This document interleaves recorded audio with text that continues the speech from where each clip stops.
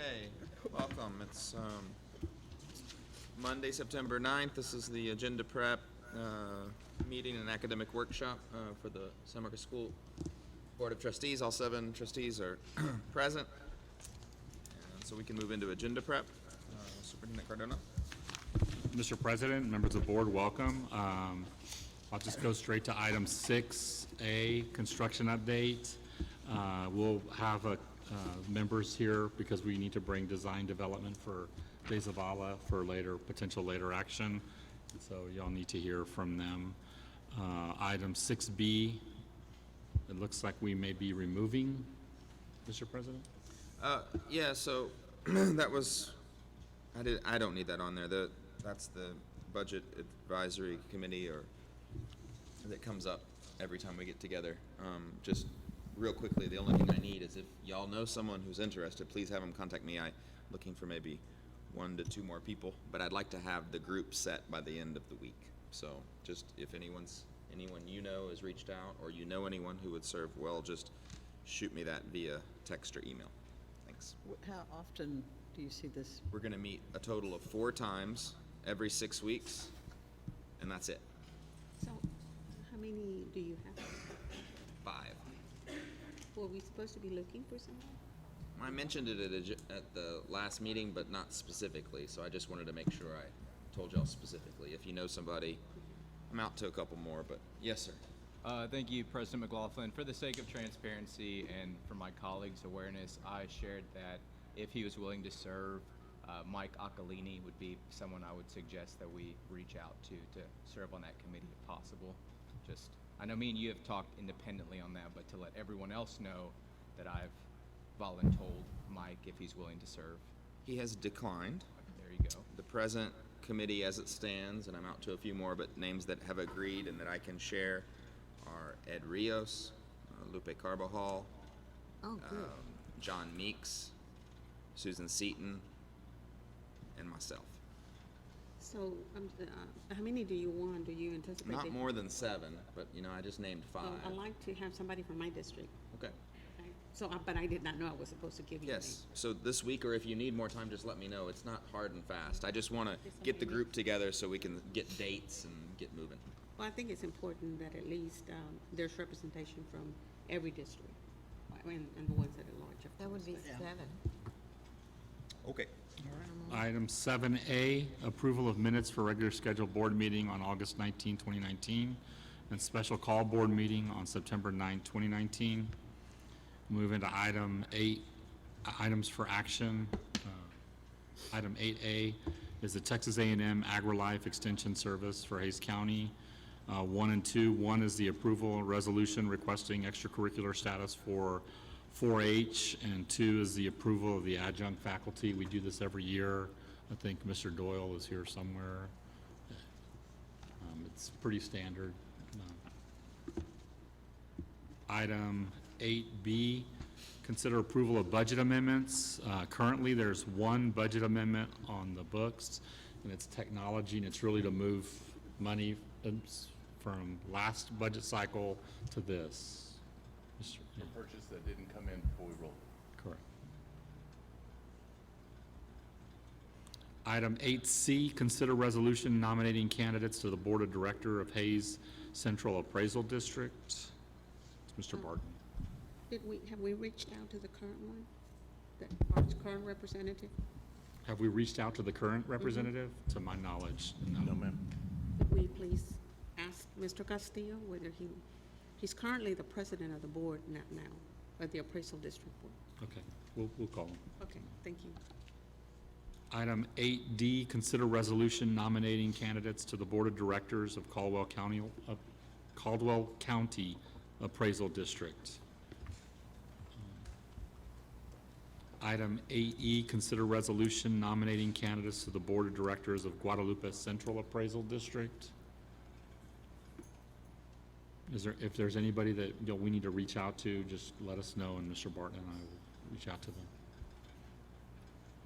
Item 8F, consider approval of resolution authorizing tax resale of foreclosed property, suite number 4689. We We have a bid on a property to return it to the tax roll. It'll be in your board book, but I can send it to you in advance if you'd like to review that. Please, I like that. Item 8G will read, consider acceptance of donation from the city of San Marcos for the radios. We talked about the radios earlier this summer and trying to beef up our security on the buses and around, so this is the actual donation. Like, transportation, Mr. Wozniak's here. Thought I saw him, but maybe he's not. Item 8H, consider approval of facility usage waiver for Community Action GED program. They're running a program out at Lamar. We had one last year. It was approved. It was wildly successful. They're coming back this year, and they're asking to have the fees waived to use our facility. Item 8I, consider approval of tuition rate for 2019-2020 pre-kindergarten program at Bonham. They're all Mr. Barton, so if you have any questions, you can ask. That's something that probably should have come last April, and it didn't come to the board last April, so it's, we want to make sure we do it, and it was done 2 years ago in April. So we're going to bring it, we're not recommending any changes, but it's for your to review and to make a recommendation or approval. Did they already sign a contract? No, this is just tuition for anyone at pre-K. Yeah, but when they enroll, do they sign something that says how much they're gonna pay? Yes, they start paying the tuition rate. So we tell them what, it's not, I don't believe it's a contract per se, but it's tuition rate, and they make payments. And we've used the old rate when we gave them the information this year? Mm-hmm. We're not gonna change it, right? I agree. I just didn't want to go a year without reviewing it. We should just review the. Yeah, I think it Okay. would be good dialogue for us to have. and just- Okay. Yeah.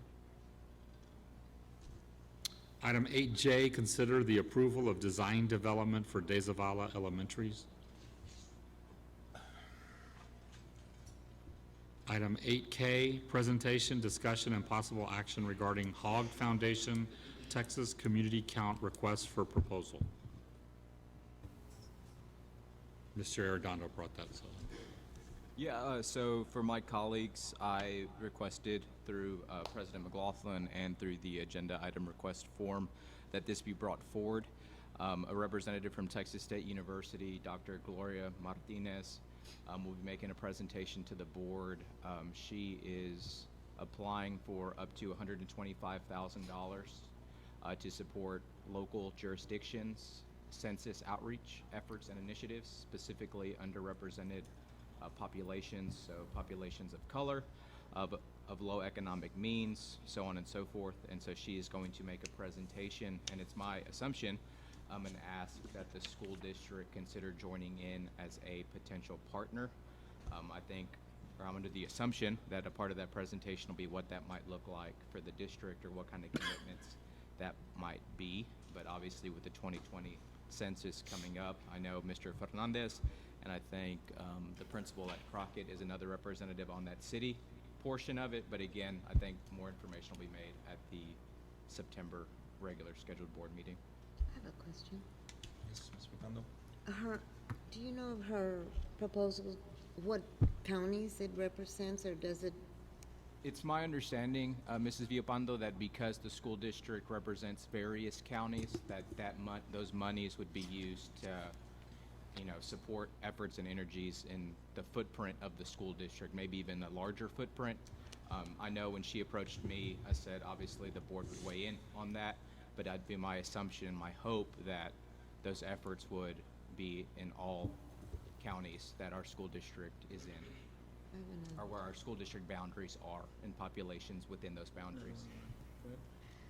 And would you know if she's doing Hayes County, because then we would, that would include other school districts?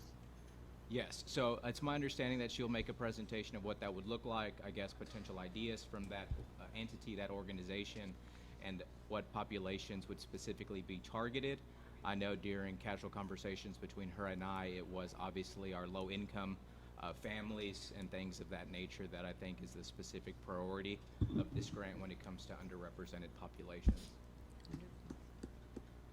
Great idea. Oh, Ms. Hanson? And are we talking about the district having to contribute funds for this, or is this It's my understanding that that's what the grant would be for, is to pay for the resources, materials, flyers, print media, social media, things like that. Obviously, I couldn't commit and would not commit on behalf of the district any type of financial support, but it's my understanding that that'll be a part of the presentation in September as well, the different types of asks from the district. It's my understanding that the application asks or requests for supporting parties, and that's why this is coming to the district. More so than anything because of the population that we serve, being predominantly students and families of color and low economic means, which historically are undercounted during censuses. Great. Item 8L, update, discussion, and possible action regarding Crossroad Program relocation and proposed facilities improvement. This was another request that I made, Mr. Board President and colleagues. I just wanted to have an update on what work has taken place at Lamar, what monies have or have not been spent, what the timeline looks like on that, and if we have a scope of the work that will be done or has been done at the campus, and what the board needs to do to support those efforts and energies. Do we know right now what's been done? I believe they're already in the facility. I know there was talk originally of a range, but I think they're looking at options that are like a convection oven, door framing. They put a door in, and I'm missing one other thing. We put an area outside where they can gather. We've obviously worked on the busing, and that's been a really positive thing for us. We're trying to get a sense of how much they fill up the space. They do have a little bit of a countertop with a sink, but we want a little bit more of a kitchenette type area. So I'd be happy to bring some of that information to you. Maybe If some pictures can be furnished for that presentation as well, I'd appreciate that. But you haven't spent any money yet, right? Because we haven't approved anything. No, sir. Okay, but isn't all that gonna cost something? It could, yes, sir. When we Oven talk, costs something, right? it always costs something. The door, it's gonna cost something. Do you have a budget now? Our intention when we talked in closed session was to look at the contingency coming out of CDC for those funds. I mean, we're gonna have to do it either way. There's kids there right now. I mean, I don't want them losing September and what they might get out of a more improved room. Like, if you knew how much it was, I mean, we could do it right now, but at least by next week.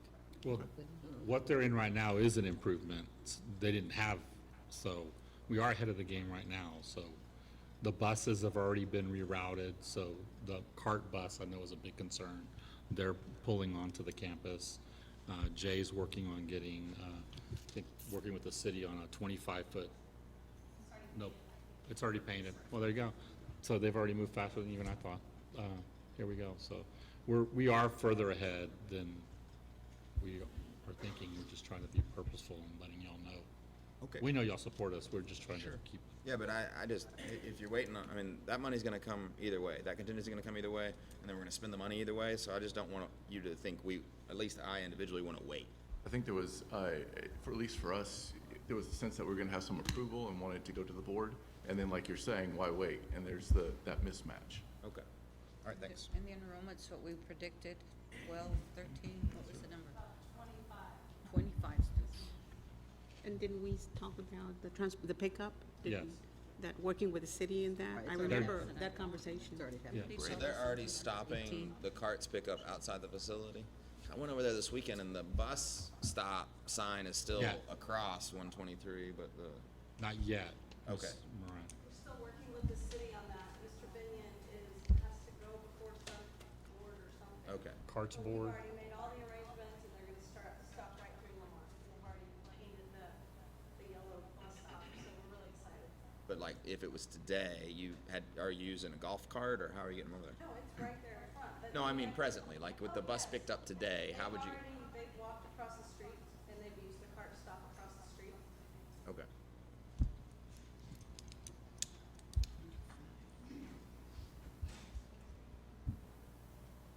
More than expected. 8M. Presentation, discussion, and possible action regarding Seedlings Mentoring Program. This was Mr. Arredondo. Yes, so these last 4 items on the agenda, at least for action, are all from me. So this is a program that has been talked about briefly with the Commission on Family and Youth from the City of San Marcos. And I've heard, different conversations about mentoring programs facilitated by the City of San Marcos, by the Chamber of Commerce, Commission on Youth and Family, so on and so forth. I am going to ask that this organization present to the board as a potential possibility for implementation in the school district. It's a foundation, it's a nonprofit, and more information will be included in the board book about this.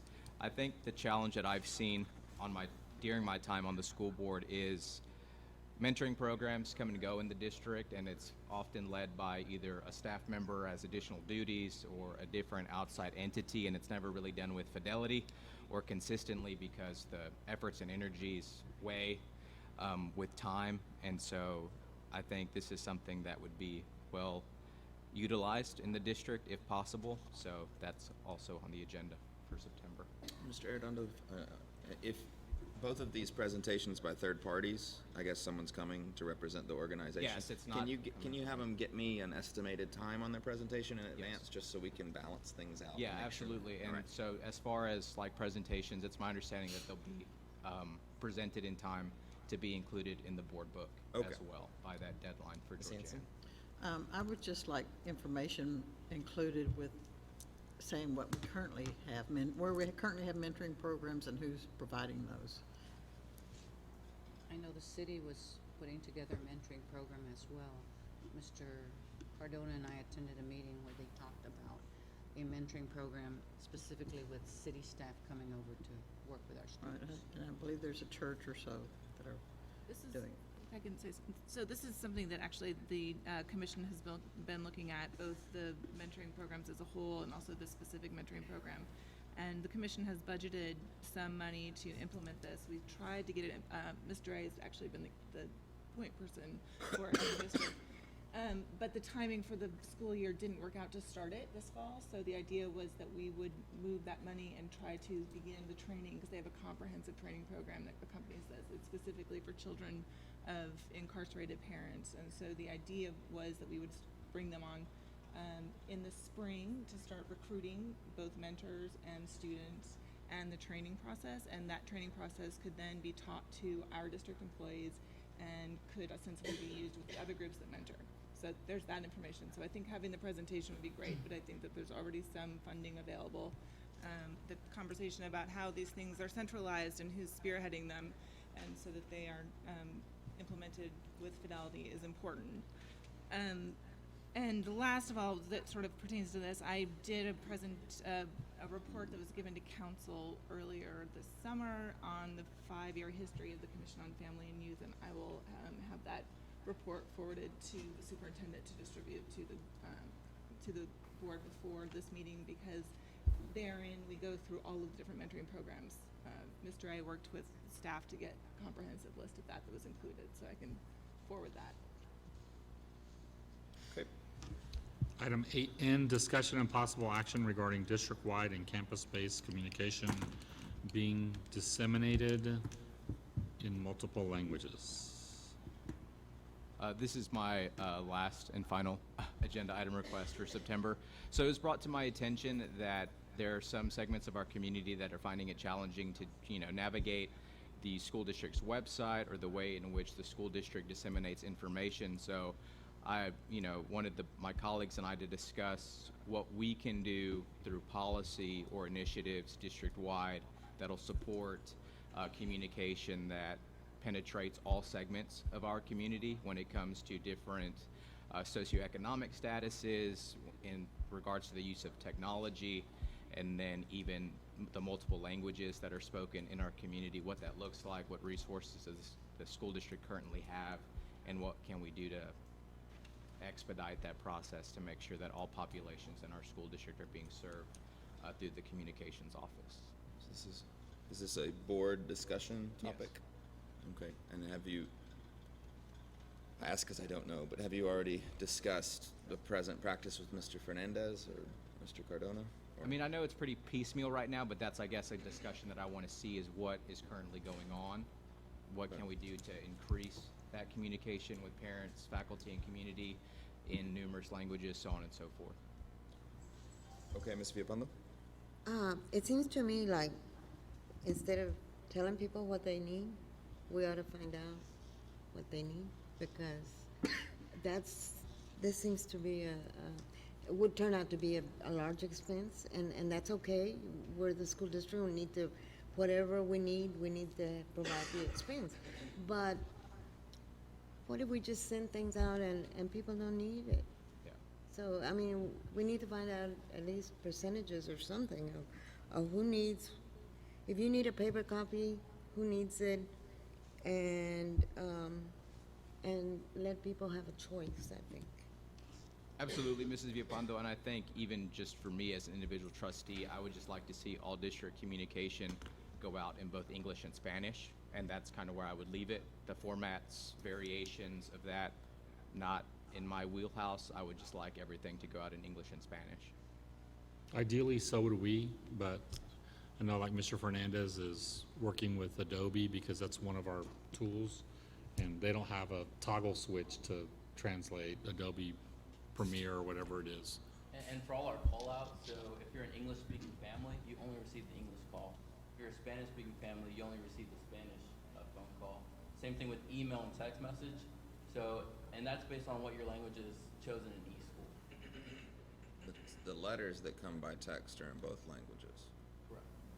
So I believe Mr. Arredondo's taking that all the way down to campus communication, yes? Correct, yeah. Ms. Villapando. I had a survey at the end of last year. Was there any comment about using dual language for communication in that survey? That was a lengthy survey we had from the staff. We talked about that. We have issues, we do have issues with campus-based disparities that we're working on, but we haven't really received any. But if somebody perceives it, then we need to address it. Well, and I think just given the, topic of this evening when it comes to academic performance, engaging parents and community in the challenges that we face as a school district, I think increasing the ways in which we communicate with our community and the population we serve is in the best interests of all involved parties, especially when we say, we need the supports from our community to address some of these student achievement challenges. If we're not doing our best to communicate that and get parents, family members, students involved, then, I'd like the board to discuss what we can do to support staff when it comes to district communication. Ms. Villapando. Mr. Cardona, do we have any other language that we need to be concerned with? We do have we do have a growing number of Mandarin being one that's growing. Vietnamese, we do have Vietnamese. I do know that statewide we do, and I was just wondering if we, as the school district. We do have, it's pockets, but we do have growing needs. Ms. Halsey. Yeah, I think it's a critical issue and one that will always present challenges and that we can always continue to do better. But I want to say anecdotally, as the parent of 3 kids at 3 different campuses, having just gone through the deluge of information that comes through in the first 2 weeks of school, we're doing a better job than I've ever seen us in ensuring that everything is translated into at least English and Spanish. So it's really commendable that I think we've really moved the marker significantly. So.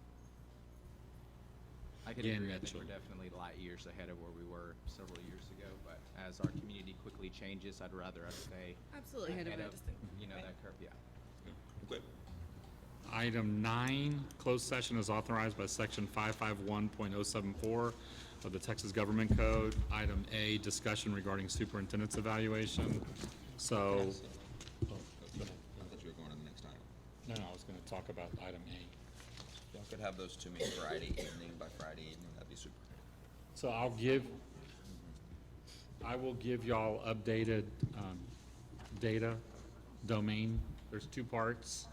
There's the qualitative piece that you rate. It's different than last year. We had a 1 through 5. Now it's E, P, and N. So then if you'll get them to to President McLaughlin, and then I can figure out a 1, 2, 3 rating system to put all that in place. But on the data sheet itself, there's the data, the pluses and the minuses, and then underneath, there's a superintendent comment. And so I tried to explain what, opportunities for improvement, celebrations and things are on there. And then whatever comments you have, get them to President McLaughlin, and then I have the master template, and he and I will verbatim put in the comments that are in there. So, just to be clear, you just want whatever number and then comments? Just the E, the P, and the N. Just Okay. write E, P, and N. And then, Tabulated over the weekend. But I'm not gonna, anytime Friday, I'm not gonna deal with it till after the football game at least. Thank you. item, I forgot, 9B, discussion regarding posting of Assistant Superintendent for Business and Support Services position. Item 9C, discussion regarding San Marcos High School Assistant Principal. Wait, where's Ms. Presley? Is this to add a position or what? This is a position we have had, if you remember, we had Ms. Cooper that left, and then Mr. Garza, those two positions. And so we filled the one with the assistant principal So from now this is Socorro so this is the second one. And currently we have, So this is Garza's position. this is It's a Cooper's, vacant position. Adam Garza's position. Ms. Halsey? Yeah, so I was under the impression that we were going to receive an academic report from the principal at the high school on the changes and scheduling and such that have been implemented during the first month of school. Are we not doing that? I mean, she sent it out on her update, but Can we add it to the superintendent's report for their meeting? I can. Okay. I think that'd be good. I also would like, and maybe I'm ahead of the days, but as far as classroom overcrowding or classroom size, last year we got a campus by campus, teacher by teacher student count. That would be very useful if I could get in advance of the meeting. And do we need waivers by when? So basically in October, everything. Well, we go all the way through, PEEM snapshot will be through October. All right, so we don't need that in September. Okay, well, just the information for now will be fine. That's my understanding. Y'all are still adjusting. I had a parent ask me what that meant exactly. Oh, the letter that went out? Yeah. That means teachers work for the district. And so when we look at balancing, that there is a possibility that we could have to, if you remember, we did move some teachers last year in kindergarten, I believe, in some positions from one campus to the other position. So we let the parents know Yeah. that When that do you- is a possibility. When do you typically do that? Well, If we're- you the like first add 2 a weeks. class, when does that happen? If they're like really, We're leveling right now, Yeah. and we're going through that information, so we will start informing people by the middle of next week. Okay. Because we're waiting until after Labor Day, because there's sometimes an influx. Okay. That's what I explained to the parent.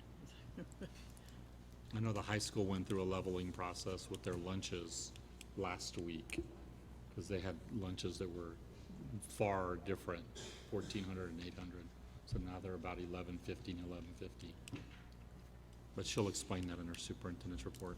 And so, for purposes of the class by class student number data, for the elementary, I think it's pretty straightforward, but for the secondary, if it's just the core classes, that's fine. Math, English, history, science. Thanks.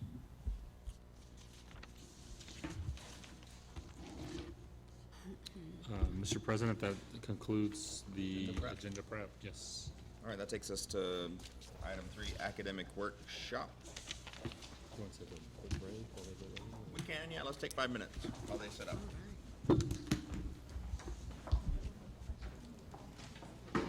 She sent it.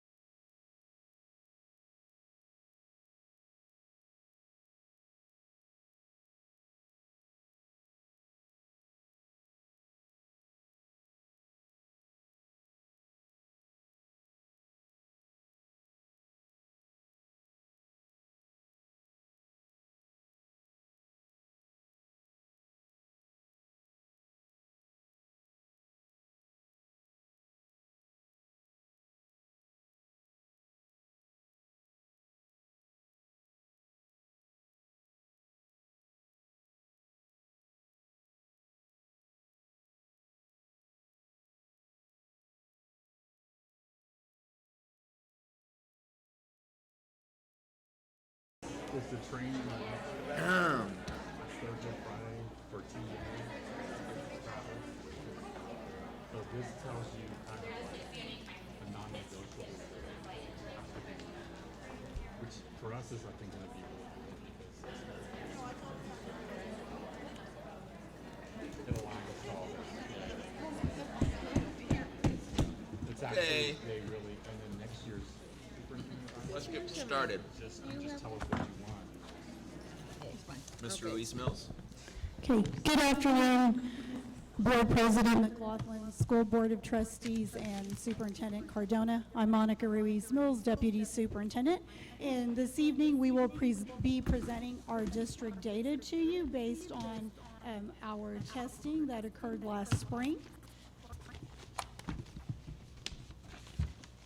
We have here just a review from the August presentation, our A through F results table.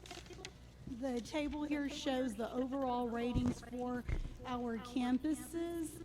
We have both our middle schools, Goodnight and Miller, which were identified as a comprehensive improvement school, and we also have Travis, which was identified as a targeted improvement school.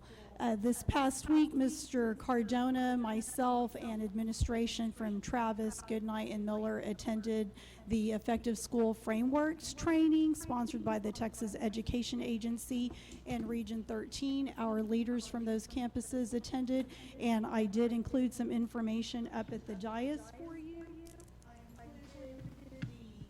Overall overview of the 2019 accountability system in a real nice format here that they provided, along with the essential action success criteria that is part of this framework, which helps us better understand how to align our resources to instruction based on the campus needs, and will also guide leaders on how to utilize the data more effectively to influence our instructional practices. At the end of September, the remaining leaders will attend this training at Region 13 as well. We've also included the actual framework, the Effective School Work Framework, for you to review. And then just based on the August presentation, here are the definitions again for approaches, which is a passing score. Students need additional support.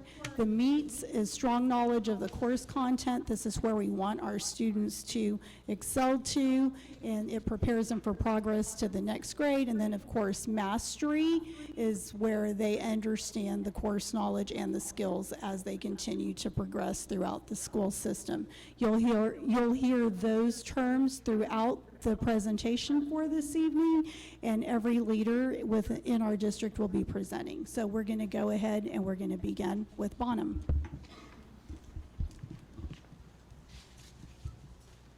Good evening, board members, Superintendent Cardona, President McLaughlin. I am Jennifer Gonzalez, the principal of Bonham Pre-K, and I don't have accountability assessment data to share with you. Our kindergarten readiness assessments are going to be taking place within the next few weeks, and after we get that assessment data, we can share that with you at that time. But I did want to share with you our current enrollment data and some of the new programs that we are introducing at Bonham. So our enrollment growth, as compared to last Friday of 2017, 18, and 19, September 6th, in 2017, we were at 405 students. In 2018, we were at 409 students. And now currently we're at 470 students, which is up actually 3 more today, 473, because we still currently have students enrolling. But we are higher enrollment than we've ever had at Bonham, and we're full, but we're growing and we're loving it. Also, our tuition student growth has gone up significantly this year. In 2017, we had 10 tuition students. In 2018, we had 18 tuition students. And now currently we have 30 full-day tuition students and 9 half-day tuition students. So we're growing. new programs that we're introducing for this year. We did a pilot dual language last year with the 90-10 model. We decided to go full out and do two-way 4 classrooms. We were going to do 5 classrooms, but we ended up needing to consolidate because we had more L's than we had accounted for. So we have one-way classroom this year. We're also doing a 3-year-old tuition classroom, which is our half-day tuition, and those students we have 9 of them, and they're doing wonderfully, but they are also with our PPCD, which is now Early Childhood Special Education. It's an inclusion classroom for them, so they're with like peers. And like I said before, our student data will be shared in a separate presentation in the future once we get that data. Ms. Gonzalez, do you have updated numbers? Last year we saw a 3rd grade reading performance of Bonham students versus non-Bonham students. Do you remember that report, Mr. Wilson?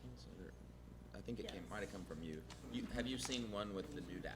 I have not asked Laura for one currently, but we can get that. Okay, thanks. Ms. Halsey.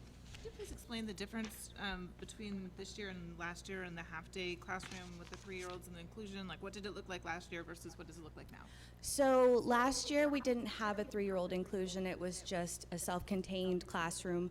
And so we wanted to offer that opportunity for our early childhood special education students to be with like peers. So we have now the tuition program for our general education 3-year-olds. And it's a class of currently 15 students. So our ratio is at about 60-40. So that means that we have 9 students that are paying half-day tuition. Yes, ma'am. And they're in a combined classroom with the special ed students who qualify for the half-day pre-K Yes, program, ma'am. right? And it's all 3-year-olds? Yes, ma'am. Okay, thank you. Okay, thanks. Thank you.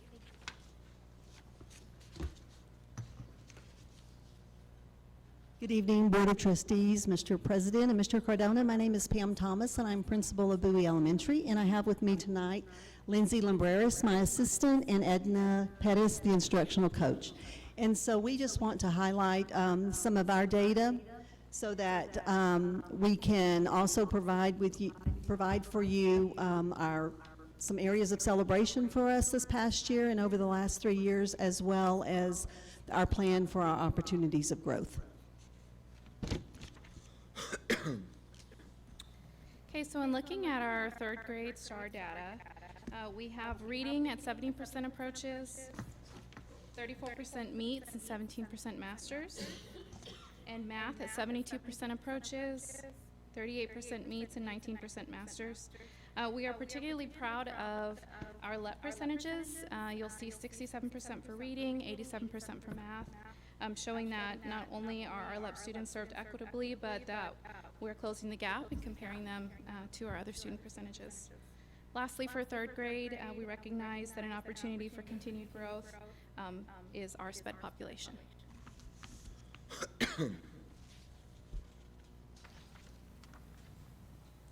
And looking at our 4th grade data, on reading, we were 62% approaches, 29% meets, and 16% masters. If you compare the same population of students to how they did in 3rd grade, there was a slight gain on the approaches, but really the meets and masters stayed nearly the same. But we also wanted to point out a point of celebration with the LEP population again, that 92% of our students were approaches on the reading assessment. Also that when you compare how those same students did in 3rd grade to how they did in 4th grade, the STAR reading assessment, 85% of them made a year's growth or more than a year's growth. So we're especially proud of that. 14% was the percentage of students at approaches for our SPED population. On math,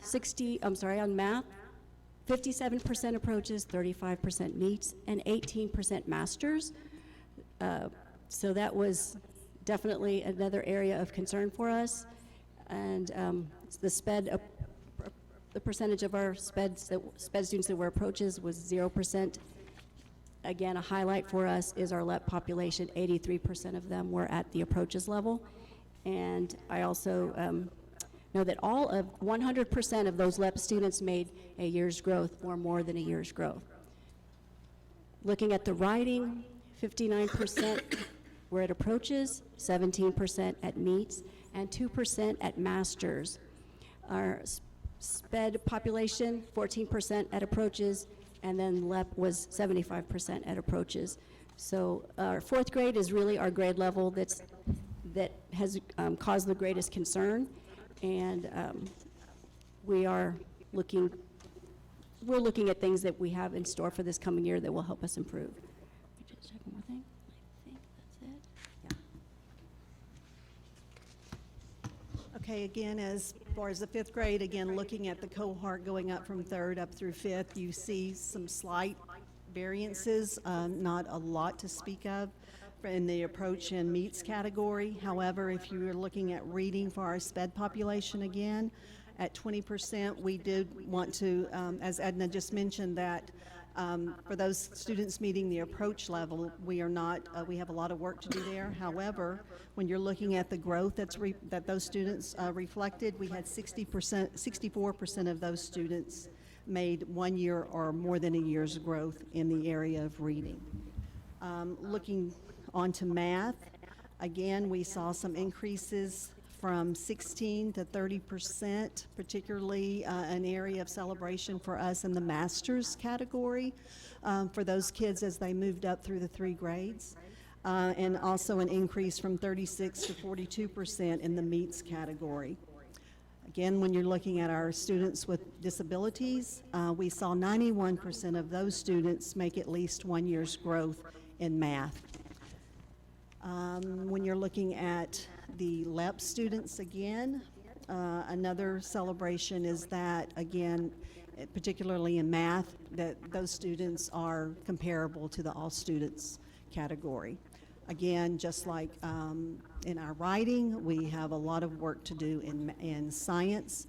We were at 58% approaches, and we are already working with our district coach for science and our teams to put have plans in place for science as well. Okay, so looking at our STAR performance history for third grade, you'll notice that there are dips in 2018, and for that we want to speak on our work with Transcend. This was truly our year of transformation, 2018 was, and at that time we were designing our new practices with guidance from Transcend, our students and our families with their input, and we look forward to continue moving our scale upward as we refine our practices. We're projecting a 5% increase in all areas for 2020.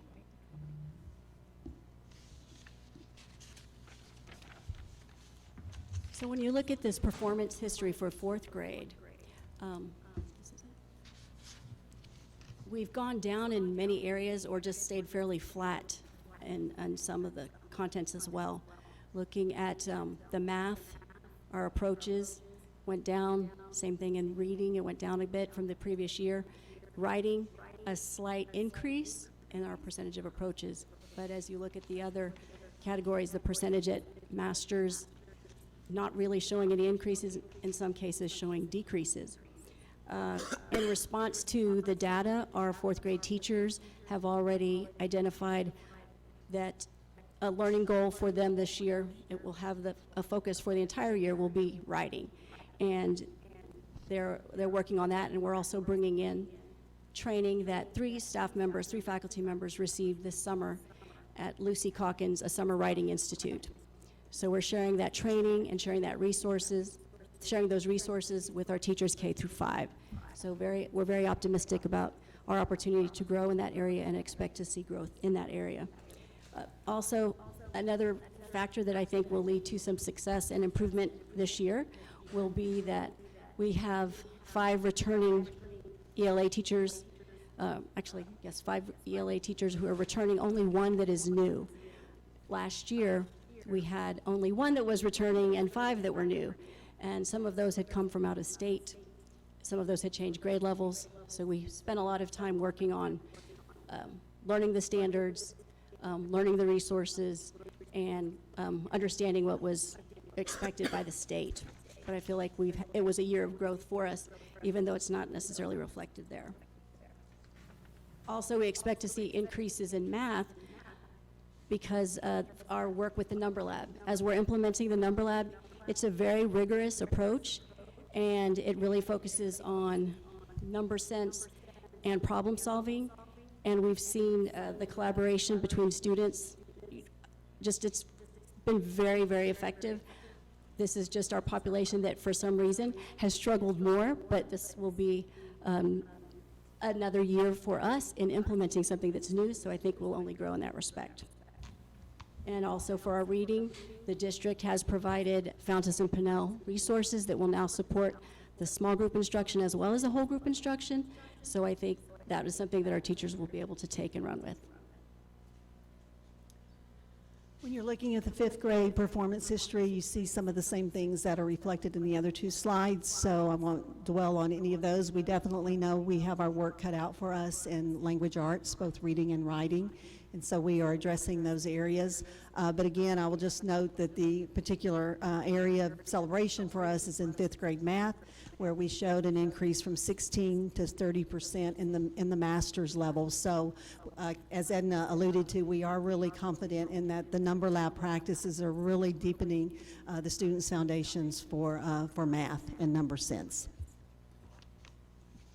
So then if you're looking at our plan for this year, our prioritized focused area number 1 is we're utilizing a blended learning model that will incorporate adaptive technologies and responsive teacher-led instruction so that we can improve the amount of students reading on grade level.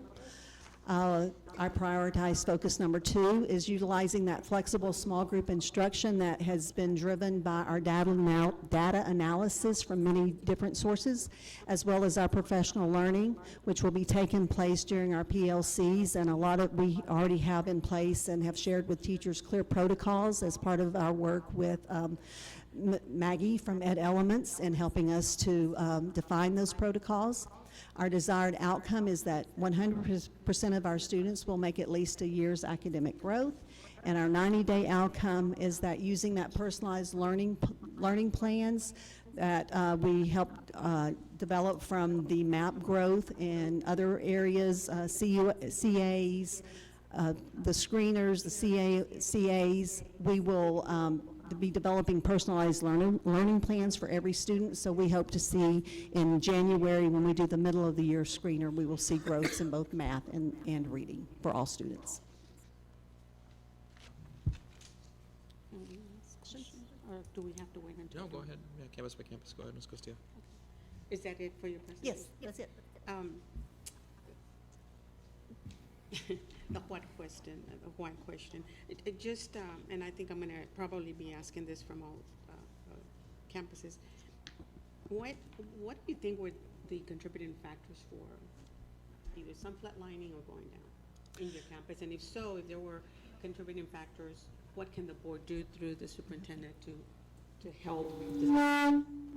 Well, I feel like as we had said, we have lots of areas to growth in reading, and reading has been a concern for us for several years. And so I will say that I feel like some added opportunities for us has been the work that we've done with Transcend, and even though we have flatlined in some areas or even dipped in others, we've taken on a lot of new practices at Bowie over the last 2 years. We have implemented content teams with teachers. They are now teaching 2 grade levels, which I think some of the data speaks that as teachers have kids for more than 2 years, we are accelerating their growth, as we can see between third grade scores as well as our 5th grade scores once teachers had those kids for 4th and 5th grade. So some of those practices, it's been a huge learning year over the last 2 years for us, and we're failing forward, as Mr. Cardona actually, tells us that if we're going to fail, we're going to fail forward. So we are implementing a lot of new things. We're seeing success with kids. Our culture is improving. Kids are happy. We're seeing discourse between students, collaboration, the projective struggle with our kids increasing, which I think goes back to that math. If we can just get some of those same practices for reading, I think we can be able to make great gains. We're also, with our small group instruction and goal setting with our kids, kids are really looking at talking about their areas for development as well, and conferring. So we're bringing not only small group instruction to a deeper level, but the individualized with teachers really conferring with kids in both reading and writing areas in particular. Having said that, and I guess in meeting with your staff.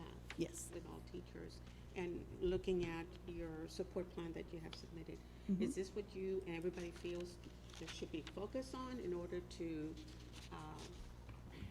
not just stay Exactly. flatlining, but go up where in the areas? And you know, I know we're back to a grading system that I don't think is very supportive and very accurate, but this is what the state has. Realistically, Exactly. this is what it has. You have a C, so there are some plans to increase that. Definitely. We are not happy with that. Our kids are much better than that, and we have had, the staff, I can say, is fully on board. We have a great staff. They are working together already.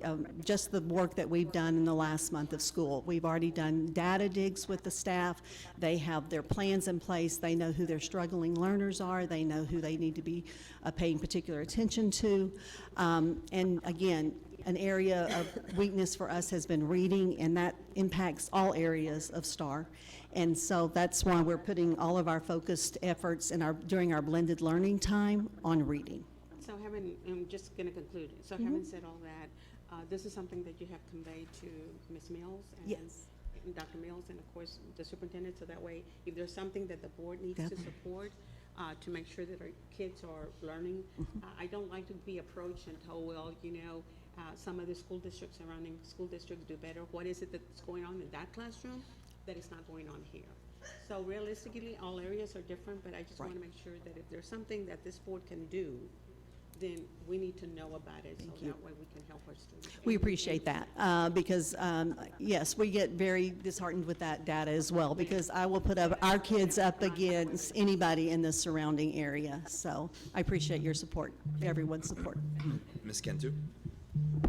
How are we involving the parents in our goals and trying to raise our scores? Do you have a parent meeting? Will you give a presentation of scores and then give them ideas how they'll be able to help at home? Yes, ma'am. We, obviously we have parents who sit in on our CIT, so we have community and parent reps on that where we talk about these, the data.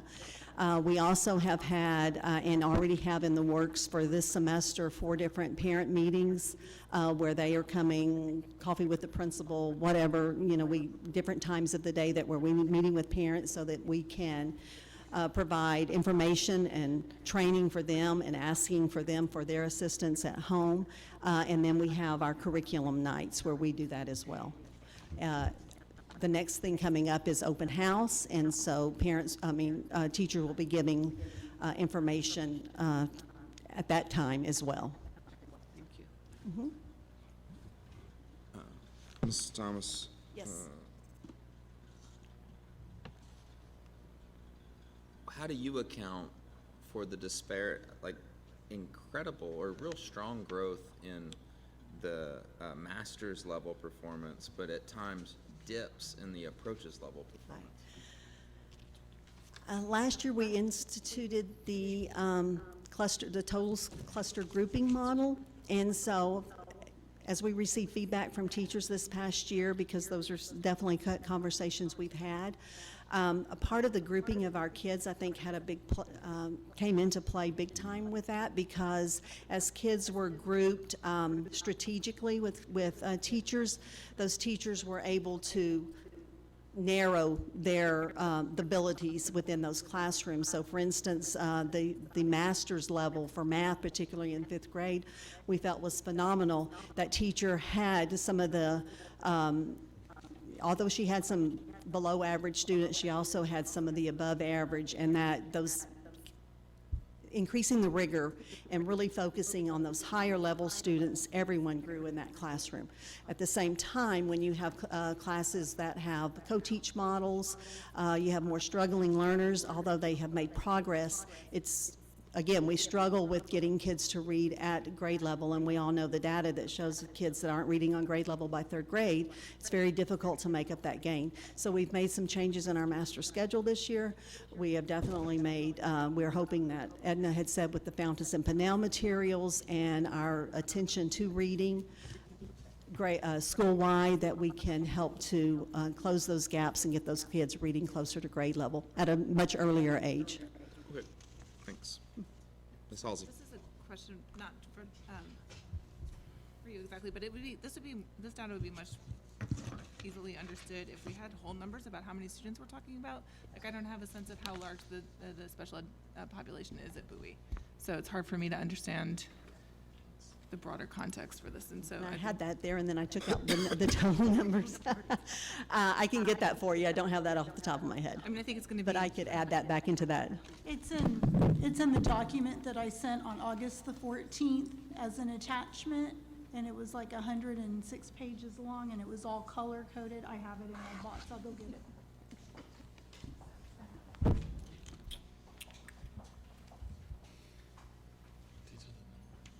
think we asked for it. We don't have any more. Anything else? No, I don't think so. Thank you.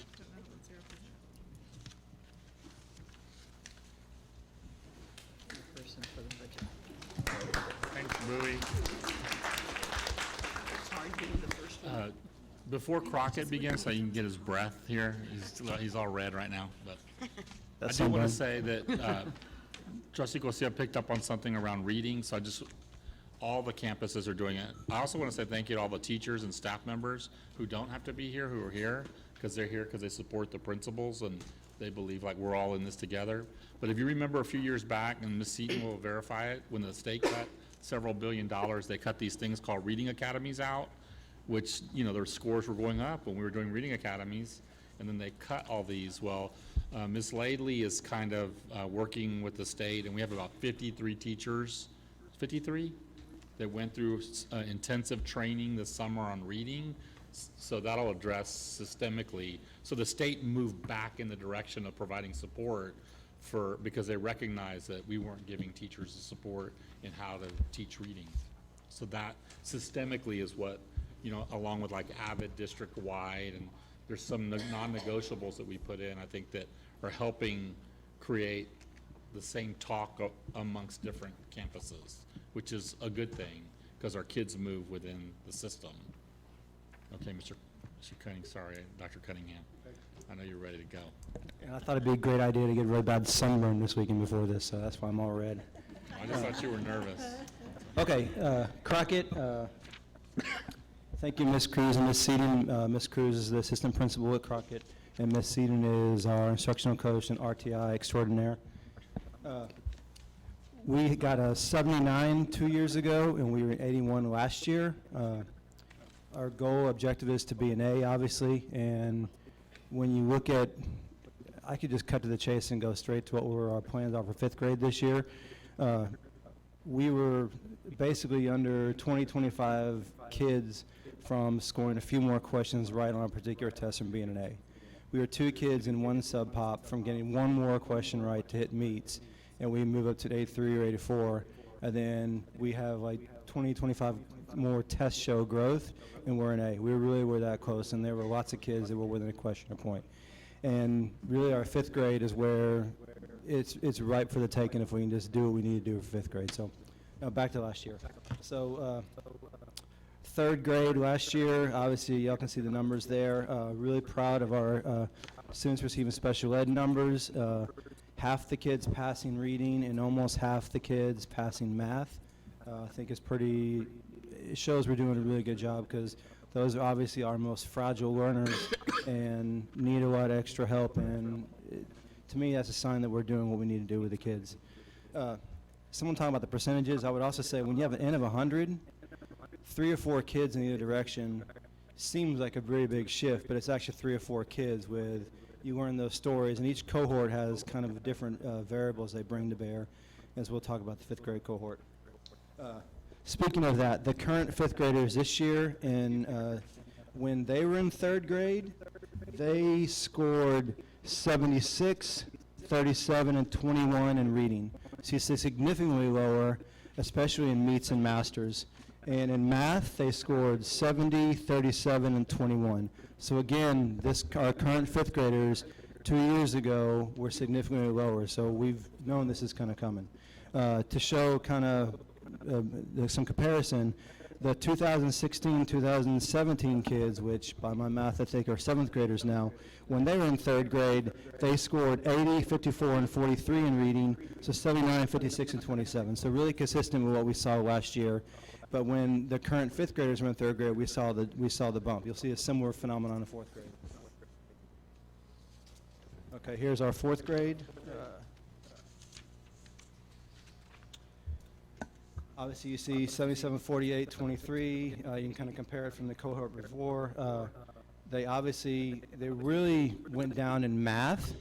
And honestly, when I say the 2025 test, it happened right there. If they had shown growth in that, we probably would have been an A or real close to an A. We've kind of addressed, we think what happened in math, and we knew this cohort was low already, and so we actually had a lot of stuff already planned for them and extra help in there. We think what happened with math was we didn't build enough of a review of third grade material and kind of went running with the fourth grade, and so now in curriculum-wise, Scope and See, we paced it for the district.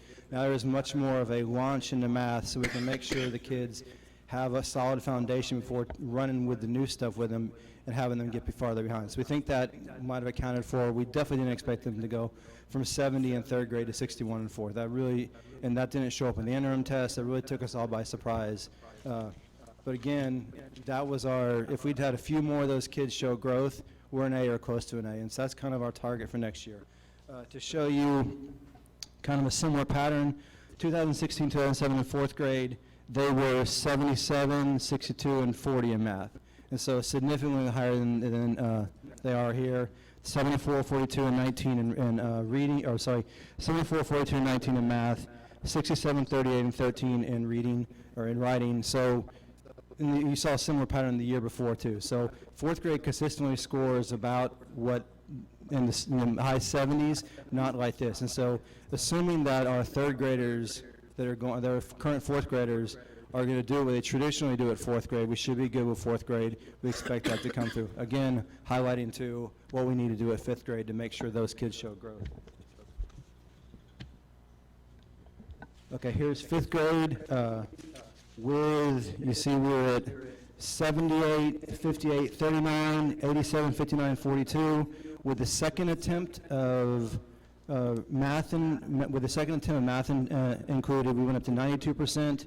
Reading we went up to 87%, so we had like a 10-point jump. Again, we think we're poised. As long as our interventions are put in place, we think we can do that as well here too. I'd like to point to our science went up. It went up by significantly in meets and went up almost 10% in masters. We attribute that, we introduced a kind of new vocabulary focus mid-year that we think really had played us big dividends. So now we're rolling with that from the beginning of the year. And we really think we kind of discovered, looking back at what was going on, that some of the kids they understood the concepts, but maybe were getting tripped up by some of the vocabulary. So we've really been explicitly teaching vocabulary that way they can get to the question and they get to the concept and not be tripped up over the vocabulary and actually their content knowledge come through. Here you see the trend again here. So the dip was our current fifth graders. You're going to see this pattern over and over. That is the group that we were most concerned about. So you see it up, down, and back up. Here is the same thing you see the dip again last year. Rise in, then lowers for that group. Here's our fifth grade. You see some dippage, and we've had some discussions about that. But even like when you look at the reading from 70% meets going down to almost 60%, that 70% is a really high number of meets. And again, when you're talking of an N of 100, a handful of kids really makes it look like a big difference. But I guess the point is that I think that fifth grade is really poised to make growth with the kids, because historically they've done that. And so I think our current fifth graders, basically our current fifth grade is about 20% students receiving special ed services, which means, again, they're our most vulnerable learners. Well, so what we've done is we've got one of our co-teachers is just specifically attached to fifth grade, and she is getting to know those kids, building relationships, pulling really strategically designed small groups. We're pulling kids for RTI very specifically, and we're really looking at what is the kid's individual content skill they need and getting them that help. And one of the glass half fulls of fourth grade scoring so low last year is it's a much more attainable measure to hit growth because they scored low. It's not, we don't want to spin it like that, but that's the truth. We've got a target that I think we can very realistically hit, and the fifth grade team they know where the kids are at. We've got a list of kids by, like, did they hit masters by one question or on the dot in fourth grade, so the teachers know who the kids are and know what the target is to make growth. And like I said, as long as we can basically make sure somewhere between 80 and 85% of our kids grow, we want 100% as our goal, but 80 to 85%, we'll probably hit our A. And like I said, fifth grade is where it's at. You see this graph here. Basically what you want to see is where you want to see very few, like you shouldn't go from masters to approaches. Although when you look at the kid, like I said, we know the stories of the kid, and so if I've got a kid who's gone through trauma recently, I'm not going to be surprised they don't do very well on a standardized test that the kid maybe doesn't have that much into it if like a parent has just died recently. That's not shocking. What you want to see, very few go down from masters to approaches, from masters to meets. Now I will say some of the kids that went from masters to meets, this is a state issue that shows unfairness of the system in my estimation.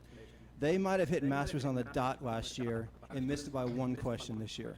So you had a kid that got a 91 and on the next test they got an 89. And you tell me that the whole year that means they didn't make growth. So there's some of that is that there's the system I think is imperfect. In my mind, if you hit meets, you should be showing a year's growth pretty much across the board, or like there should be a range of it.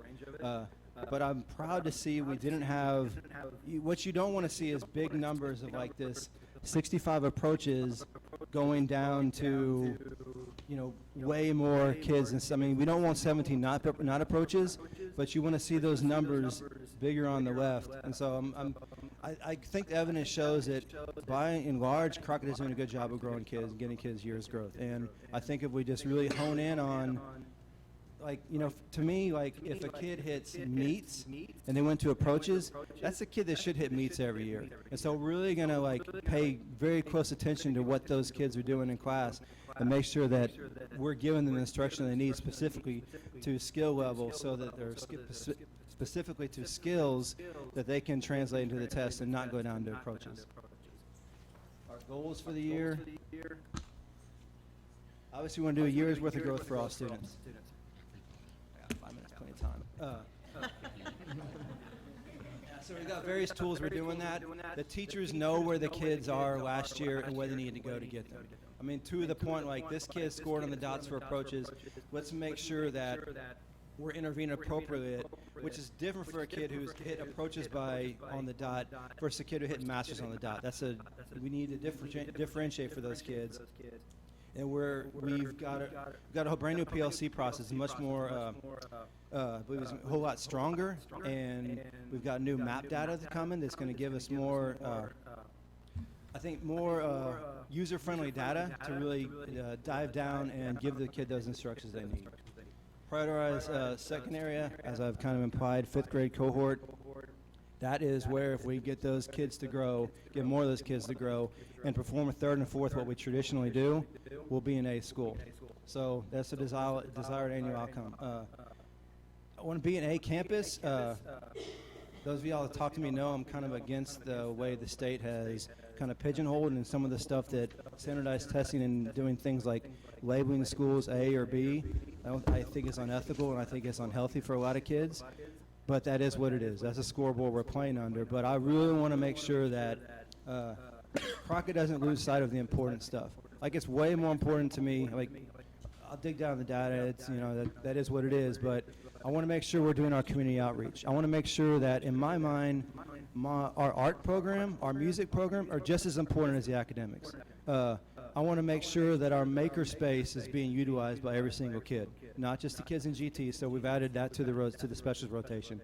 Working with Texas State to have maker clubs. We're trying to get online journal for the kids to publish in every 9 weeks. So stuff like that, yeah, STAR is what it is, but as a parent, I don't think about my kids' STAR scores. I think about, are they coming home in a school, a nurturing place for them to want to be. And I want to make sure we don't lose sight of that and go STAR-tastic and just like, STAR pep rallies and all that. No, we'll get more dynamic instruction, but make the school a joyous place where the kid wants to be and have the kids creating and thinking and just having fun and being more engaged in their learning.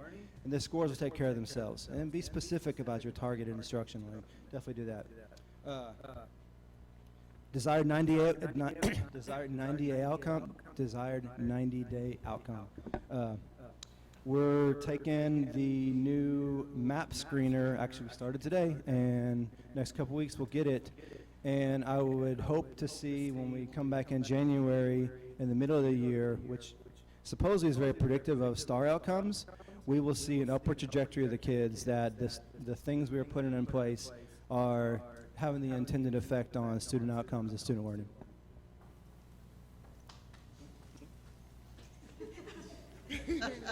Questions? I just thank you for the presentation.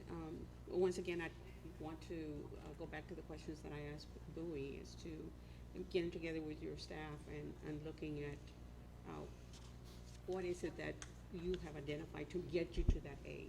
I know you presented a support plan for Crockett as far as growth for all students, but along that, have you shared with Dr. Mills and as to how you're going to get to that A? Yes, ma'am. In the classroom, your teachers are going to do this, and whatever it is that strategic academic goals need to be, and working on that. Yes, ma'am. For me, that's really important to know.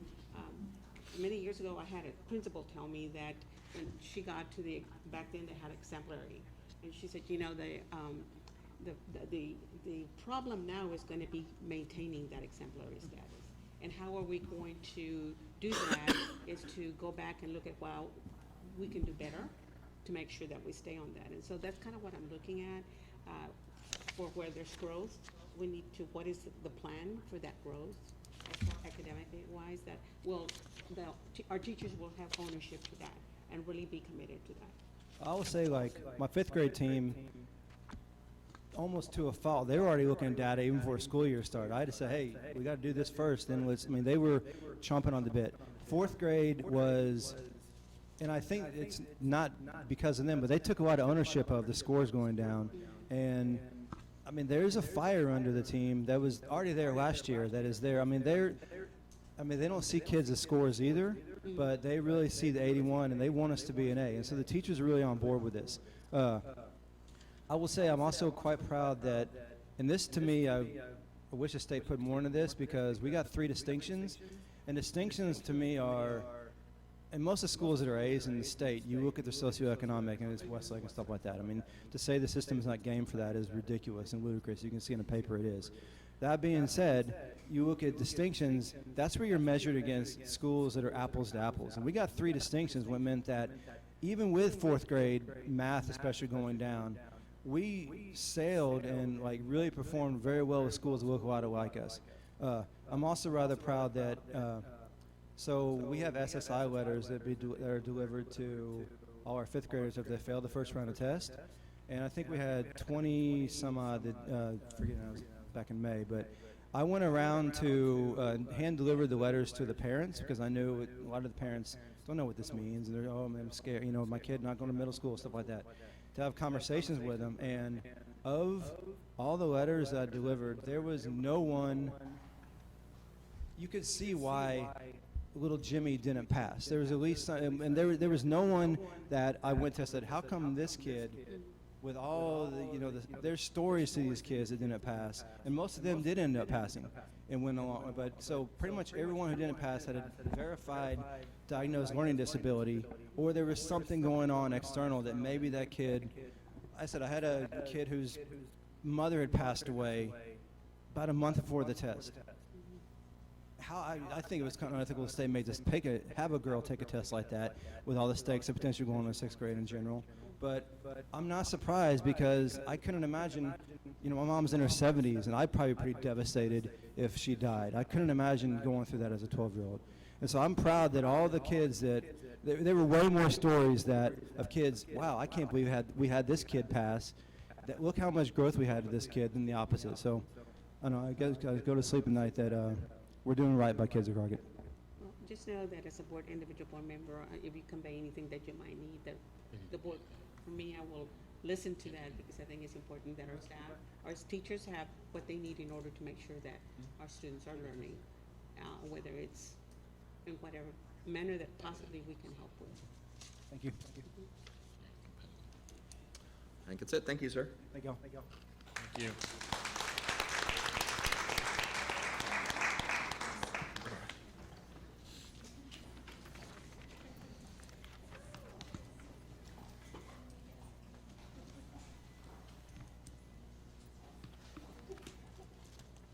Good evening, school board. My name is Lena Villanueva. I'm the principal at Zavala Elementary. And I have here with me Mr. Mendoza. He's our instructional assistant. Kalunga, he is our assistant principal. We have Ms. Almanza. She's one of our teachers. And I also want to thank all my other teachers that are here today. I just sent something out not thinking they were going to show up, so thank you for being here today.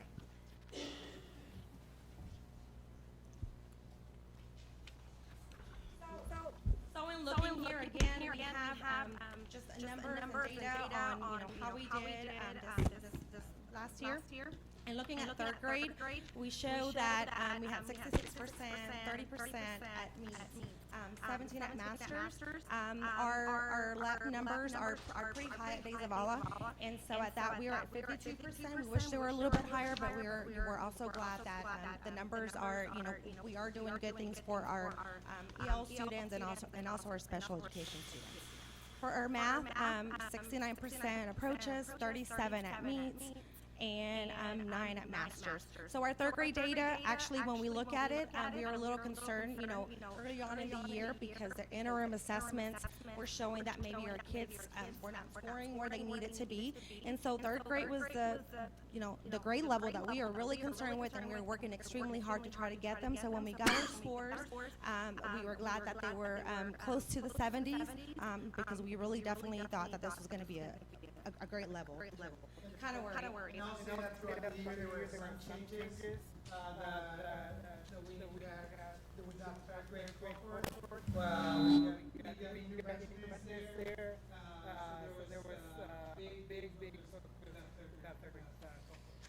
And then moving on to fourth grade was a grade level that when we had interim assessment, the data did show that the students were growing, and that was interim assessment through TEA. When we got our results, we were a little bit surprised, and then we started seeing the trend across the district and the state. So our scores, this was also the grade level that by cohort, looking at them, they were actually significant lower when they were in third grade. And so they were in fourth grade, and so they will be in fifth grade this year. Well, they're in fifth grade this year, and we are already implementing several items, and we'll talk a little bit more about them in a minute. But we know that our fifth grade team is going to be a team that we have to really work with. We have a lot of other information, so I'm just going to go through this information on here. Now, when looking at fifth grade, we are really pleased with how our students perform. We feel that coming in, we're seeing a lot of our students, even at kindergarten, where students are struggling just with vocabulary and language, and then also being a majority of our students being ELs, they are just the language, just providing those opportunities for our students. We had an increase in math from 70% to 78%. We also increased by our meets and our masters. And then in reading, we were at 55% and we went up to 70%. So again, the numbers on, fifth grade, we felt that we had the kids, we had the ability to build relationships with students. And in addition to the intervention, just the intervention is that we tried with them, really worked, and we saw just a significant increase in fifth grade. After that, when we were taking national data, our numbers were significantly lower than that. Lots of reflection teachers looking at data, even students looking at their own data and that's what we show. And as you can see on here, so we had like the prior cohort at 9% at masters, and we went all the way up to 17% from 10%. So we're looking at 9%, and then in math, we had 15%, and we went up to 28%. So we felt that what our teachers are doing, our teachers are definitely committed to seeing our students' growth, and knowing that sometimes maybe we're not going to get the score. We are definitely committed to seeing that our students are growing the 1 year or more. In looking at our trends also kind of showcase, if we're looking here very similar to the other campuses, that 2018 cohort of third grade, and the reading, again, they dipped down. Our trend has been where, 2017 was kind of okay, then 2018 went down, but we're going back up on third grade, and so we're really happy about what we've been doing there with third graders. Okay, fourth grade, the famous fourth grade here. So again, when we're looking at it, we were not pleased with our math scores. Our reading did increase from the prior year. The prior year, let's see on here, we were at 55%. We did increase to 62%. And again, I think we did not place enough emphasis on the math as we should have because of the information that we got from the interim assessments, and so that misled us to think that we were doing okay, and we failed to identify that area there.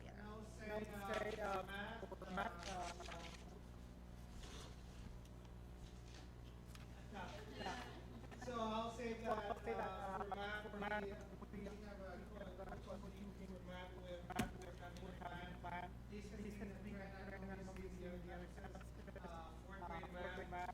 It went down, so we lost a conversation to see what happened. We have been working on standard for the students. This is also a conversation as a state. It went down in general. So we are aware of that, and those conversations have been happening. And we're driving, speaking about this fourth grade conversation. We already have a PT put it. We already have a PT plan, and we're going to talk more about that. And so again, here on our trends, you're able to see that, the trends, our numbers are increasing. In 2017, we were at 12% masters in math. This past year, we were at 28% in math, also 31 at meets, went up to 49%, and then from the 70 to the 76. So again, looking at them, the only area that we did come down a little was from science, which for whatever reason, and we're trying to figure out what did we do that was so different, because we had done really well in science during 2018. Our score was at 62, and so that's more in line with the other campuses, and even the scores of the reading and the math, same there. So we are trying to identify areas of figuring out kind of where, what else we could do different. Here again, when we're looking at the number of kids in reading, the overall performance from third, fourth, and fifth grade. In reading, we had 81 kids that did not meet. When we look at that, we move that down to 60 kids. 18% of those students actually went to approach, and then 3 of those students went to meet. Looking at reading, the approaches, we were at 74% that were at approaches. That number went down to 43. We lost 8 students that we have already identified to figure out, why did they regress, why did they not make the progress that we were hoping that they would make. And then 19 of them went up 1 level, and then 4 of them went up 2 levels. So we're really proud, and again, we've identified those students and the teachers to see, like, what did we do differently here? How did these students here at one point were down here on the approaches, and now they're all the way up in the master's area?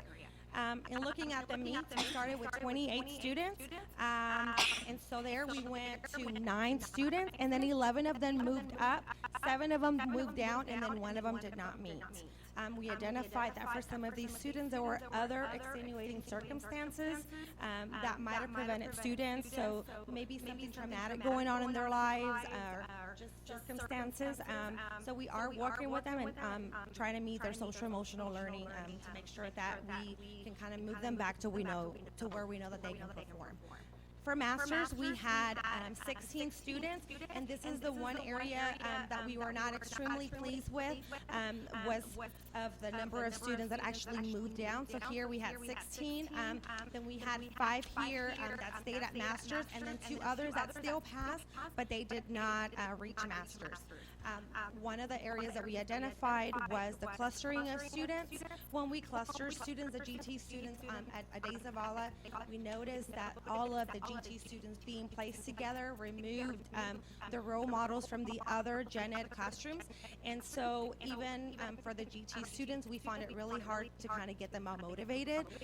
And so just kind of taking on those leadership roles within that they were accustomed to when we were not clustered. And so for this year, we have already made some changes to see kind of spreading out the students. We are still clustering the students because that is the model that we are following. However, we, in talking to Ms. Smith and also the clustering schools professional, he shared information about how we are able to cluster and not have all the GT students together. In looking at math, we had 81 that did not meet. Again, we went down to 64. I won't break it down because it's shown on here, but then 71 here at approaches. And then for there, we actually moved 27 students up to a level or above. And then 30 at meets, and we moved up 11 of those students to a level above. And from 18 here at masters, again, we kept 15 at masters and 2 of the other ones that we did not have on there. And then we'll have Mr. Kalunga go ahead and go over the Okay, so we have our scores. I mean, what are we going to do about it? How are we going to grow these kids? Definition of insanity is doing the same thing over and over again and expecting a different result. So what are we going to do differently? What are we going to tweak? We have here 3 outlined areas that I'll unpack briefly. Professional learning community, we're going to be laser point precise in what we do with that. We're going to focus on a lot of vertical alignment, and then we're going to really tweak our response to intervention, or our RTI model.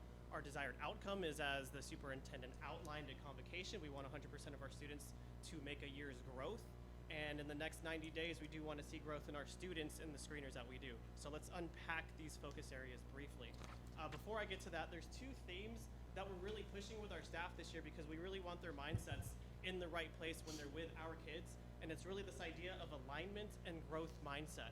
So this idea of alignment, I mean, I joke around with the teachers, it's this idea that we can beat math, that if we're really rowing in the same direction, 2 + 2 can equal 5 because we become greater than the sum of our parts. And that's what we aim to do at Days of Allah this year through our common language, through our systems, through our instruction, through everything we do with our communication with the parents and how we support our kids.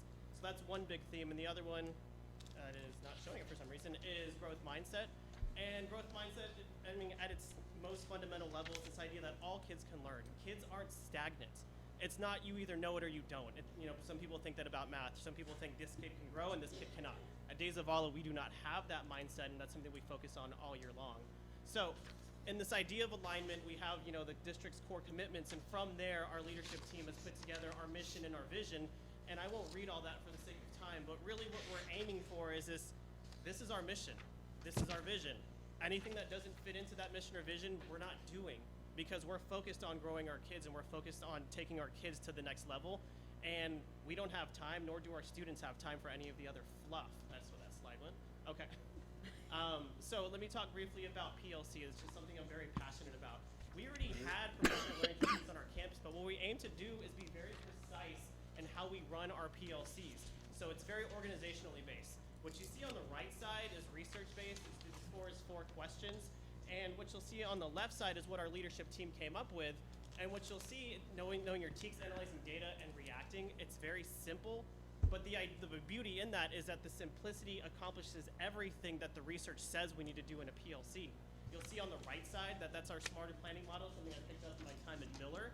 And like I said, I won't unpack that very much, but our 3 goals fall into that as well, and that's something that's very popular these days, especially at the middle school level. So know your TEKS, and this is, I feel like, our biggest area where we can make a huge impact. We have very, very talented teachers at DZ. That's something I found out in my short time there. They innovate. I mean, they won Hall of Fame is going away. They're very coachable. They incorporate writing technology. They're great teachers. I have no questions about their abilities. Where I think where we can grow is the idea of alignment, knowing exactly what the SEs are asking for. It's one thing to know your SEs, it's another thing to know your SEs. So knowing the verb, the content being specific. There can be a misconception between knowing what your lesson is and knowing where your lesson fits into the text. So being precise in what we want to hit. Another area is analyzing data. So our CUA data, PAs, maps, we want to be data driven. We don't want to be based on cardiac diagnoses. So I feel like our kids are here. I feel like our kids are there. No, what does the data say so we can move forward? And then most importantly, to react, which is what we're talking about right now. Fine, we know the data. We know what we're supposed to do. So what are we going to do about it? Do something about it when your kids don't get it. And when your kids do get it, how are you taking them to the next level?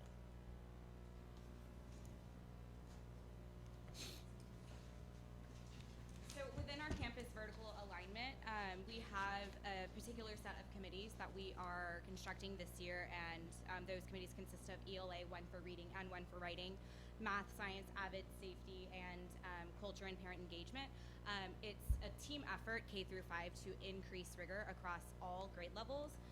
And this planning has already began to get those committees involved. And if you look at the bottom, each committee is going to be evaluating content area as far as skill and a TEAC focus. We're really collaborating with teachers and focusing in on the skills and leadership that they already have. The teachers carry the expertise, so we're really tapping into that. We're also sharing relevant artifacts with the committee. So if we're the writing committee, we're going to bring student writing samples K through 5, and we're going to key in on particular skills that we want as a campus to focus on K-5. We are also aligning our committee goals with our campus vision and mission. So it's to inspire a passion for learning. So we as a committee are also taking that through in every committee and to ensure that students are getting a year's growth. We are aligning vertically within our curriculum, instruction, and assessment. We want to make sure that the level of rigor at all 3 of those levels are the same. And then we are also making recommendations. So we're looking at our curriculum that we are already in possession of and making that more uniform, seeing if we have a surplus or deficit in any curriculum and making sure that we're utilizing those to their full potential, i.e. Fountas and Pinnell, making sure that everyone across the board is using that K through 5. We are also facilitating 2 parent engagement nights per each committee because we know that when we collaborate with families and we're one team, we are all supporting student learnings and the learning outcomes. In K-5, our TI response to our intervention, we are changing the model. There's going to be, traditionally it's a pull out. We're going to start pushing in particular grade levels based off of the data that the STAR shows and what we previously discussed. So based on that student population and what they need. For math, we're focusing on the process standards, which is the math strands, and number sense based in problem solvings. Reading is our LLI focus, is a guided reading with a focus on phonics for intervention, and then there's an ongoing progress monitoring systems that we are looking at bi-monthly within our grade level PLCs.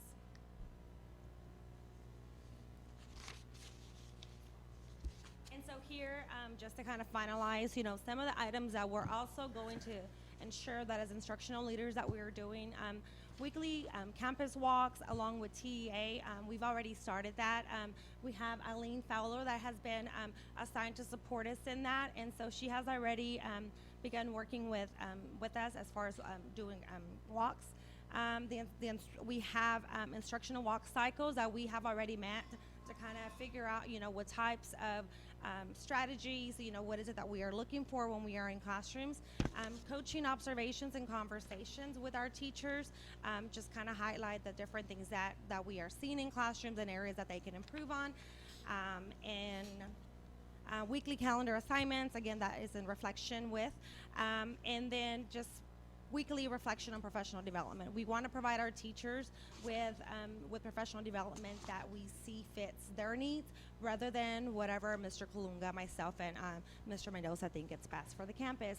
We're really taking the input and really just building this collaboration of like we, it is not my campus and it's not Mr. Galungas' campus, it is our campus. And so really building the leadership of our teachers to get their input and reach out to our community so we can be a team of individuals and we can all be accountable for the learning of our students.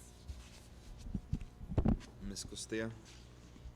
Mr. Superintendent, thank you so much. I really appreciated all this information. I would like to see, this is what I was looking for in all my questions regarding from each campus, and I don't want to spend the rest of the evening, but could we have something similar to this from each campus? For me, I would like that. I don't know about the rest of the board, but it's a blueprint here about what the goal is, the plan, how you're going to get to the plan. Looking at present data, that's already gone. But we can learn from the numbers and formulate a plan, and I think this is what they have done. And I can see the plan very clearly. And for me, that's important. Ms. Halsey? I agree. I think this is terrific. And I just have a question. As a dual language campus, with the first dual language cohort reaching the third grade, do you have specific plans on how you're going to implement these interventions and such with that cohort? Yes, and actually we're extremely pleased with our dual language program. Our dual language students in that cohort have outperformed our monolingual students in kinder, first, second, and so we're hoping that trend continues. So we're, really when we're looking at Tier 1 instruction, we feel that our Tier 1 instruction has been exactly what our bilingual students needed, and then also has been an enrichment opportunity for our monolingual students. Thank you. Ms. Villalpando? I wanna have a question, but I wanna have it for the whole district, for everyone. And so it's unfair to ask one school and not the others, but for Mr. Cardona, at the end of the program, I wanna lay out my question and see how we're gonna get some feedback. Okay. Okay. Anybody else for Isabella? I think you got a great instructional plan. It's very specific, and I like the way you wrote it. It's very clear. Okay, thank you, Zavala. Let's take 5 minutes here before Hernandez starts and just try to keep it at 5 if we can, so we have a chance of getting out this evening. Thank you. I won't ask any questions because this is what I'm looking for. Yeah. Right? It was a very clear plan. I like that. The dual language. To give you an answer, they all have access to each other's information. So they've all been leaning on each other. So it's really around what the principal That's like I said, the practice is what we cannot undo the plan. But we can learn from the numbers and formulate a plan. Yeah. Yeah. No, yeah. He didn't show us yellow data. Wide scores this season.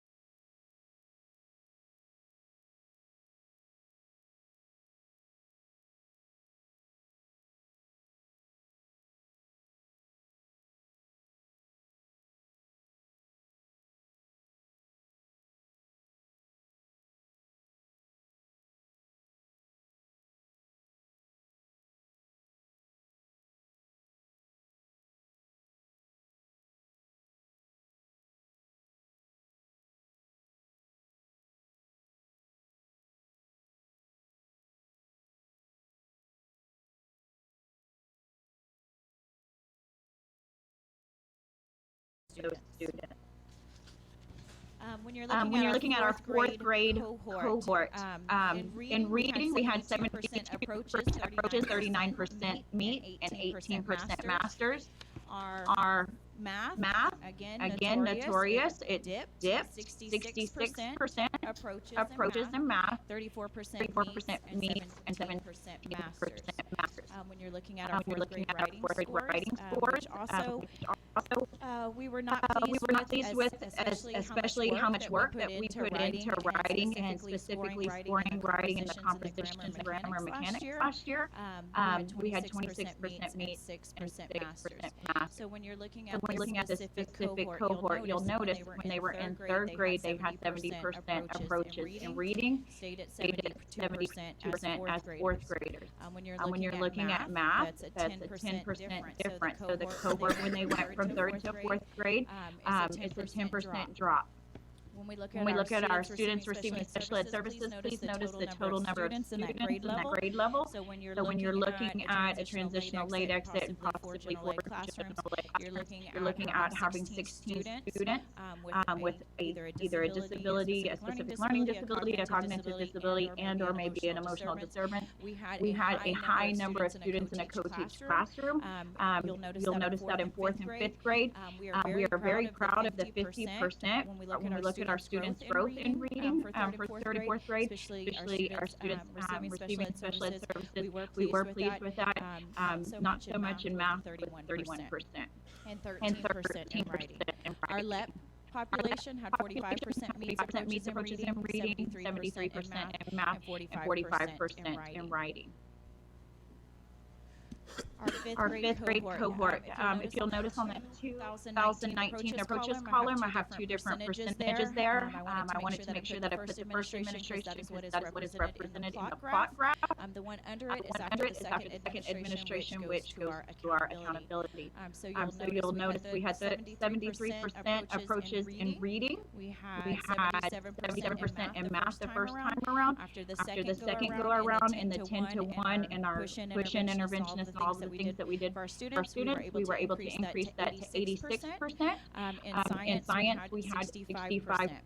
When you look at our special education population, we are also very pleased with the growth of those. Please look again, 16 students in one classroom. When you are looking at the amount of IEPs, accommodations that you have to provide those students and the different supports that they need. We saw tremendous growth in our students with disabilities, 69% in reading, met approaches, 63% in math, and 39% in science. We're also very pleased with our LEP population, 88% got approaches in reading, 100% in math, and 88% in science. So when you look at this actual student group and you go back and we're really looking at, when they were third graders, they had a 72% in reading. Third graders. In fourth grade, they had 78%. And then you look at that first administration, one of the things that we talk about is that is when you look at 73%. But then after the 10-to-1, what are we doing in 10-to-1 that's so effective that is pushing this percent? So really keeping that in mind whenever we're planning for this next year. Same thing when you look at math, 82% to 77%, stayed at 77%, but after 10-to-1, the 86%. Here is the plot graph for our third grade over the last 2 years. So 82% to 76% to 71%. And in reading, we stayed pretty similar. We lost 2 percentage points. We have made some changes to our third grade. That's just approaches. We see a dip down and a little dip up in reading over the 2 years. But one of the changes, we have been content-specific teachers in third grade. In the past 3 years.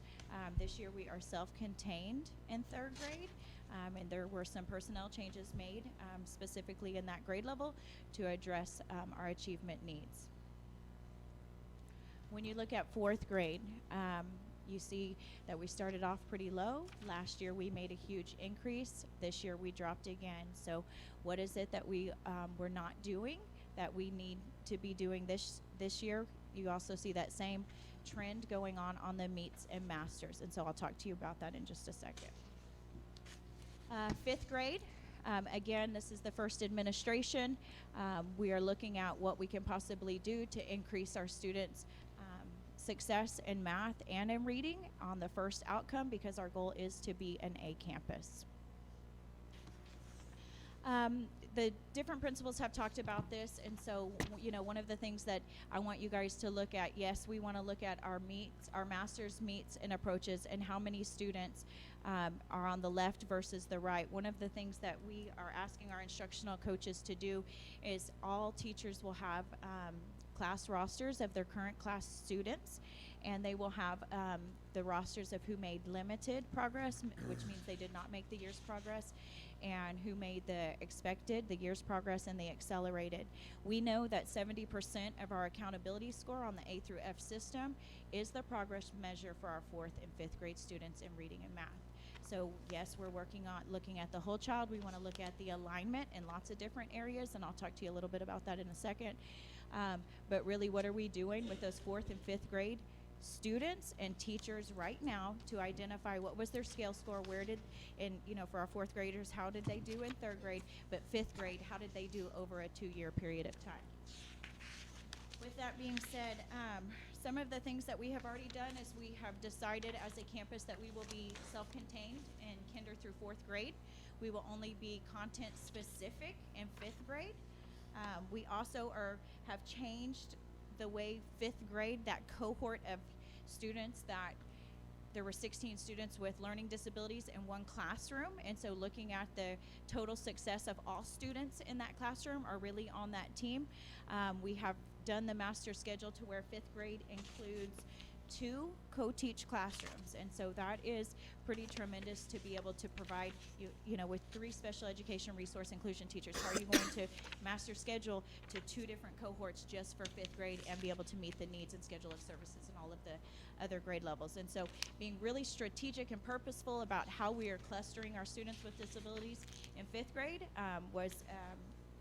it was just well thought out, and we have 2 co-teach classrooms, 1 GT cluster, and then a transitional late exit. One of the other things we're implementing is on Tuesdays, we will have, that's a common planning time, so the expectation is that all grade level teachers collaborate in their common planning. They use the TEACS resource system. Our instructional coaches have created this binder, and so it has the resources, the CAs, when the CAs are given, it has the student expectation to the, you know, depth and complexity that it needs to be taught. That is provided for us. It has anchor charts. I mean, it is an absolute great resource. The teachers have all of these resources. There are district resources loaded into TEACS resource system. And so how are we as an administrative team, and how is the instructional coaches supporting teachers in planning? And so that's really the question that we're asking. So it is an expectation that the coach and at least one administrator is in every single planning. As a support, what kind of resources do you need when we're looking at student data? So having those conversations.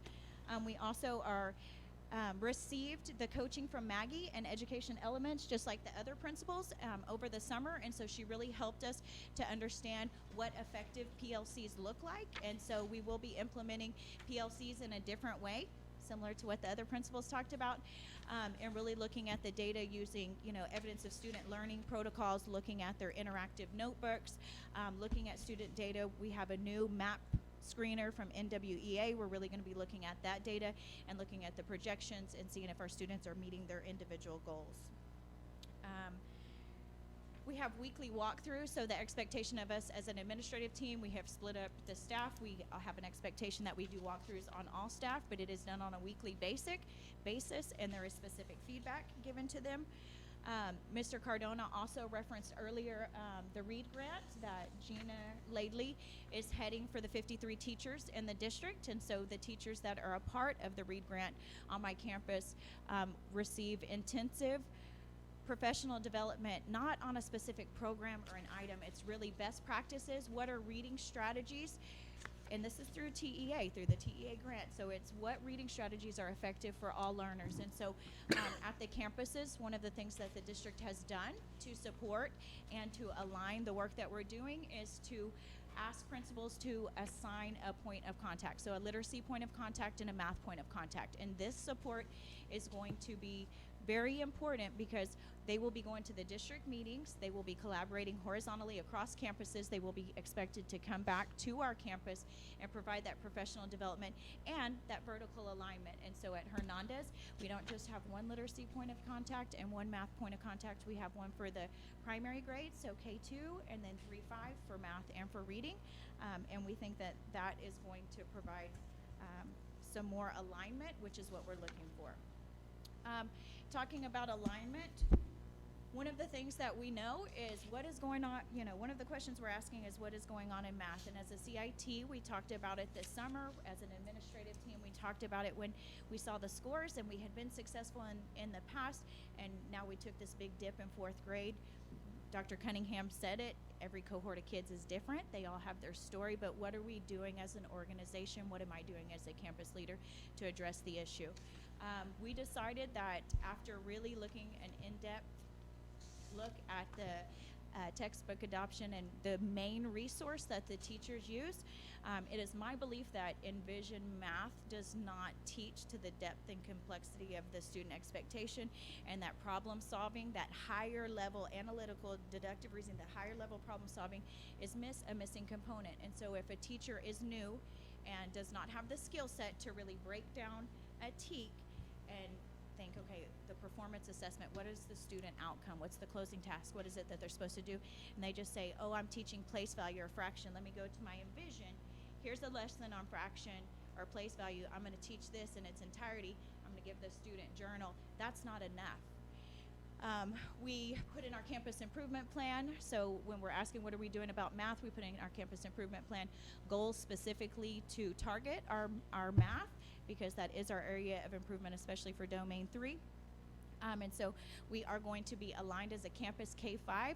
We will be also supplementing with target practice, which is a spiraling TEKS. What we know about students is when they work through their unit of study, sometimes that is their focus area. But we have to continue the skills that we had 2 weeks ago and 4 weeks ago and 6 weeks ago. And so it's a spiraling practice of the TEKS that it can be done right after morning meetings. It can be a quick sponge activity. You can use it if you explicitly teach it during the math stations. You can use it in a variety of ways. In addition to that, target the question is a problem solving K-5 that gives students a set of data and every day asks different types of questions with higher level thinking and higher level problem solving. And so just trying to find some supplemental resources, because our teachers tend to get a lot of training in reading, not as much in math, and so how can we support them with those resources? So that is in our plan. I do want to also talk a little bit about our science. We have stayed pretty much the same in science, and so what are we doing to address it? Again, I think when we look at alignment, because it can't just be up to the 5th grade teachers. So what are we doing as a campus? We are purchasing STEM scopes, and so that is TEKS aligned, and it is a digital format, and then students can work also in their interactive notebooks. Teachers are already doing an amazing job. You can see the sense of urgency on the campus, but it is a K-5, so that has been put into place. In addition, with writing, when we broke down our writing scores and looked at what we needed to do for our students in writing, we know that a lot of emphasis is put on the grammar and mechanics. We spend a ton of time on that expository text, and man, our students grew. But what about when they are given something and they have to revise and edit something that's already written? Can they find the mistakes? Are they able to do that appropriately? So what kind of resources can we provide? Again, K-5, we've purchased some things for alignment to support writing. And then I know with the instructional coach and Mary Thrasher, we will have campus professional development.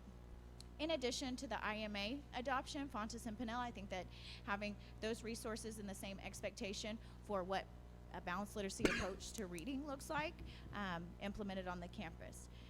Real quickly, we also, I'm not going to go into too much detail, but I'm happy to answer questions. We have a campus-based professional development plan that is on a 6-week cycle based on our student data, based on the district initiatives, and to increase engagement of all of our staff.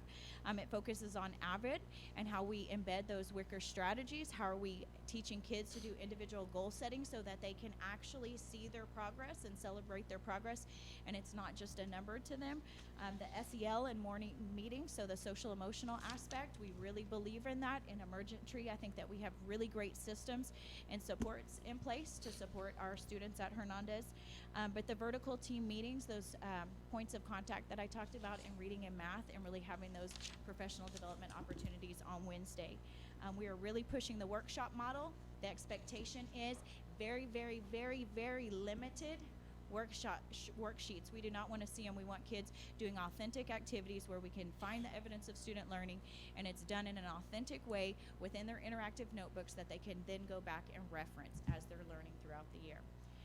Also, our response to intervention plan, we are totally flipping it. We have not done this since I have been principal. We have always done pull out for Tier 2. Tier 2 will not be pull out this year at Hernandez. It will be completely push in. And so when I look at VMath, when I look at Read Live, when I look at some of the interventions that we use for our response to intervention, they are appropriate for filling skill gaps, but we need kids working at a very rigorous level at all time while we're scaffolding the skills that are those prerequisite skills that they may have gaps in. And so how are we supporting the teachers? That's that 10-to-1 model that I talked about in 5th grade. After that first administration, we push in support. We pull kids in small groups. We cluster them based on their pre-assessments or their assessment. And so that's one of the things that we will be doing, in addition to utilizing our GT teacher in a way that supports teachers that aren't as comfortable with creating pre-assessment. So it's like we've had the conversation, Dr. Reese Mills is assigned to my campus, and so it's like, how do you measure when kids are growing? How are you going to measure that when kids are growing? Well, it's the pre-assessment. How are we going to give them pre-assessments and then tailor and target the instruction to meet the individual needs, especially teaching to the top, the kids that fell from masters to meets and meets to approaches. Ms. Halsey? Yeah, thank you. I have 2 questions. One, so are you not using the Envision curriculum any longer, or you're just adding, or you're supplementing it? We are using it. I just don't want that to be the only resource. And so it is a resource. It is not the curriculum. The TEKS is the curriculum. And so my expectation is if the resource is closely aligned and appropriate for that lesson, absolutely. If it's not, we need to supplement with other resources or be creative in how we're rolling out that explicit instruction.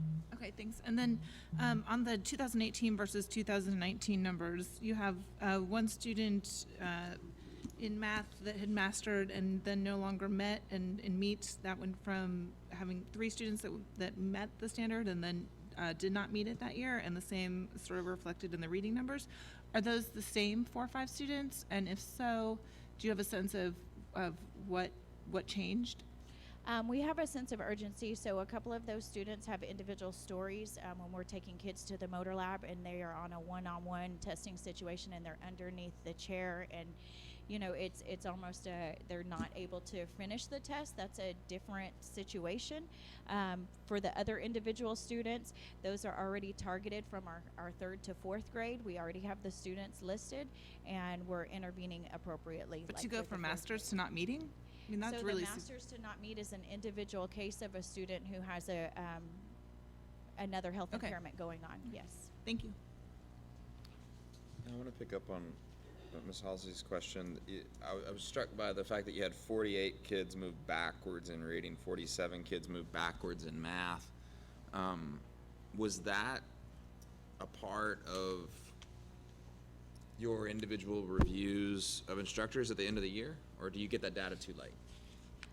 We don't get the data too late on our TEA interim assessments. It was not projected to be that in reading or in math. And so when we're looking at our CUA data and we're having our individual student reviews, yes, we knew where our target students were, but we did not expect to have so many students not make the year's growth. I will say that there's only one teacher that remains the same in 4th grade this year, and so changes have been made accordingly to make sure that we are taking a different approach to how we are instructing, and so pushing the workshop model instead of having students work in individual stations, and being able to confer with those students is our goal. Do you know how many of those 48 and 47 kids were in 4th grade? Of the total campus? Of the children that moved backwards at least one level. I don't have an exact number, but it's a majority because of the 76% in math that went to 66%. Math is what, and that's also why we're targeted improvement. Okay, thanks. Else? themselves. Thank you.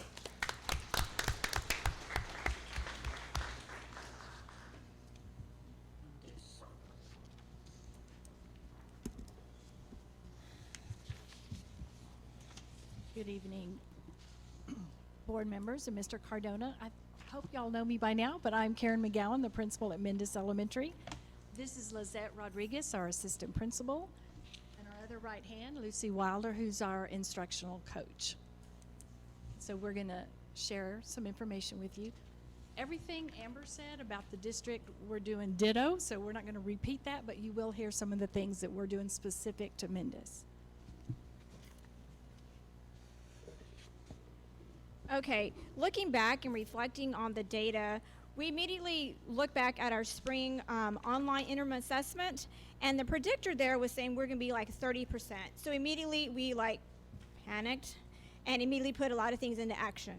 So fortunately, it's not where we wanted it to be. It ended up being 64% in both areas. So some of the things that we did last year that we're going to continue doing, but obviously some things definitely we're going to tweak, and that is specifically going down to differentiating the lessons to meet the students' skills.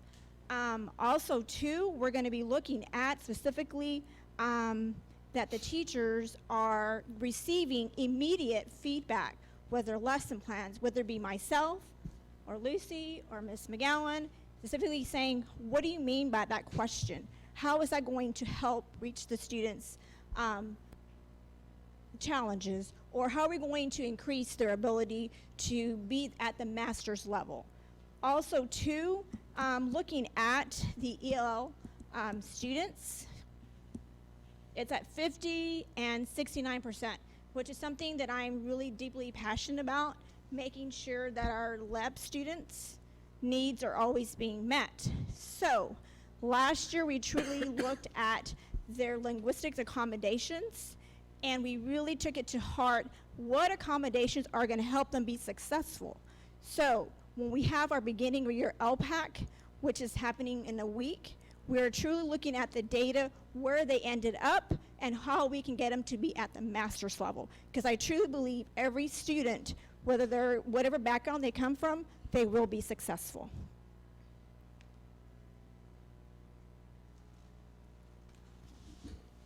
So looking at the notorious fourth grade, I want to just kind of reiterate some of the things that Ms. Owens mentioned.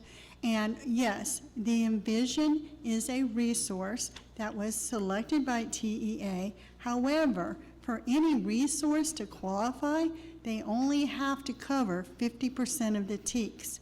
So one of the things that we're doing is to call the teachers to take a look at a document in the TEKS resource system called the Enhanced Clarification Document for the Math TEKS.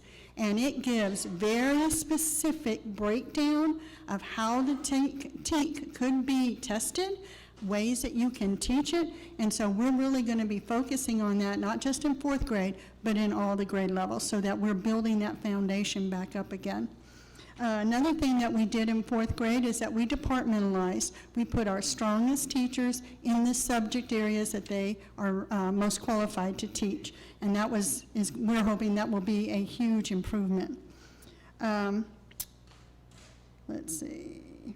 Oh yes, we also provided a checklist of all of the TEKS per unit. So as the teachers are planning their lessons, they can make sure that their lesson is aligned exactly to the TEK and they're not accidentally skipping any TEKS. So that is how we're addressing our fourth grade dip.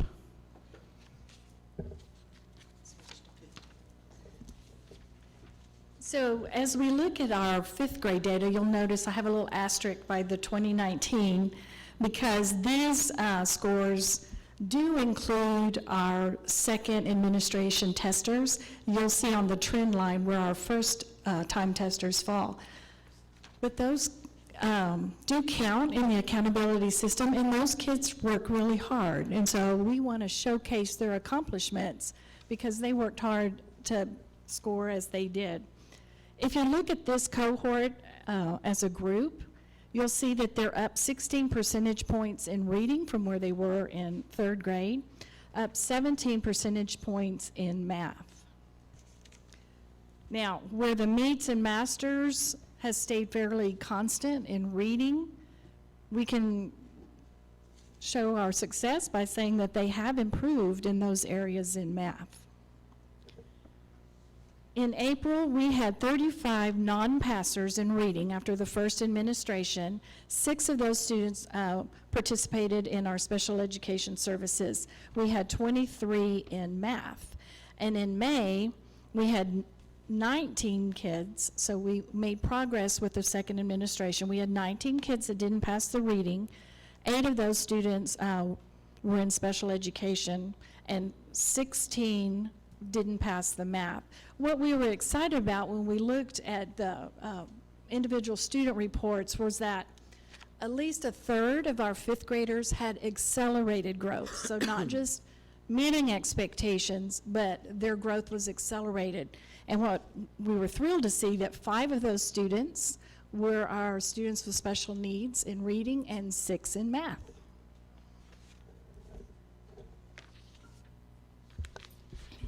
And looking at the trend line, we see a maintained consistency in meets and masters in the math area, as well as we're showing an upward trend in both math and reading in the masters area, which we're really extremely proud of. So our 4th grade, again, doesn't look too wonderful. We seem to be trending more downward than upward, except for in reading. And that's another reason why we departmentalize. We want to put our strongest teachers in the areas where they're teaching their strongest subject. One of the things that we're doing to address the problem with writing is that we are shifting our instruction so that it more closely aligns to the way the test is given. So instead of spending all of our time on composition, we're going to spend 3 days a week on the editing and revising piece and 2 days a week really focusing on the composition so that it's more balanced like the test is. Okay, in 5th grade on our trend lines, the top does address our first-time testers. What we see in this trend is that there is an upward trend in our meets and masters in reading and math. Again, science is something that we continue to struggle with. For a lot of our kids, it's having, where some kids get out in the community or exposed to beaches or go to the mountains. A lot of our kids don't have those opportunities. So it's vocabulary. It's really teaching them how to take the questions and figure out what it is that it's asking them. And so we do a lot of work with vocabulary development. We make sure that all students, grades K-5, have a lab experience, so it is an expectation that all grade levels go to the lab. We also have designated Science Spin Day once every 6 weeks, and all grade levels participate in that. And that's where we have 1 day where we do nothing but science activities. So it's a lot of fun, hands-on activities, and again, it's reinforcing the vocabulary that our kids really struggle with.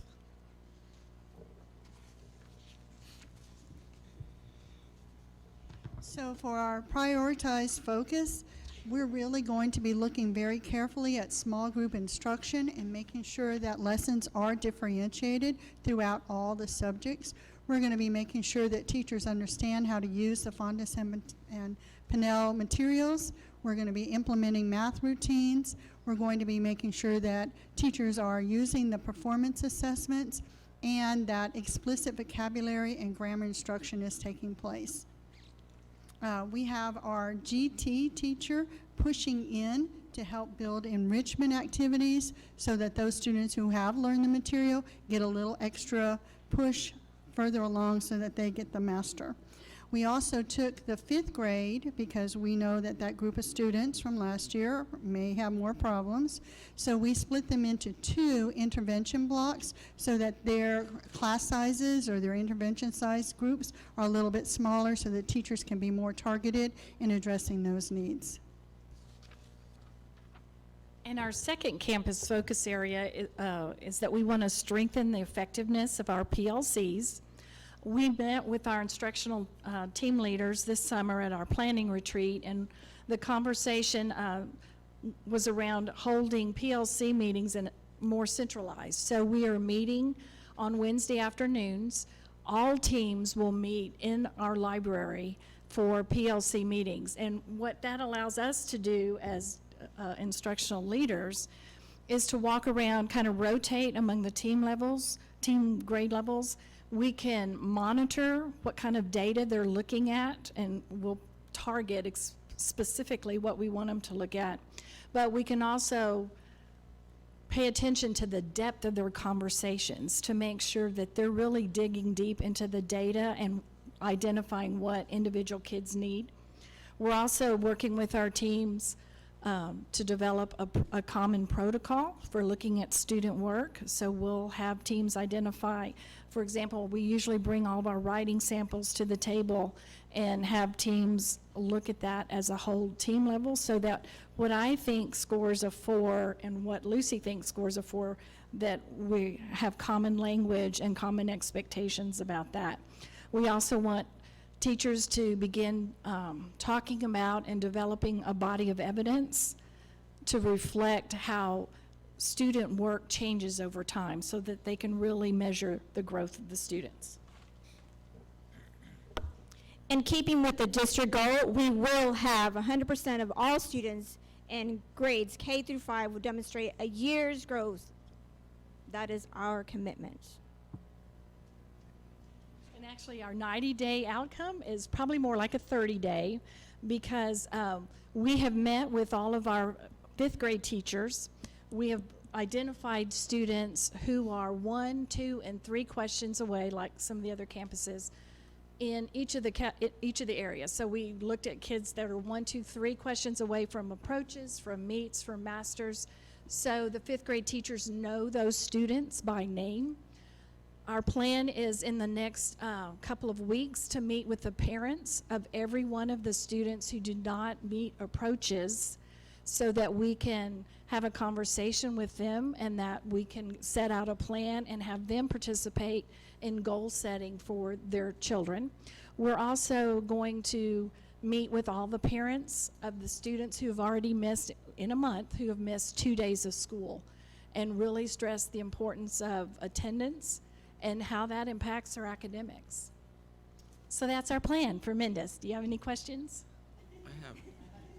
I have one question, Ms. McGowan. If you can go back to the table format of the 5th grade data. I wanted to ask as to the asterisk.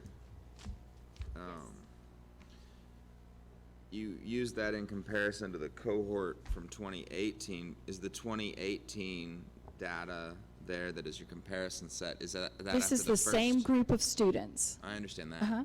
Is it after the first administration, or is it with the retest? Well, there's only one administration in 3rd and 4th. Okay. So it's only in 5th. It feels a little misleading that way, and just as a general preference of Well, mine, I would like y'all to get together next year, and if it's best to include them because they worked hard to pass that test, I'm fine with that. We just need everybody to do the same thing. Well, here you go. They were at 78% in math and at 68% in reading. 68. Yeah, I pulled that off the table. I just think, off the graph, but I think it'd be easier because we see so many of these so quickly. Okay. If, I don't know if y'all get together collectively, but if y'all could agree on a format, it would be easier for me at least. Thank you. But we do want to celebrate those kids. Well, that's fine, but I also don't I want to know mislead. what you're saying. We will. Yeah. Ms. Halsey. Yeah, I was really struck by your comments about the science scores and the things that you're doing to try to address those disparities that exist between kids.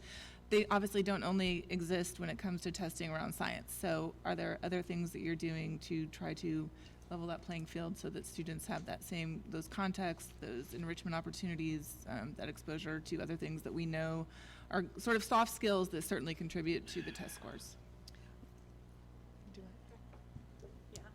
Yes, through the use of AVID strategies, we're going to be able to enrich all students in all content areas by being able to develop those soft skills, to be able to collaborate with each other, even disagree with each other, but really challenge each other on their on their conversations with each other about their learning.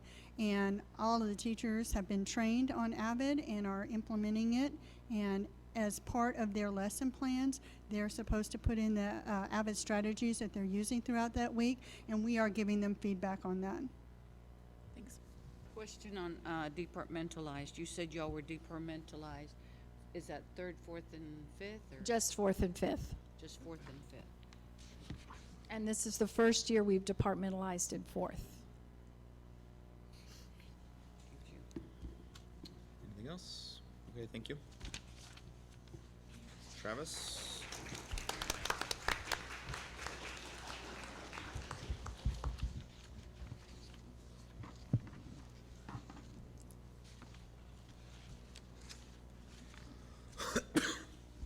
Board President McLaughlin, Superintendent Cardona, Board of Trustees, we're excited to share our plan for 2019-2020. My name is Scott Massini, and I'm the proud principal of Travis Elementary. This is my assistant principal, Ms. Trista De La Cruz, and our instructional coach, Ms. Brandy Coppage. We're excited to share our plan for 2019-2020 with you. Our plan changes adult practices in order to improve outcomes for our scholars. We must have better alignment in classroom instruction, intentional teacher planning, and intervention for our neediest scholars. This will be evident in our action plan. We are an F campus, as measured by TEA's accountability system. We are also identified as a school with targeted support, which means we have student groups that miss the targets in at least the same three indicators for 3 consecutive years, and we are on the PEG list. The PEG program, the Public Education Grant program, permits a parent whose child attends Travis to request a transfer to another campus within SMCISD or to a campus in a different district. By February 1st, we will notify our parents that they are permitted to request a transfer for next school year.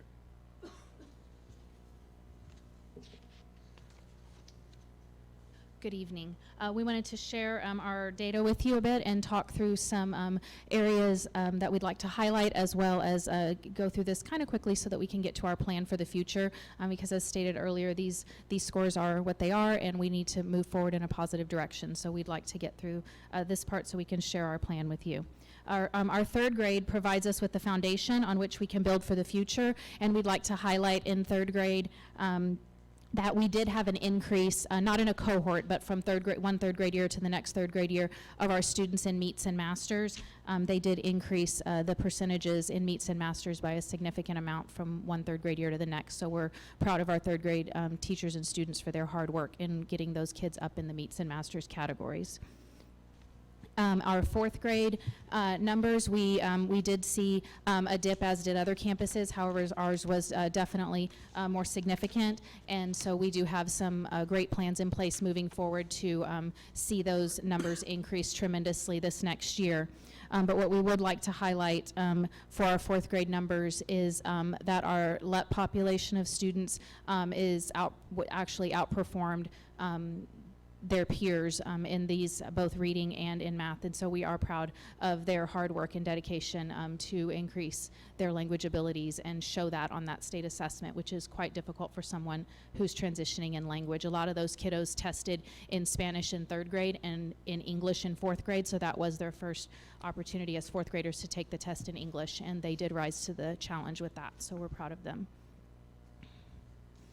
Our fifth graders have had relatively consistent data over a 3-year period, and does show an upward trend in SSI opportunities as well. So we had a consistent increase, especially in our fifth grade math cohort, from 58% in third grade to 61% to 71%. And those numbers that you see there for 2019 are after the first administration, not after the second. So after the second administration, you would see a increase of more than 10 percentage points after the second administration for our fifth graders.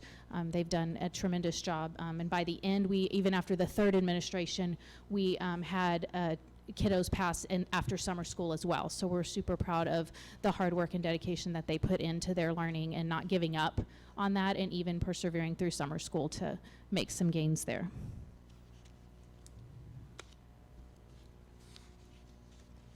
So our trend data really shows us where we need to pivot and adjust our adult practices. Everything you'll hear tonight in our plan centers on us improving what we do as adults within the building. We consistently use our data to guide our instruction, and you can see our third grade, they go 1 year and then they dip in 2018, and then the increase last year.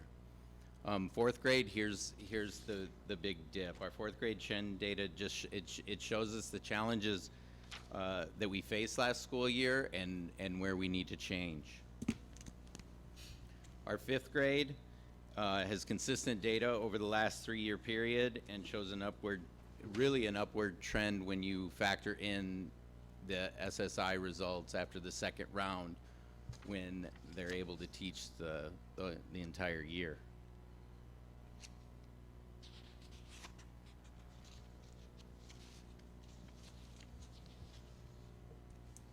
Our comparison from year to year, as you've heard throughout the evening, you want to see our kids growing, and that is what our goal is as well. And we do have some areas of growth in math. We grew 19 students from did not meet to approaches or meets, which we'd like to celebrate, as well as 15 students from approaches to meets or masters, and 7 from meets, or I'm sorry, 15 from approaches to meets or masters, and then 7 from meets to masters.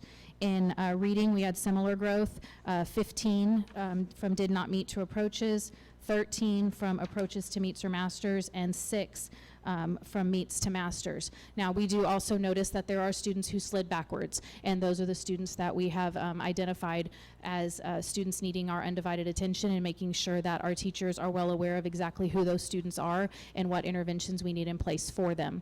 A lot of those students, it was 1 or 2 questions that dropped them from one level to the next, and but those 1 or 2 questions matter for them, and so we need to make sure that our interventions are in place, and that we've identified what their needs are, what specific TEKs there are that they were showing those weaknesses in, so that we can address that and make sure that we are growing 100% of our kiddos.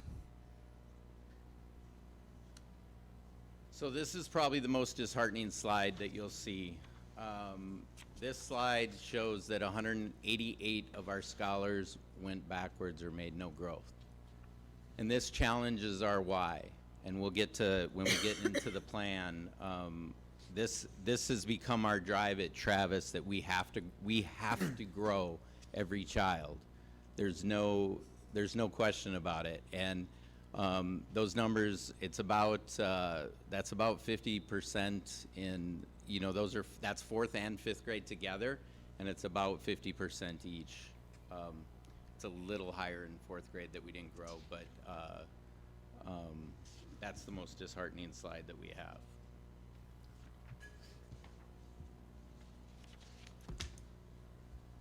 So to move forward and get into our prioritized focus areas, our prioritized focus areas have come directly from the training we received this past week at Region 13 on Effective Schools Framework, and will be addressed specifically in our targeted improvement plan that we're submitting to TEA at the end of the month, and that you guys will also approve coming up shortly.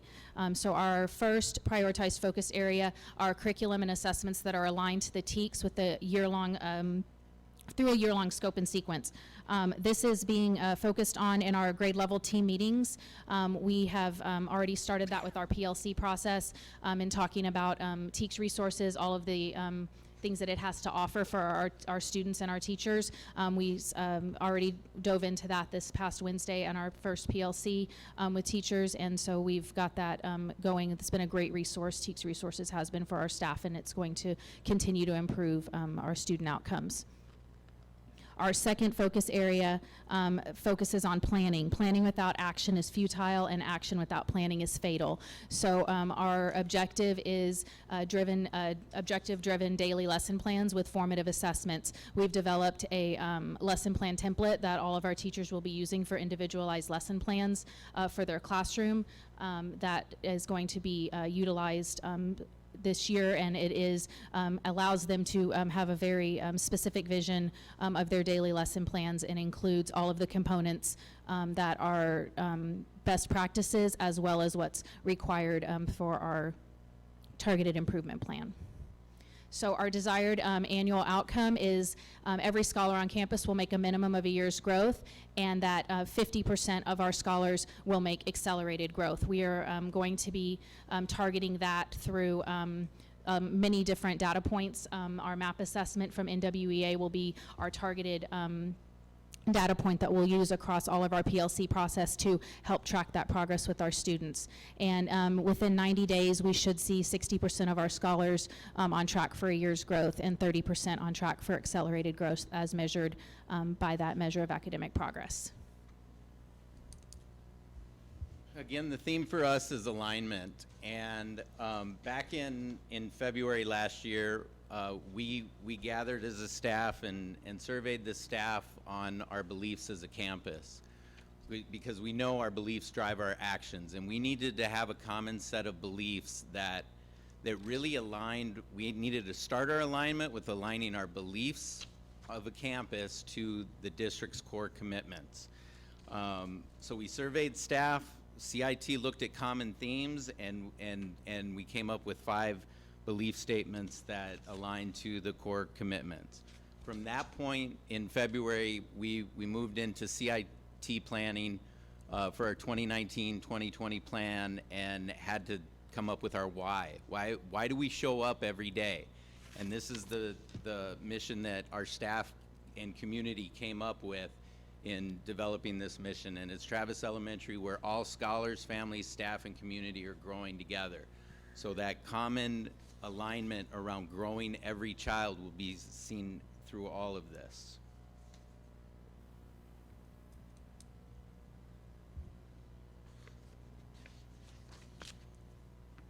So after we developed our beliefs and our mission, we went into planning and coming up with some school-wide goals. This all happened last spring. We've started with a root cause analysis, and that root cause analysis was based on our data from our curriculum assessments, reading level data, and the interim assessments that we had at that point in the school year. From that, we determined 4 school-wide goals that center around problem solving, which includes a focus on discourse, academic vocabulary, the CRA model, and the productive struggle. We also have focused our second goal on small group instruction. This is focused in our lesson plan template that we've developed for teachers, that we will have small group instruction happening in every classroom, K-5, in all content areas. We put a specific focus on social emotional learning. If our kiddos are not comfortable and feeling safe in the classroom, they're not going to learn. So we have to make sure that we're meeting those social emotional needs of our students before they're going to be ready for that higher level thinking that is required through our TEKS. And finally, our last goal is around goal setting, and that is goal setting that we are doing with students so that they can understand what they need to be doing to move forward and to grow themselves, and also so that they can share that information with their parents during student-led conferences. So goal setting will be is a huge part of what we are doing moving forward. Students need to understand where they are and where they can go moving forward, and so that goal setting piece is really important in their development of their own learning. And if we're asking adults to change their practices, we have to support our adults in the building. And so we have developed the Excellent Support System. And basically this support system will have three support systems in place. We'll have school-wide supports, teacher team supports, and individual supports. In the school-wide supports, we're going to provide feedback. We're going to do walkthroughs once a week and provide intentional feedback, and they'll consult with administration once every 6 weeks. around that feedback. They'll also have an individual scholar profile sheet that will talk about students' students' strengths and challenges. And then we have teacher team supports where the frequency of the walkthroughs will increase and the feedback will increase. And then they'll also consult with us more frequently. The individual supports, the frequency stays the same with the walkthroughs, but the consultation happens weekly. But then we're going to add in coaching with our instructional coaches and our interventionists, and we'll also add in individualized PD for instructional with the instructional coach, not for the instructional coach. Excellent supports. So everyone starts out with school-wide supports. So the teacher team supports and individual supports will be implemented based on the data guidelines for the MAP assessment in NWEA. Each grade level is going to be assessed at the beginning of the year here when we open that window, beginning of the year, middle of the year, end of the year. And the guidelines will be, we're looking for, at the beginning of the year, we're looking for 60% of their scholars to be showing expected growth, with 30% of them showing accelerated growth. In the middle of the year, 80-40. By the end of the year goal, that's our end of the year goal of 100% showing expected growth and 50% showing accelerated growth.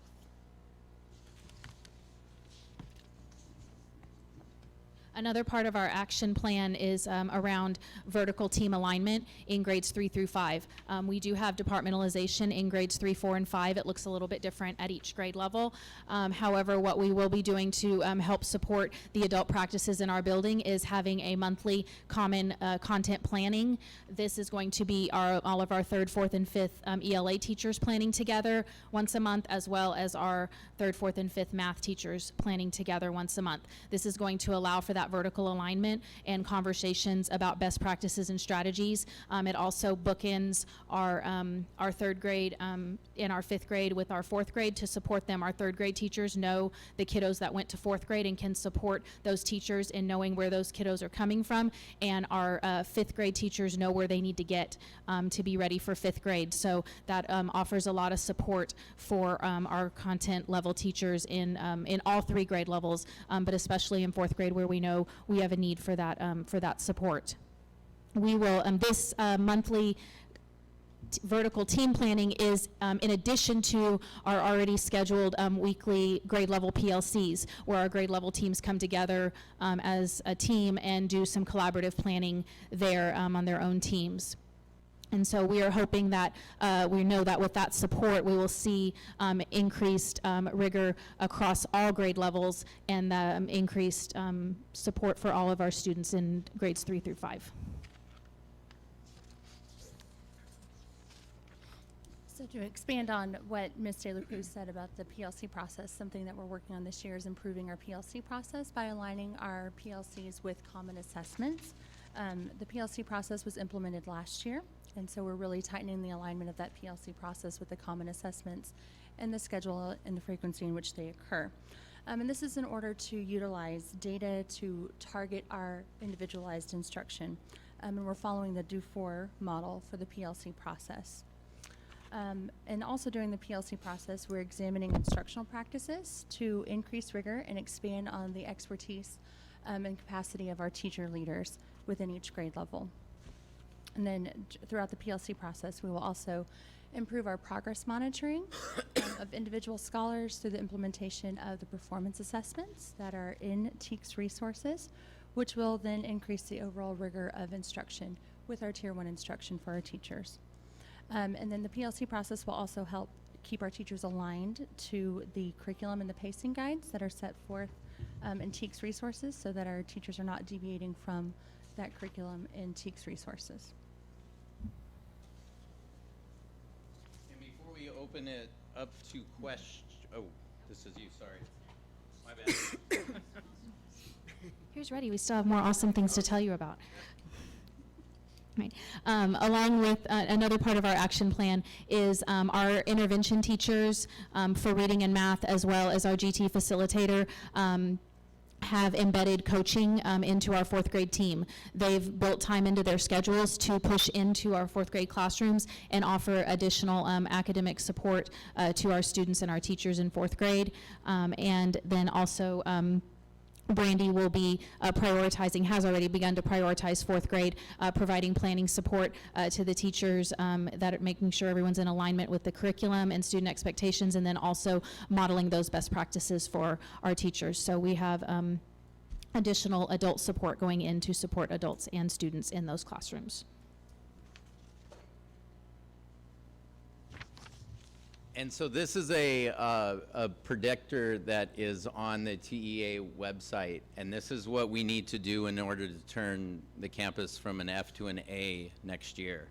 And really it centers on school progress. It's centered on that domain 2.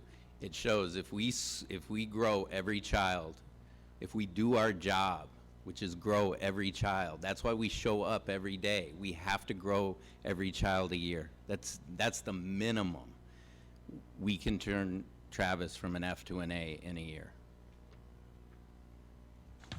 Ms. Halsey. Thank you very much. I appreciate the thoughtfulness that's going into the action plan for this year. And I wanted to say to Mr. Massini specifically, I've noticed, been following you on Facebook, and I note that you are on a regular basis reading books out loud to children with the video that can be viewed by kids, and I think that's great. I think that's a wonderful resource, not only for our kids, but also a good resource for modeling for parents, and a good reminder for lots of parents, so I appreciate that effort. I want to know how many sections you currently have of 3rd, 4th, and 5th grade, 5, 6, and 5. and how many kids per class We're at about 20. 20, right around 20. in each of those? Yes. Roughly. 5th grade is a bit higher. 5th grade, we have 25, 24, 25 in a class in 5th grade. So the 5th grade classes at Travis for some years now have been running on the higher side. I think we've talked about that at numerous meetings, and I'm wondering if there's something that we can do while we're still realigning classes and teachers to decrease that 5th grade size, since it seems like it's really, really important and critical at this point. Well, if we're going to reduce size, it'd be at 4th grade. 'Cause that's what, that's where we had most of the issues. 5th grade team is, But it's that 4th grade cohort that are now 5th graders. So it's, I mean, I would reduce them at all 3 levels, but I think the 5th grade has been consistently high.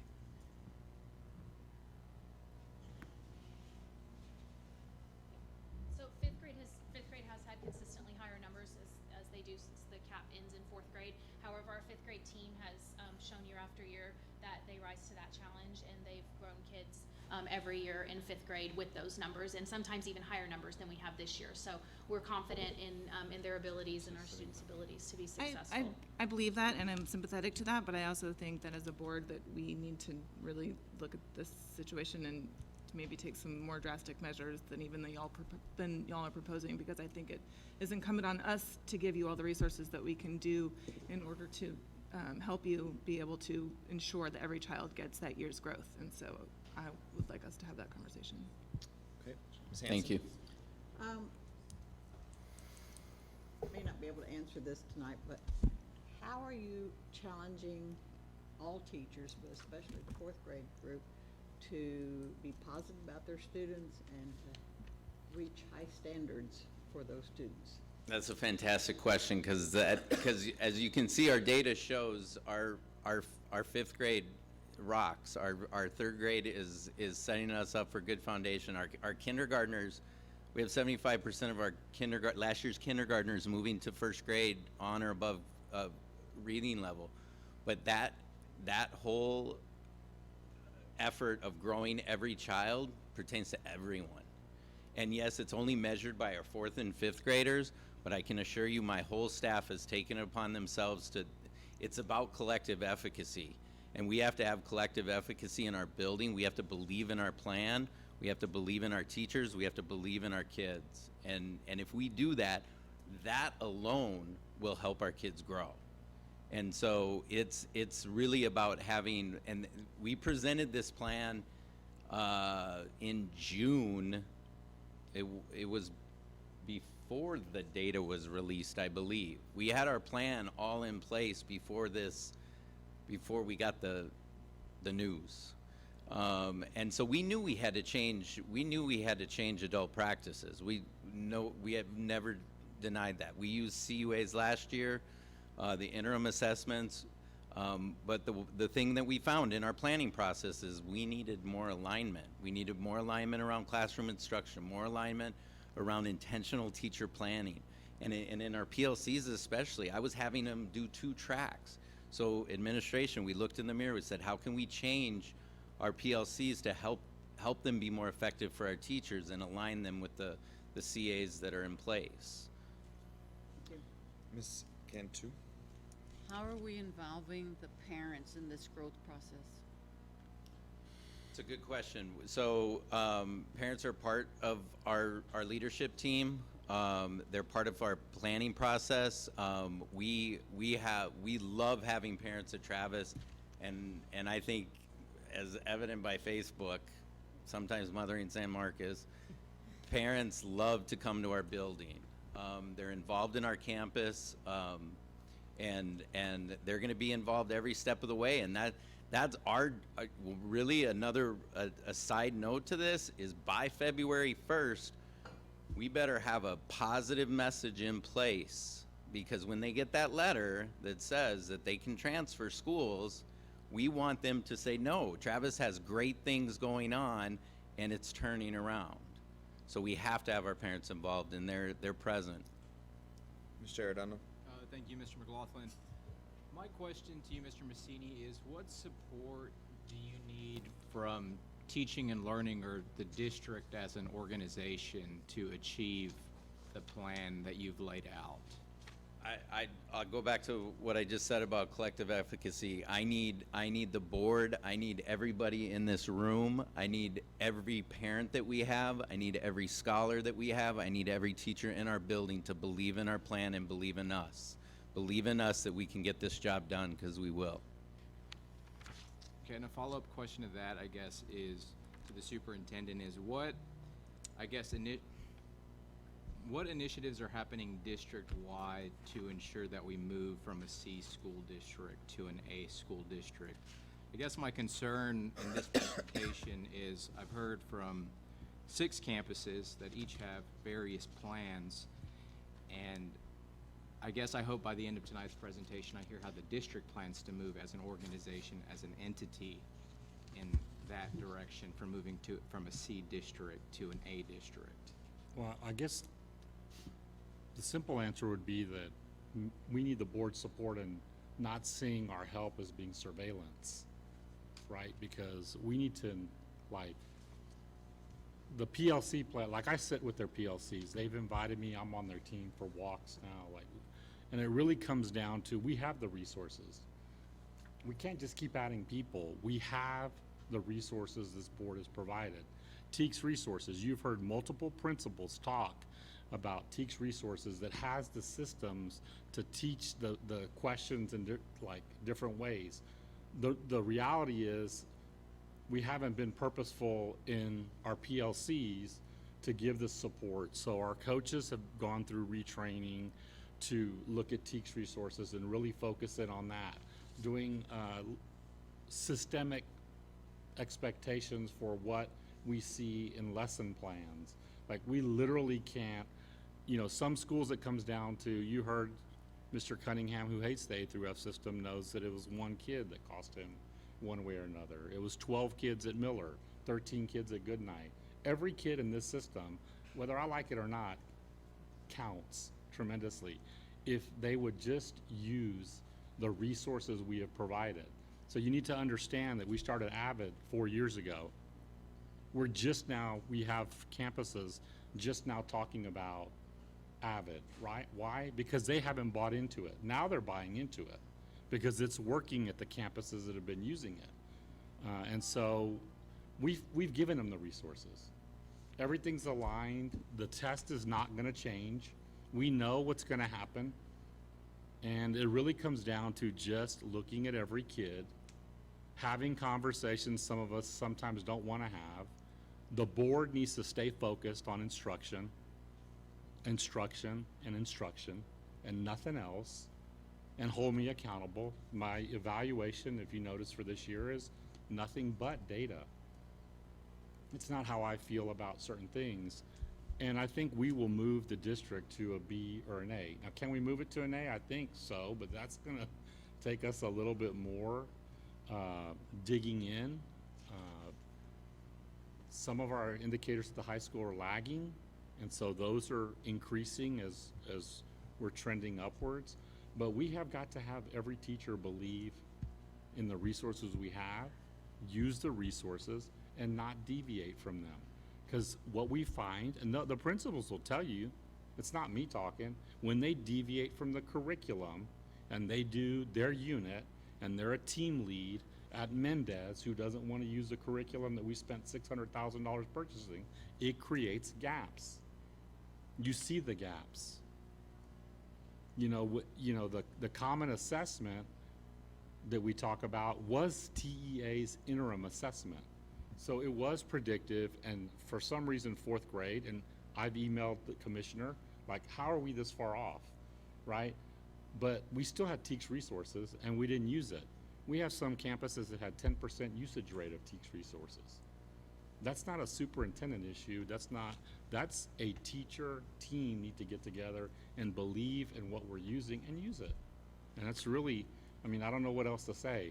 So I don't want the board to think that when we're in classrooms and we're walking with them, we're not hovering. But we do need to inspect what it is we have invested millions in for the past 3 or 4 years. And we provided the PD numerous occasions. I showed y'all the Hall of Fangs. That's a sample of just individualized teacher PD to encourage teachers just to do stuff that they want to do, that we give them credit for. You see the data. You see which campuses buy into it. You see which campuses don't buy into it. And the principals know, I've had these conversations with them, and some of it is a leadership issue. If they don't buy into it, then the teacher's not gonna buy into it. We all have to buy into systems. They'll work if they just stick to the system and the curriculum. And that doesn't mean we over-test, because you haven't heard one principal talk about over-testing. We're just talking about using common assessments that give us data to show where. Ms. Halsey brought up an issue last year that was an issue. When we departmentalize and we don't check our calendars, it looks like we're over-testing. Like, it looks like the kids are just going, and so we're trying to figure that out to shorten those and not make it seem like, that's a big issue, but we have to grow every kid. Every kid, high kid, middle kid, and our ELL special ed kid. That's really where we're at. They don't, respectfully, we don't need any more.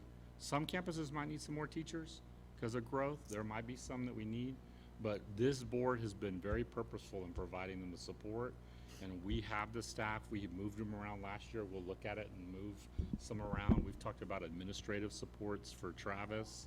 We have an outside consultant that works, that's a third party, so that it's somebody else's eyes giving them feedback. We have given the campuses the support. They just need to stick to what it is we've trained them to do and not think they know better than the curriculum and the assessments. I don't know how else to answer that. As a follow-up to that, Mr. Superintendent, I appreciate your response. I guess individual campuses have said things that I wish were district-wide systems. One campus mentioned that, for every parent or every family that has a student who's missed 2 or more days, there's going to be an intervention. I would like that to happen district-wide. I think that should be something that every campus is doing, regardless of their rating or what their student achievement scores are. I've heard that individual campuses will respond to test scores by emphasizing English language arts more because that's where they're deficient. As we know, our population is extremely transient in San Marcos, and my concern is, and when you look at the data, it shows that when students matriculate to the middle school, our scores go down. When our students matriculate from the middle school to the high school, there's even more significant challenges. So depending on, what attendance zone I'm in, what feeder school pattern I attend, I could be on the track where schools are focused on ELA or math or somewhere in between. And it seems to me that we have several initiatives and almost different school districts in the way in which we operate from K to 12. And my concern is that then we ask people like Principal Presley and the principals at the middle schools to do, 2 or 3 things with children who've come essentially from different systems and different curriculums and different programs and different areas of focus. And I guess that's my concern, is what systemic changes are being made so that whether I go to Crockett or De Zavala or Travis, and whether I go to Goodnight or Miller, when I end up at San Marcos High School, I'm going to know Algebra 1. I think, I'll let the superintendent respond, but from my own time here, I think our curriculum's more common across the now 7 elementary campuses than it was, right? There was some standardization there, and I think it's good to have new ideas percolate. Mendez wants to try something with early identification of absences.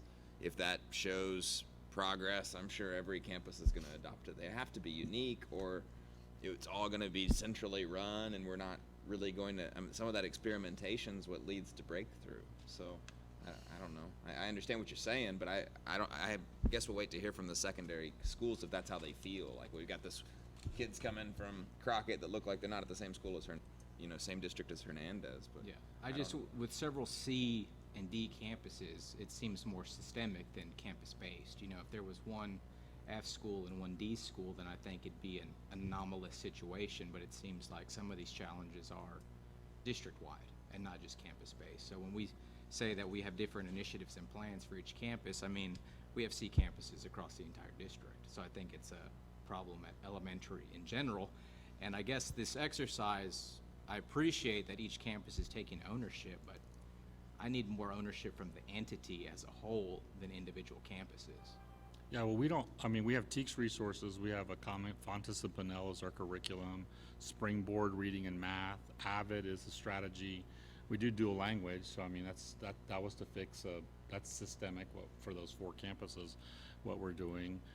But when you talk about matriculation from 5th to 6th grade, you're talking 4 teachers caused, I see Mr. Duval and Ms. Pearson, there's basically 4 teachers, correct, that caused the dip, so they have the curriculum. It's not, we haven't given them anything. We've used Springboard reading and math. We've done our adoptions. It's whether they actually utilize it. So we have a district system in place. We have the Wicker strategies. It was our own teachers training this summer. It saved us probably $300,000 in having to send teachers out. Our own teachers trained. Miller and Goodnight, for the first time that I've ever seen, were so united in their planning for those days. They stayed till 6 o'clock, giving feedback on their processes. So we have put the systems in place. Ms. Presley will talk about, her issues, but it's really comes down to the coach talks a district common language, the instructional coaches, and then ultimately it's what does the teacher do in the classroom? Does the teacher say, yes, I'm going to use this with fidelity? Or in the case of some at the high school, I'm just going to close my door and do what I think I'm been doing for the last 10 years. And those are the conversations that a new administration with a new coaching model will have with those teachers. Mr. Duval will tell you he had a teacher tell him she wasn't going to do their protocol. Well, guess what? We just had to take care of that personnel-wise, but we have a standard that we put in place. Mr. Massini's put that same standard. It may sound different at different campuses, but it is similar expectations for language objectives, what it is you want to see when a principal walks in. It may sound different language, but it really isn't. Now, I will say this, you have in front of you the TEA information that Ms. Ruiz-Mills gave. And Mr. Massini, Ms. Pearson, and Mr. Duval were in the training last week with us, Thursday and Friday. And there are some non-negotiables now that the state has said, this is what we expect. It's not what you and I want as a board or superintendent. It's what they want. They want to see 3 years of teacher data that they're going to have to submit. So that's going to trickle. Specific lesson plans. Specific lesson plan. That's going to trickle to every campus, because if we expect 3 or 4 campuses, it's gonna matriculate to the rest of the district because we have to have that common language. I mean, it's a non-negotiable. But we have the systems. We just need to use them more robustly. Mr. Ardona, that answer your question, because I have a couple for the campus. That I wanted. Yeah, that's fine. Okay. Mr. Mancini, first of all, just general comment when you talk about the board, rooting for y'all, and I think we're united in all wanting Travis to be great. When I feel like it wasn't that long ago, maybe 10, 15 years ago, where the rivalry between Crockett and Travis seemed to be for, who was scoring highest on whatever tests we had in those days. So I think returning to that would be great. Most of us have, or all of us have lived here a long time, and there's nothing we want more than for y'all to be successul. So I don't want that we identify that this is a problem. I mean, I think you see the data. And I didn't mean to identify it as a problem. Yeah. I just wanted, we just need full belief. Absolutely. And I mean, you heard from several trustees, but working through Mr. Cardona, if there's anything, if $100,000 here or there is going to make the difference in student outcomes, I think we'll find the money. But what I'm hearing is that's not the case. You just need our support and confidence. No, we want money, and they're going to get money. I don't want to say that we don't want money. Let me rephrase that. But several of our schools will qualify for grants, significant amount of dollars for professional development, but let's let the state give us those funds. They have everything right now. And I would like, though, you had that early indicator of the 90-day feedback. If that could be provided to the trustees as a report, not you coming up here at a meeting, but supplement with our agenda pack or on the side from Monica or something, that would be helpful because we don't want to wait till February and say, oh no, we've got a problem, right? So Absolutely. You should be getting some early feedback at that point, yeah? Probably in 3 weeks. Okay. Anything else for Travis? Nope. Okay, thank you. Thank you.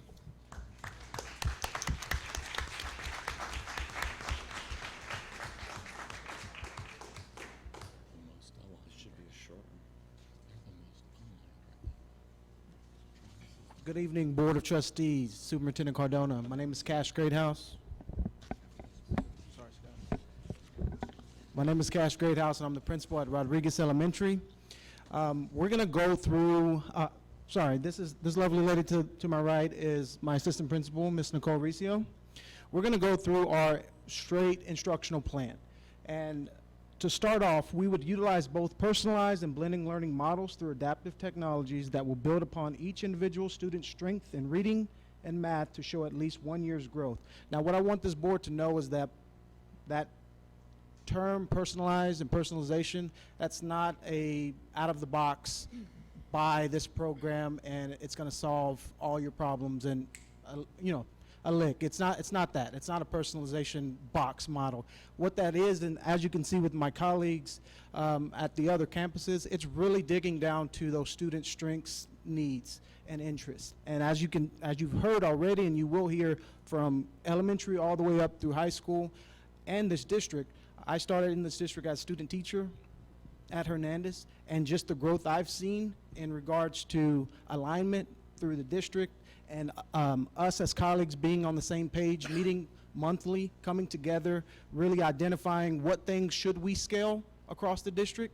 As far as board member Mr. Arredondo, you mentioned us coming together and looking at those things and seeing what is working as a whole, us coming together, talking and saying this is functioning or this is not, and going back to the drawing board and having that support in our TLA as well as our upper administration to make those changes necessary for each individual campus. Now, while it may look, like Mr. Cardona said, a little different at each campus, I think that's a good thing. A little different at each campus is built off the structure and the environment that campus kind of takes over, and that personality that campus takes over.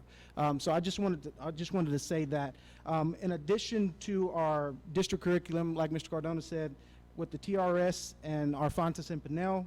Rodriguez will utilize adaptive technologies such as Dreambox Learning, which is a math adaptive technology, as well as Lexia Core 5 Reading. That's also an adaptive technology. That is 2 programs that through a grant that myself and a bunch of members on the administrative team worked through this past year to gain through KLE, which is a grant that we've received.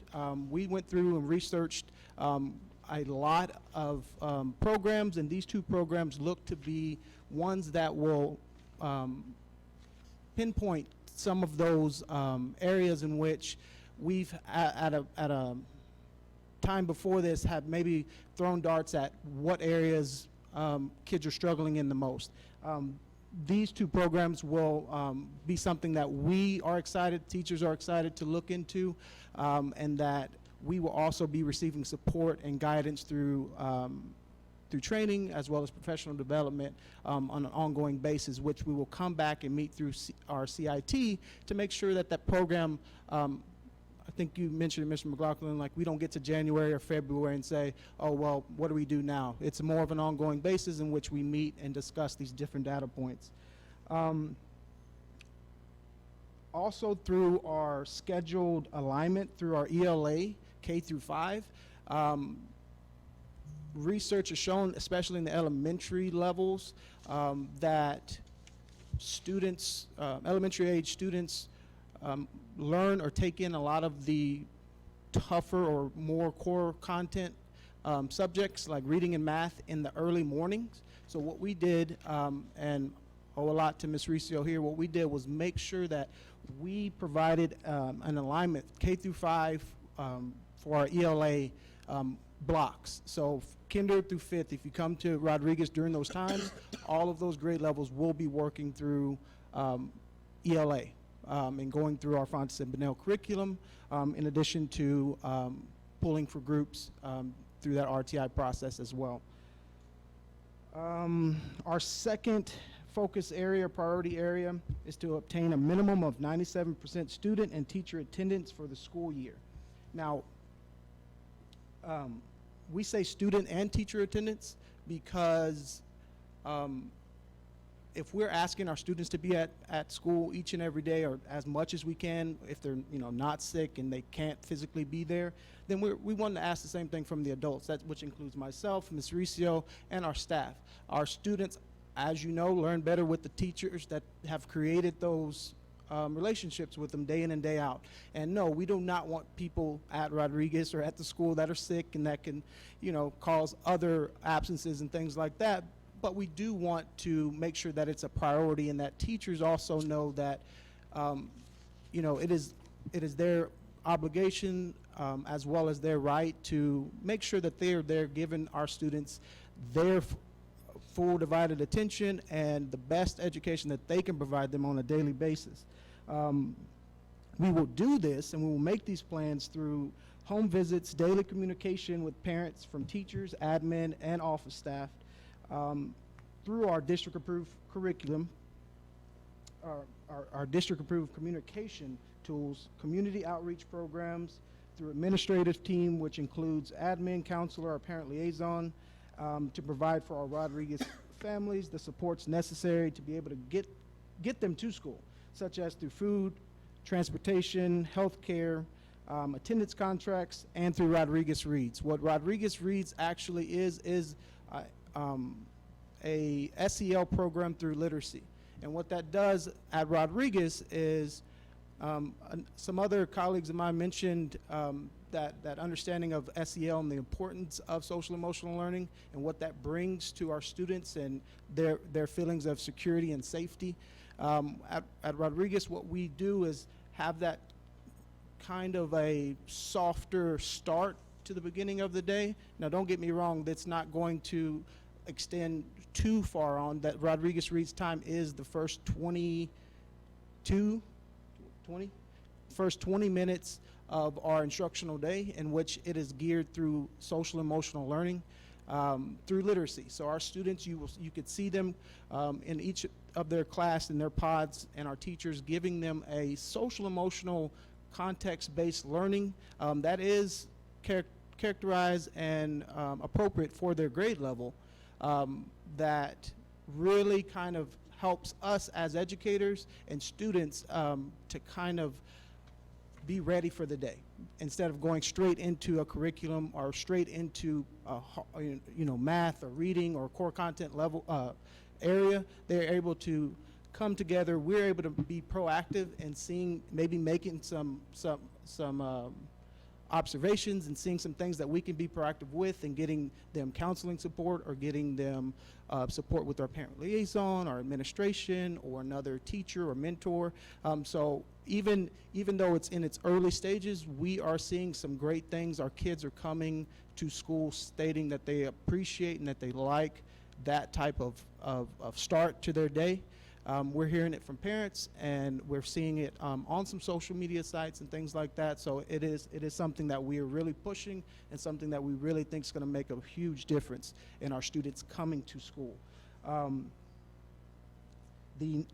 For us specifically, the 97%, it's very impactful. It's very hard to reach as a campus, as a district, but it's extremely hard for us right now with our size of campus to meet, but it's one that we're adamant about fighting for, and we're adamant about getting involved in, each and every one of our staff members. Why? You ask, just today, we had 2 students in our fourth grade classes miss, and that brought our attendance down to 96.15%. That's right under 97%. So what I'm saying is that's two students made that difference. Now, of course, they could be sick and they could have reasons why, but what that means and that tells us is, gives us that target for all of us to be on the same page and knowing who these kids are personally, knowing what it is and why they're absent, and if there's anything that we can do as a school or as a district to provide them services, then we need to be out there doing that. My staff knows it, our feelings about it, but the office staff as well as teachers are adamant about making that communication, whether that's through, like I said, our district communication platforms, or just personal phone calls. Our parents coming up and making suggestions or giving us reasons why their students are out, but just wanted to emphasize that we're adamant about making sure we make that contact. And so Ms. Reese will go over a couple of our desired outcomes and our desired 90-day outcome. Yeah, sorry, I'm hogging. I can use my teacher voice, but not that. I'm in heels and still need to lower that down. All right. So obviously it's our first year, and our goal is going to be high. It's going to be an A-rated school, and that's going to be a year out before we actually can qualify for those kind of ratings, but we might as well start tracking that now, and where at least 80% of our 4th and 5th grade students will meet and exceed growth. We are small. We're talking about 44 students in 4th grade. We're talking about 40 students in 5th grade. That's an attainable number. Now we say small, but we still have the same gaps. We still have the same students within our population. So we have targeted this with quintile reports from STAR, and this is going to connect to our 90-day outcome. The map screener for us is going to be huge because we don't have the luxury of sitting down with the team from last year to be able to get input. Like, this is our 4th grade class, this is how they did last year in 3rd grade. The map screener allows us to be proactive. It's more like a pre-assessment in a way, to where as we come across units and we see the skills, so like if they're coming into, like today in 2nd grade I heard place value. If we're coming into the 2nd grade unit on place value, we can use that map screener to already say, okay, I already have my groups ready, and I already know that certain students are going to struggle with this, so why wait till the end of the CA and go ahead and start grouping them from the beginning. And when he talked about schedule alignment, because we have ELA and math happening at the same time with every grade level, it's going to allow for us to do movement across the grades. And if you've been to Rodriguez, which everybody has, or at least here, we were so happy to have you guys with us, you can see that the structure of the school is built for that grouping. So you're going to see groups going across classrooms, you're going to see groups in common areas, and it's not just going to be in one homeroom, it's going to be different teachers getting to know all their kids and providing those supports. So that's our 90-day outcome, is to be able to use that intervention at RTI, which is all push-in. We're not pulling out at all. We have groups setting up. We have our GT and our RTI dyslexia interventionist teacher pushing in for all grade levels, but 3 through 5 obviously is our big push in 4th grade, and also Tier 1 instruction, because if we don't hit those gaps in Tier 1 instruction, we're not going to get anywhere.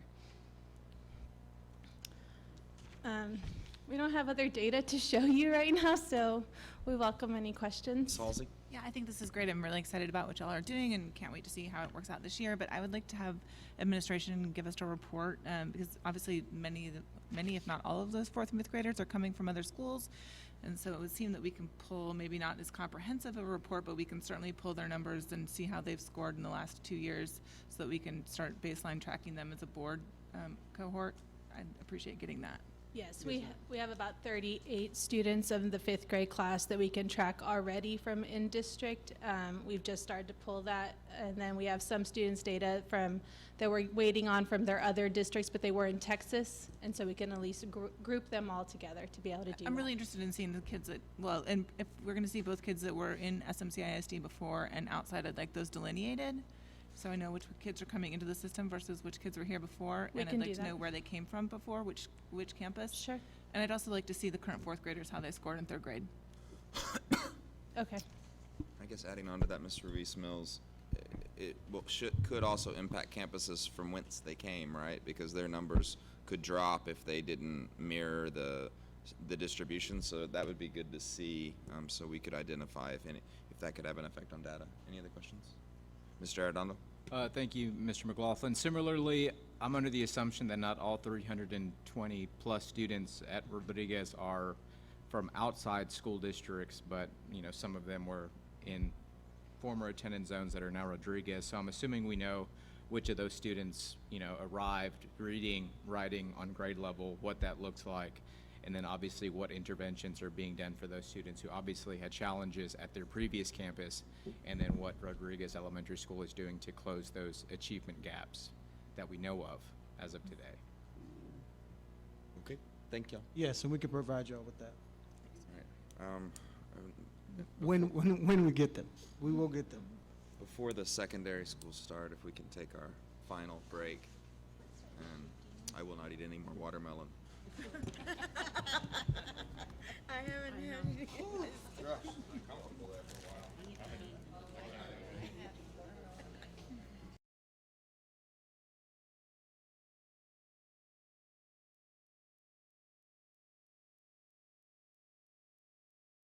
Let's dive back in so we have some hope of finishing. And as a programming note, the high school presentation will now be at the regular board meeting during the superintendent's report. Go ahead. Okay. Good evening, board members and Mr. Cardona. So mine will be quick. As I don't have any testing information to present, I will be presenting on my focus areas for the year and also on my desired outcomes. So priority focus area number 1 will be to provide quality differentiated instruction to all students at every level that attends my campus. Coming up on my 2nd year, I found that the biggest change that we made last year was providing individualized or direct instruction. And so with that, I want to continue on that trend. We see a much reduced referral writing and disciplinary issues at the Lamar campus. And so we have changed the structure just a bit to where all of the students are in a learning lab, one of 2, and so everybody's divided, and there are 2 core teachers in each lab. Although they're not the teachers of the same subject area, they're nonetheless 2 core teachers, and each teacher still having their time slot will pull out into their classroom to do a small group instruction or individualized instruction. So speaking on growing each child, every child individually, we have the luxury of doing that, or rather we have refocused or restructured so that we do have that luxury. And so we see that that's working very well so far this year. Second is improve attendance and reduce recidivism. That's always going to be a goal for my campus. The return rate increased actually by 1% last year, but we're going to continue to work on that. And again, with the direct instruction, I feel that it provides for a refocusing of their academics, refocusing on their goals, and also restoring their motivation towards their educational goals. Recidivism, I would like to reduce it by 5%. Attendance, I would like to improve by at least 5%, and reduce referrals by another 5%, which they were already very much reduced. But I also want to make sure that all of my students are passing before I hand them back over to their home campus. And so that, I think, is one of the goals that I want to see for the end of the year to be realized. And for the 90-day outcome, all students and teachers will be acclimated to the new program structure. Evidence and data will be gathered in regards to attendance rate, grades, referrals, and et cetera, to show a trend of improvement. I believe that we are on a very much upward trend as far as improving, again, academics and behavior, and sending my students back with gaps filled and a continued, continued care for the whole student, including their social emotional health. And so I feel that we're in a very good position right now, coming into my second year in January. Any questions? Mr. Arredondo. Thank you, President McLaughlin. Does this program include the DAEP students as well? It's the only program I have, sir. Okay.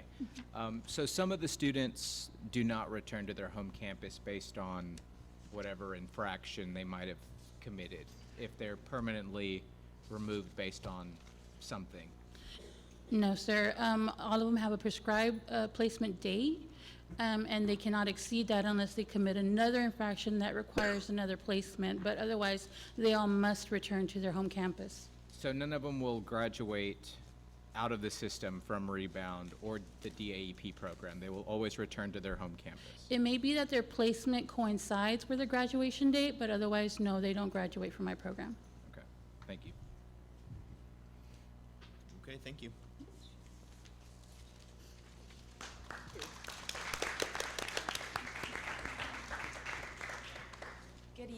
Good evening, Board President McLaughlin and Mr. Cardona and the board.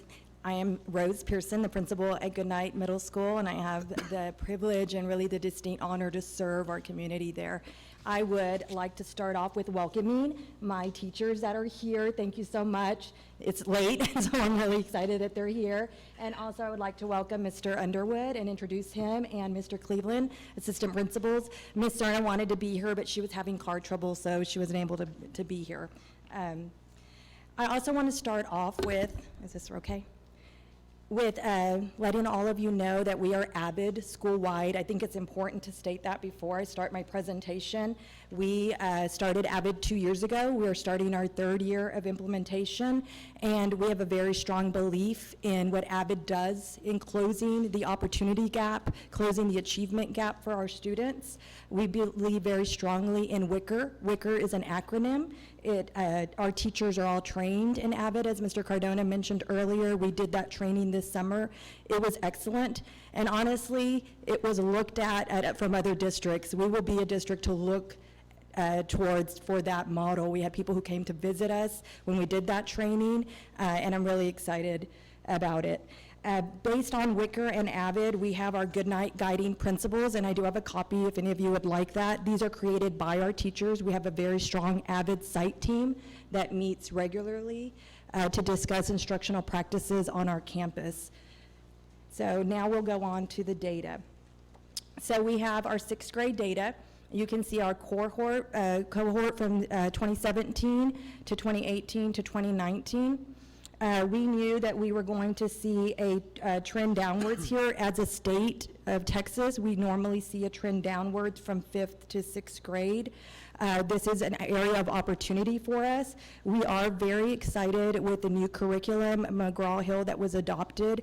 It was adopted by our teachers. Our teachers are enjoying the many different resources that are available through the McGraw-Hill. We also have the Springboard curriculum, and as you all know, we are a one-to-one Chromebook for our students, which is also being embraced very, very heavily. If any of you follow us on social media, you will see that our teachers are very, very active on telling our story and on integrating technology. We are embracing Canvas, which is a platform where students can get leveled assignments and work. There's also an aspect to it where parents can get access to the Canvas and be able to see the students' work. We're working very closely with James Navarez and with Chris Chonka on that. They're on our campus supporting us in those endeavors. And one of the goals we have for 6th grade is monitoring growth through our weekly PLCs. All of our teachers receive the data before school even started, so all of our teachers are aware who the students are that need support in their classroom. We have Laura Hernsberg who supports us with that data, and she was able to upload into Eduphoria where the teachers can see their students section by section, their scores from last year. It's really amazing. And then we'll look at our 6th grade math. You see our 2017, our 2018, and our 2019. We're very proud of our math because we make gains in that area. We've had successes there, and we use the Go Math curriculum, and we use the Springboard curriculum. And we have a very strong math instructional coach, Wendy Zeiger, who works closely with our teachers in PLC for math. And then we'll move on to our 7th grade. So we'll start off with reading. We have our 2017, as you can see, our 2018, and our 2019. We do make some growth a little bit in the cohort growing to 7th grade, so we make some ground. As you know, in 7th grade, they take the reading and the writing star test, so we have to balance teaching those to the depth that they need to be taught in order for the students to be successful in both of those areas.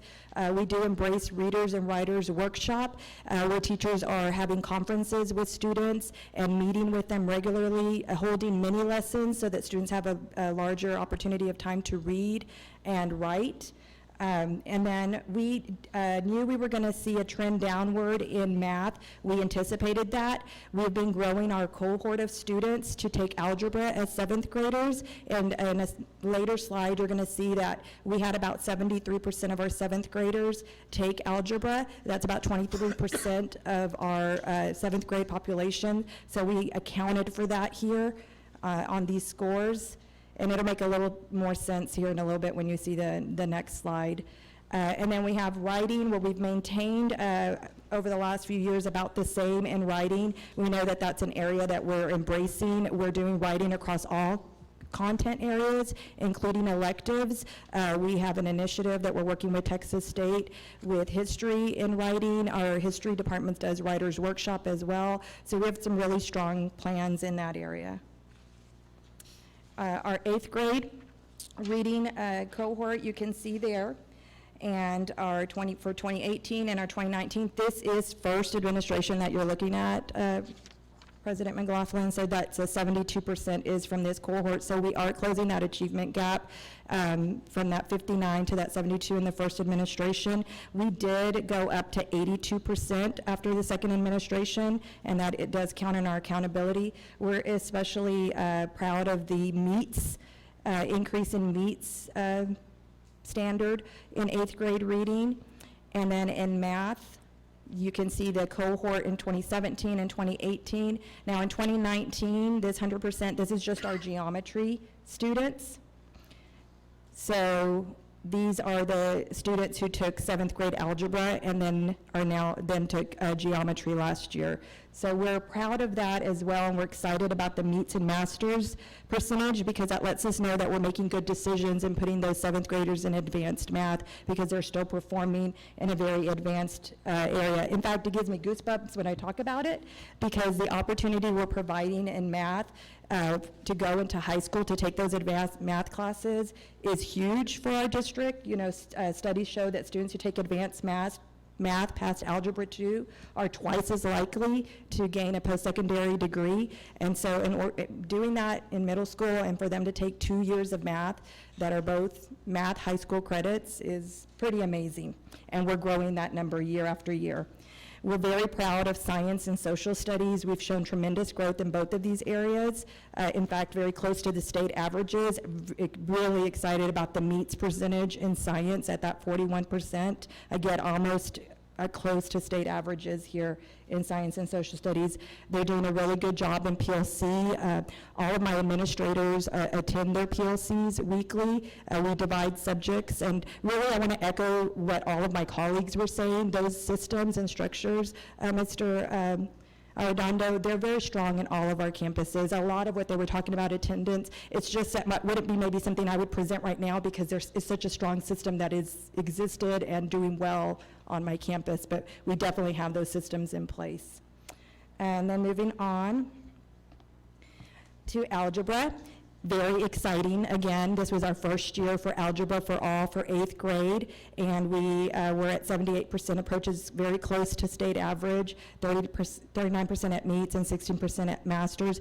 What's super exciting to point out here is our SPED population. 16 students passed the first administration of end of course at 38%, and that is not only a high school credit class that they got as an 8th grader, but a graduation requirement, and we were just jumping up and down for joy, I have to tell you. Very exciting work there. And then also our LEP at 69% passing there. And then I wanted to show these numbers just because I'm really excited about them. This is our 7th grade percentage for 2019 at 96%, 77% at meets, and 37% at masters. You'll see the number of students that correlates to there. And then you see our 8th graders, 74% at approaches, 30% at meets, and 11% at masters, and you'll see the numbers that correlate there. And I wanted to show our 2017 7th grade data and our 2018 and 2019 just in numbers so that you could see how our numbers have grown, and that kind of that 73 did affect that approaches for 7th grade. There was that dip, but they took algebra and they were highly successful in it. And then you'll see our numbers, again, really exciting. You have 104 of your students having the opportunity in 2017, 117 having the opportunity in 2018, all the way to 278 having the opportunity in 2019 and being successful at it at 206, being successful with the first. That does not even include summer school. We did capture about 29 more students in summer school. These are our trend lines that I did leave here for you to look at for our 6th grade approaches, meets, and masters. You can see those trend lines there. Same thing for 7th grade. You can see the trend lines. And you have 8th grade.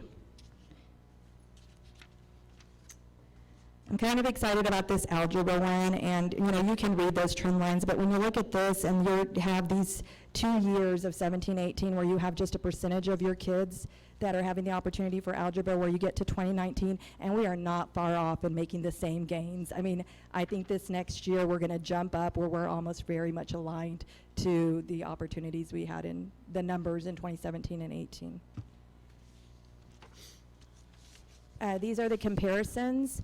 And again, my colleagues have explained how this works. You can see how many you have in masters in 2018 and then how many in 2019. We know that in this particular area in math, we are losing some students, and so we are working really closely on looking at our data and meeting strategically on who those individual students are. And then in reading is our greatest area of opportunity, and I will tell you that these numbers are significantly 6th grade. Mr. Cardona mentioned it earlier, and we had over 200 of our students in 6th grade did not show the year's worth of growth. And so we know that that is an area that we need to really be focused on. I'm just so blessed to have teachers who are extremely passionate about it. And in fact, one of our 6th grade teachers is here this evening. She's new to us, and she is committed to helping us make sure that we close this gap, and I feel like we're going to make the gains in the right direction. I did want to share, I didn't put the data I did not put the data in the PowerPoint, but I do have it if you would like to have it, and I know that Ms. Fowler has it. But I just wanted to point out that in 6th grade, we were at that 56%, but our avid 6th graders, 133 of them last year, we scored at 69% above the state average. So that is just so telling, and I have to tell you that that is not just the story for just that one grade level, and I do have the data. We are anywhere from 5 to 15 percentage points above with our avid students over our general population of students, and that's in the approaches, meets, and masters category. The only area I did not see that was algebra, but algebra is already in advanced classes, 8th grade. So that data is available. Avid is working. We are getting there. We are getting more strategic with it. We're getting more strategic with Costas level, higher order of thinking questions, and we're really proud of the work we're doing with that.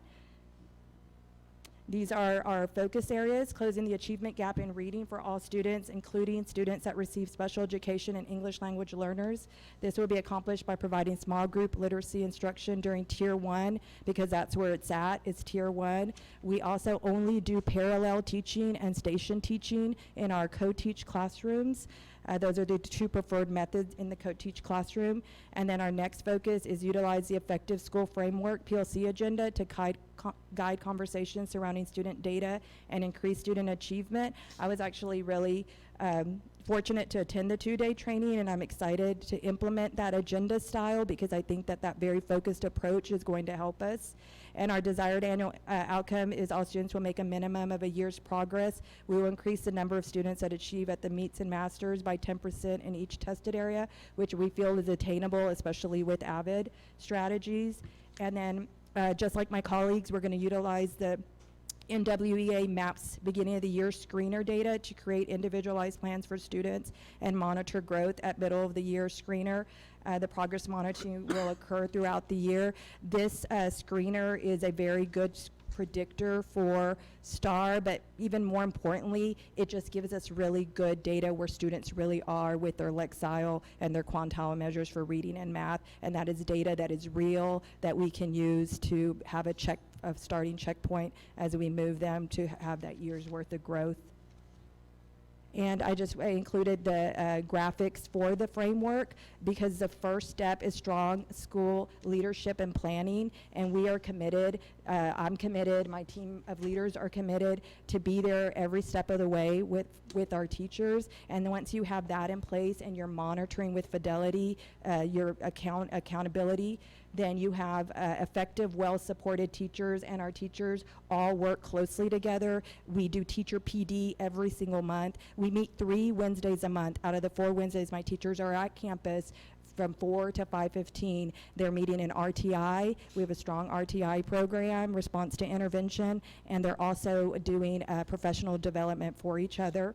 And we have high-quality curriculum, and again, that's contributed to our strong district support. Everything Mr. Cardona said is 100% true. We have all of the resources we need. TEAC's resource is an amazing tool. It has the common misconceptions. It has the higher order thinking questions, the springboard curriculum, the McGraw-Hill, the STEM scopes. We have STEM scopes for science. We have everything we need, and we have the teachers to do it. And we have a positive school culture. Our students love being at school. Our parents love coming to school. We hold family events every single month.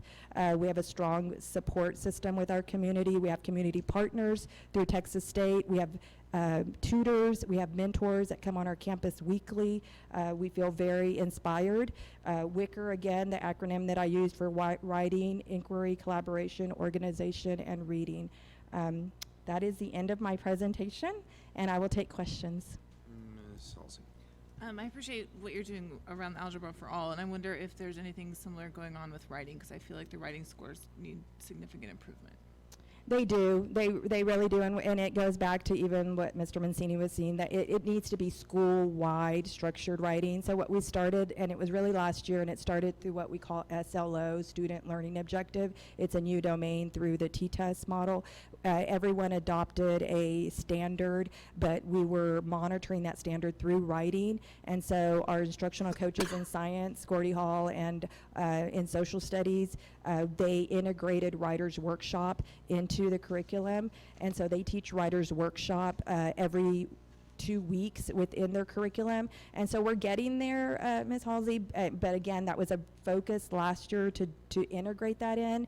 But with the AVID, as push and us being 2 years into the AVID, we're seeing more and more writing through the interactive notebooks, through the quick writes, through the one-pagers. And so we're just trying to vertically align so that the students are exposed to the format that they're tested, which is very different on STAR. Right. I think I'm all for writing throughout the curriculum, and I think that's a great approach. And I think that the practice and the repetition is critical when it comes to writing. But I think often, unfortunately, what happens is if writing is implemented in non-English writing classes, those other teachers don't necessarily have the writing instruction development, professional development that they need to give the students the instruction that they need to then score well on a test. Does that make sense? Yes, of course. So Yes. how are we compensating for that? So we do have writing integrated into 6th grade English language arts and into 7th grade English language arts, into 8th grade. And 8th grade has to prepare them for 9th grade because they do short answers, in high school. Chris Sipley, the instructional coach, did I say your last name right? Sorry, Chris. And Mary Thrasher are our ELA coaches, but they're collaborating really closely with our teachers to align those efforts. And so we're definitely making strides in that right direction. I really think that's a critical part of it, is that those other teachers don't have the same skills in order to teach it, then just doing the writing in that class doesn't really get you that far. Yes, ma'am. Thank you. Thank you. The Goodnight data is mysterious to me because there's so many bright spots, especially how kids have moved across your system from 6th to 8th grade, and so many encouraging things I see. It's the biggest mystery to me, the 67 overall score, and so maybe domain 3, what's causing that? It was we missed it by 9 students of our ELL population. So domain 3 is only measuring your ELL, or? No. It's just one portion. There's actually 3 different areas. So the state puts a percentage for the meets category for each subpopulation, each demographic. Right. And there's 18 measures on that. And so however many of those 18 measures you meet, then you get credit for that. And then the EL is 10% of that category 3 as well. So it was about a 10% drag, but you got a 39, so there had to be some broader, and I say this like really there's so much encouraging, there's just some disconnect between so really this domain 2 and domain 3, they're very close because you have to make the growth. You have to have the minimum year's growth. You have to get credit for a year's growth in order to get credit. Really, they're kind of correlate, even though they said it at the meets, they really are very hand on hand. That's how I see it. Like if you get the year's growth, then you're going to probably end up doing better at the domain 3 and hit those meets targets because you're growing everybody a year. But because we declined in reading, we did not grow enough students in reading. That really hurt us in both the domain 2 and the domain 3. Yeah. I just would like, it's probably because I, don't do this every day, but a clear understanding of what went wrong. I think that would give us a better chance of it not happening again. Yeah. Because if I think we need to be more strategic at looking at individual students. I mean, Mr. Cardona said it really, every student counts, and we need to be more strategic. And honestly, President McLaughlin, that's hard to tell teachers to track students that way. They're seeing it now because the state put out that awesome website. Maybe you've checked it out. And so the state has disaggregated the data by sub-pops. But for teachers who are just passionate about kids and just love kids and are growing all kids, for them to break it down to saying, I got to get this many here and this many here and this many here, they're trying to get them all there. But in order to win this game, and I'm just going to echo Dr. Cunningham's, his sentiments that he shared, you almost have to play the game that way by counting the students in those subpopulations to move them forward. Last year, I was 5 students away from being a B-rated campus. 2018. So it really is counting the kids and moving them. We just need to be strategic in monitoring the students. And we're going to do that during our PLC and monitoring that growth. All right, thank you. Thank you.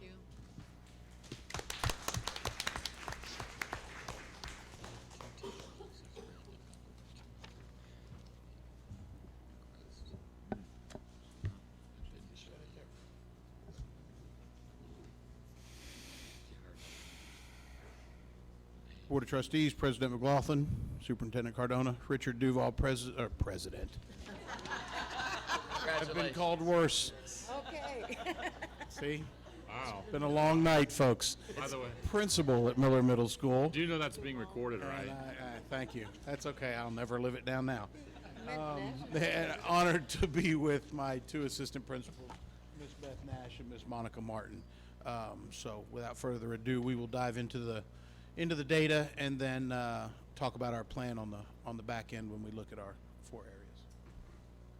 Looking at our 6th grade students from last year, like Ms. Pearson showed earlier, there is a dip with our 6th graders when they come to us for reading from the 5th grade, and that is statewide. If you look at statewide data of this cohort of students at 5th grade going to 6th grade, there was actually a 12-point decrease.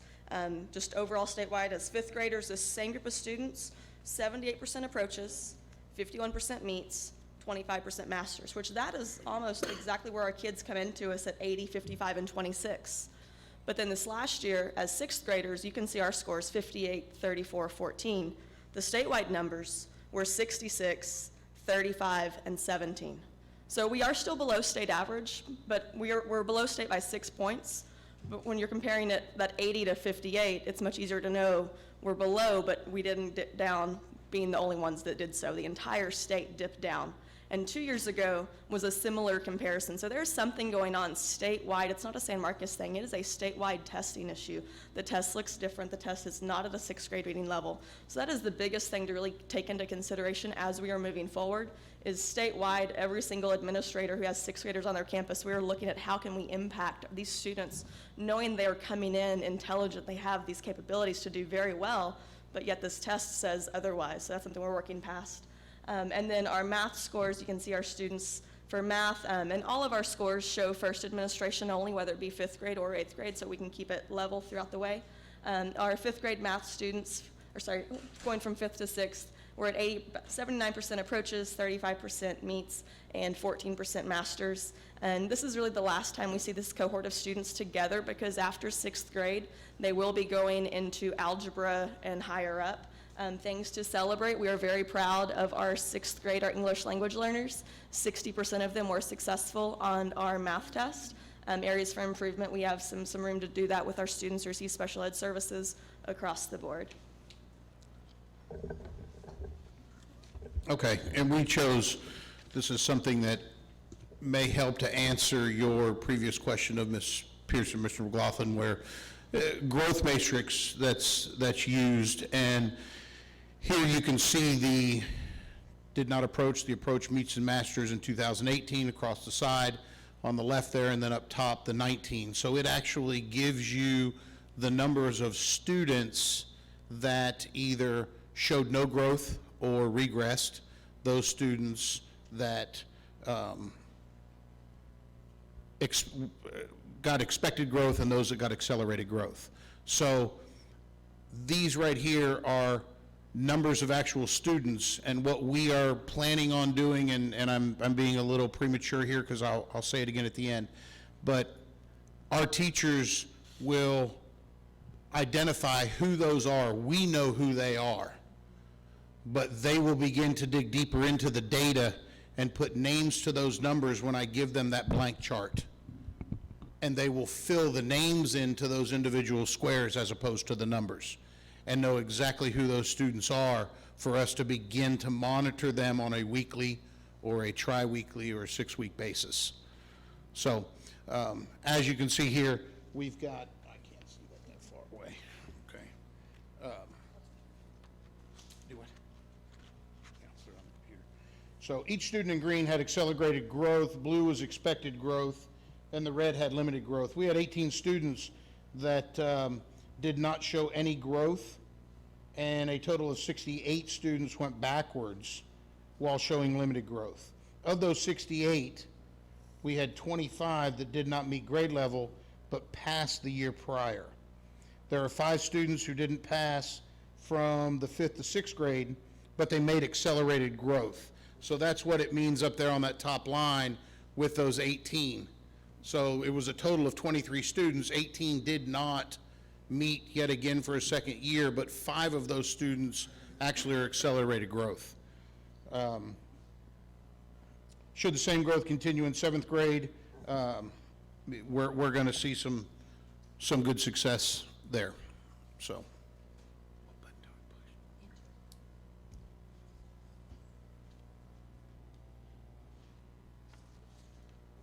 This is the reading. Oh, here's the reading. Okay. 6th grade reading, this is, obviously, you'll see at the very end, this is our area of concern. Again, following the same matrix as we did earlier with the math, you can see the numbers are a bit larger. It is an area of our concern with 6th grade. We had 36 with no growth. They didn't pass either year. 2 didn't pass either year, but they did show accelerated growth. We had 104 students that went backwards in growth. 47 did not pass who passed the year before. So this is a very huge area of concern for us and where a lot of our focus will be this year, and we will get to that again at the end.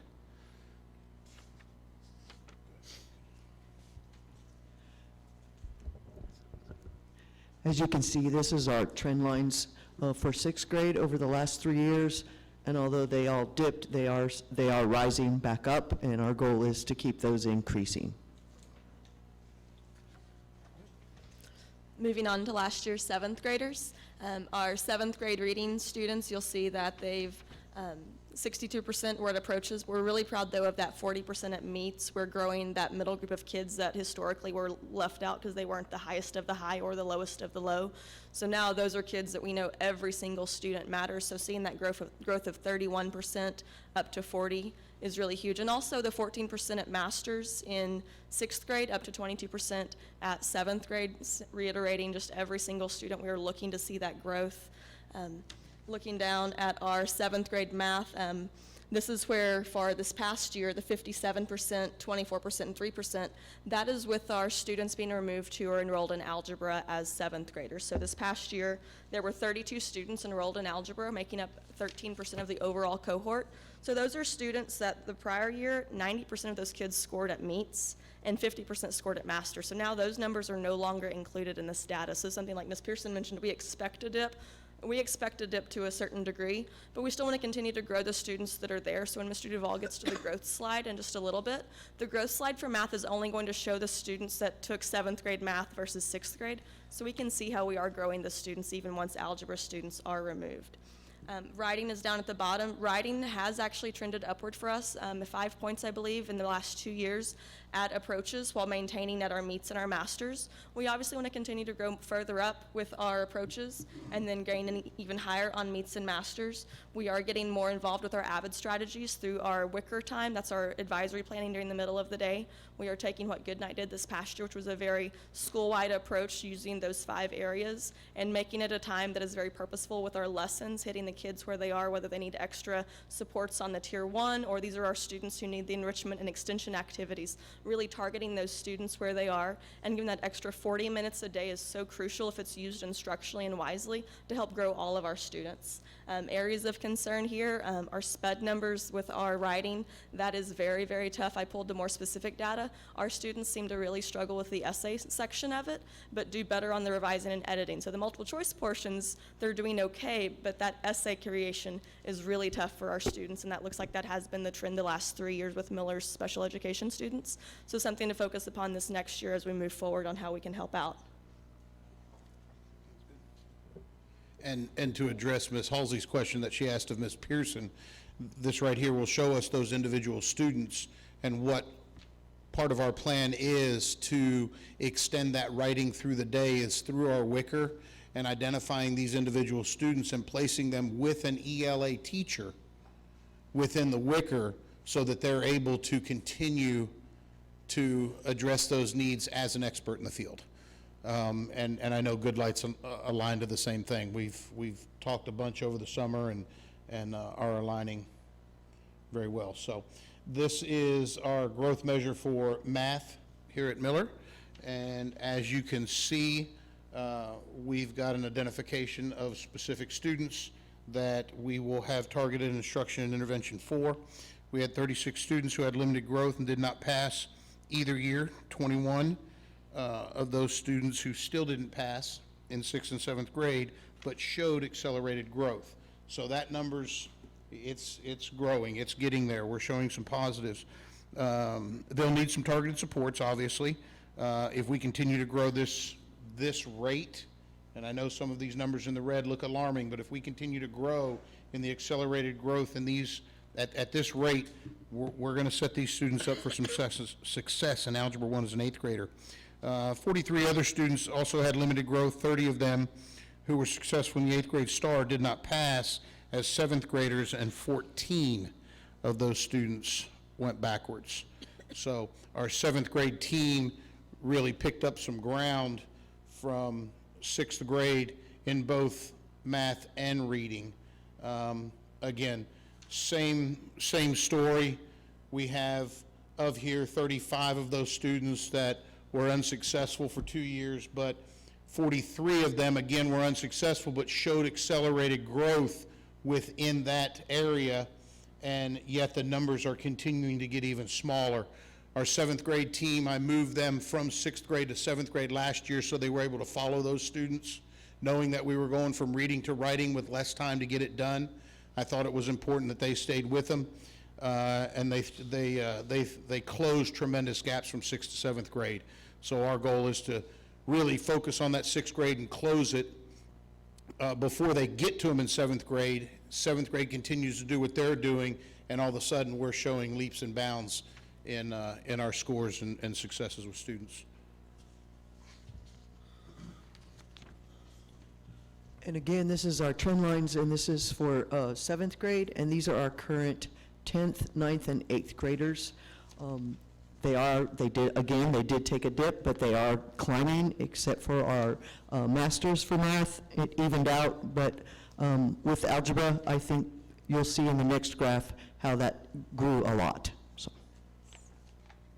Before we get on to algebra, if you guys look at the math at that middle point, the 48, the 12, and the 3, this is the group that we took into Algebra for All. So once we get onto those, just keep that in mind, because that's a pretty big celebration for Miller as a campus, knowing that that's where they were in 7th graders, to see where they finished up at Algebra 1. Our STAR data for our 8th grade, our reading students, after first administration, finished at 67% approaches, 43% meets, 21% masters. Once again, we're very proud with the growth between 7th grade to 8th grade, specifically looking at, again, the meets and even growing our masters even more. After the second administration, I believe the approaches came into 78%, so doing very well there. Math 8 now is only our geometry students taking this test, so our geometry students are the ones in 7th grade take algebra. In 8th grade, there's not a geometry EOC, but they have to take an assessment at the end of the year, so they go back and take Math 8. So I only pulled the students from 6th grade and 7th grade who are also in the same cohort. So obviously in 6th graders, these are the ones that do very, very well, and 73% of them scored at masters. And then in 7th grade, this was their algebra EOC data. So as 7th graders taking algebra EOC, 100% of them passed it, 72 being at meets and 26% at masters. And then this last year, while taking the geometry high school curriculum, they also had some Math 8 skills intertwined in there, so they were able to stay familiar with the content and information. We had 95% pass, and after the second administration, that was 100%. Science and social studies. Science and social studies, you're looking at 66% approaches, 40% meet, 38% meets, and 19% masters for science.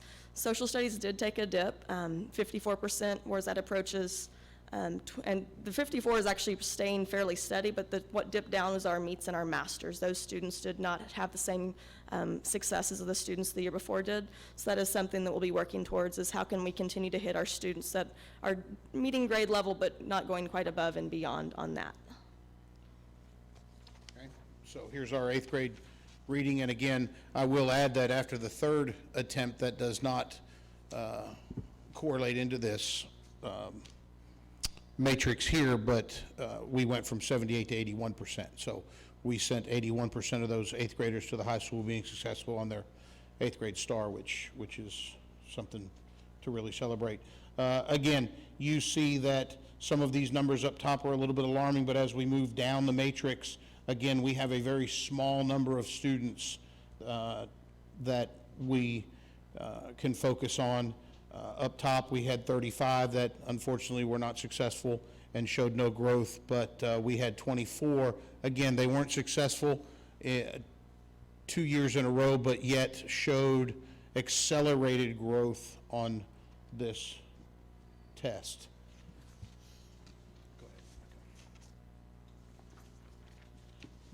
And this is the trend lines from the 8th grade, and as you can see, the math, huge gains there from 21% to 89%, the dips that we saw before. Those are the gains they made. And if you look at social studies, meets, and masters, they did take some dips, but we did have some issues with we had 4 faces of social studies teachers. Last year, they saw 4 faces. We did finally get a teacher, and then she went on maternity leave, so she's there now, but they had a lot of faces in front of them for social studies, so. Moving on to our algebra data, I have it separated between our 7th graders versus our 8th graders. So the 7th graders up top, this contains their 5th grade STAR data, 6th grade STAR data, and then algebra EOC. We had 97% of them were successful on the first administration, and after the summer round, that would actually now be 100%, including over on the far right-hand side, our English language learner, there was 1 student enrolled in algebra. He was successful on the second administration. Looking down to our 8th graders down below, like I referenced earlier, that middle section, that's when they were 7th graders, 48% of them were successful on the 7th grade. That went up to 68% being successful on the algebra EOC. So skipping a grade level, going into it knowing there were gaps that existed, this cohort of students grew 20 percentage points in 1 year. And then you look at your meets and your masters, and we continue to grow our students. And I thought it was important to separate the 2 grade levels, because the 7th grade data, those are the cream of the crop. Those kids are supposed to pull the rest of us up. I really wanted to celebrate where this group of 8th graders came from and how they finished out the year.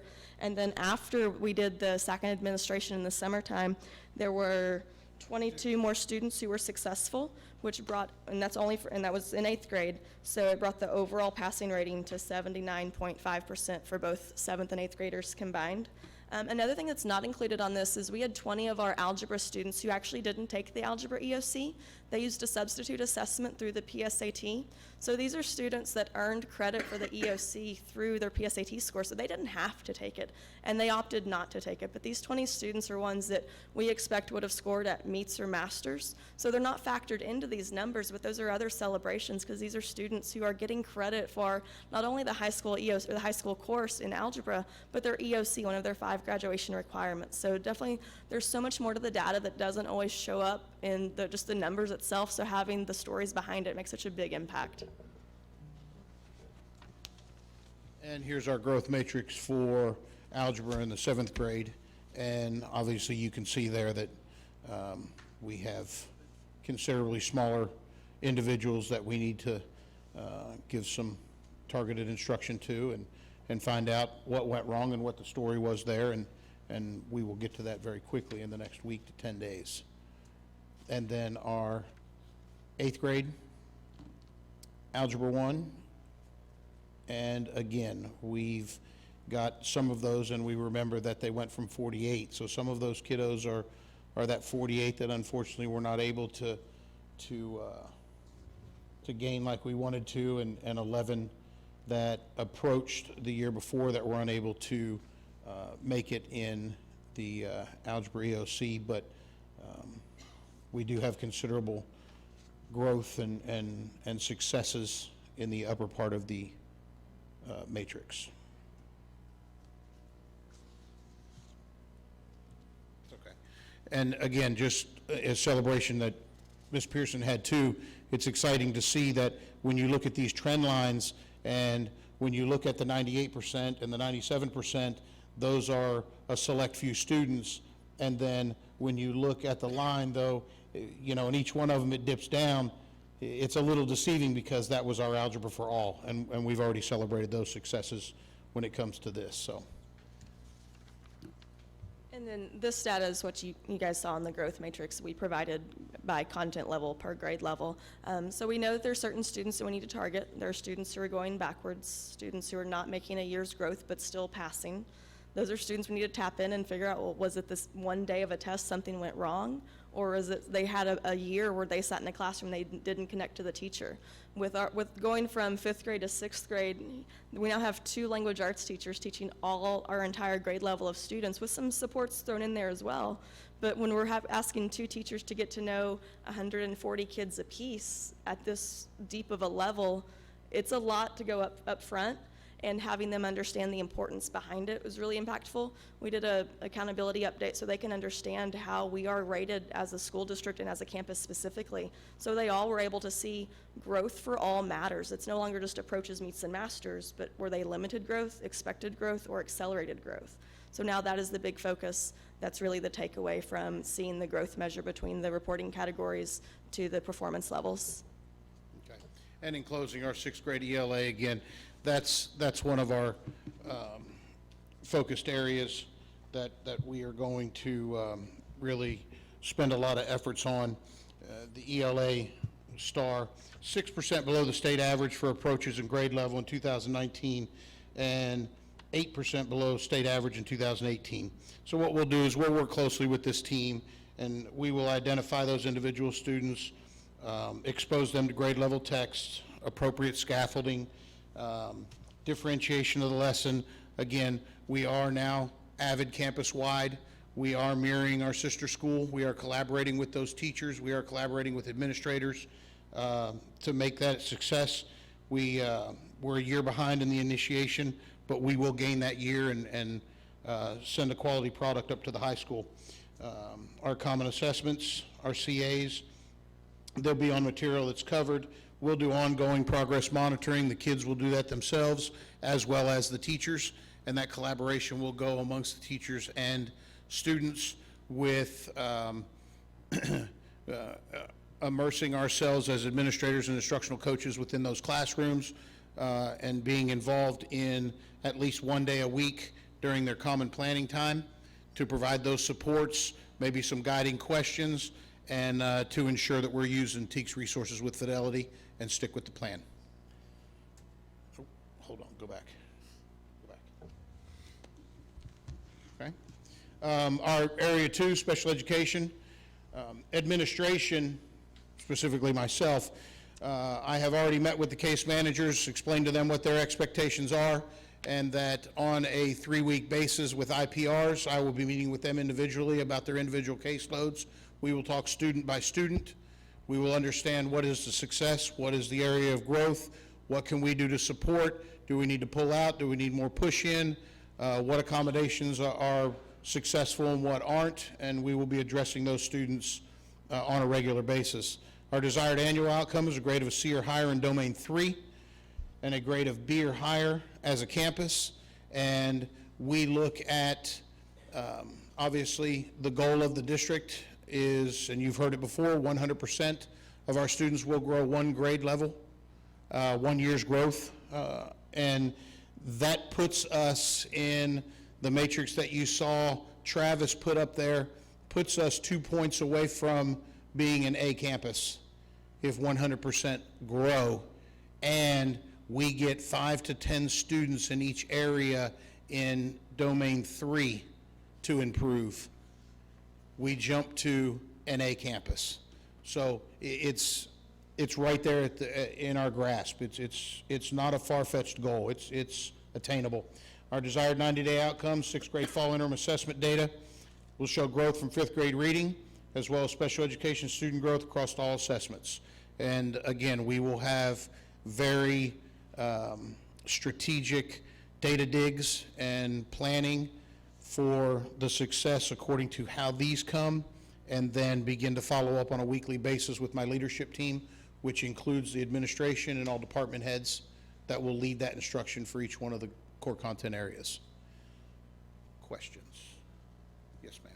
Salzy. I appreciate you answering my question preemptively about writing, and I appreciated your approach to that. I want to just reiterate that I think this also goes to something Ms. Owens identified as happening in the 4th grade writing instruction, is that if we do take a comprehensive writing instructional approach to writing throughout all of the grades and not just doing it in 4th grade and not just in 7th grade, Yes, ma'am. then the reading scores also go up, right? Because Yes, if a ma'am. child can look at a paragraph and can identify what's working and what's not working and what's wrong and what's right in that paragraph, they can also answer what the paragraph is saying, right? So if we keep that at the forefront, I think that we'll see the gains in the reading that we also need to see. Yes, ma'am. And what we're doing across the curriculum is particularly in our math and social studies, science is doing more and more of it, is we're seeing more of the marking the text and annotating, so they're learning how to paraphrase as well, helping them understand what the particular word problem is asking. And then, again, in social studies, because there's so much reading.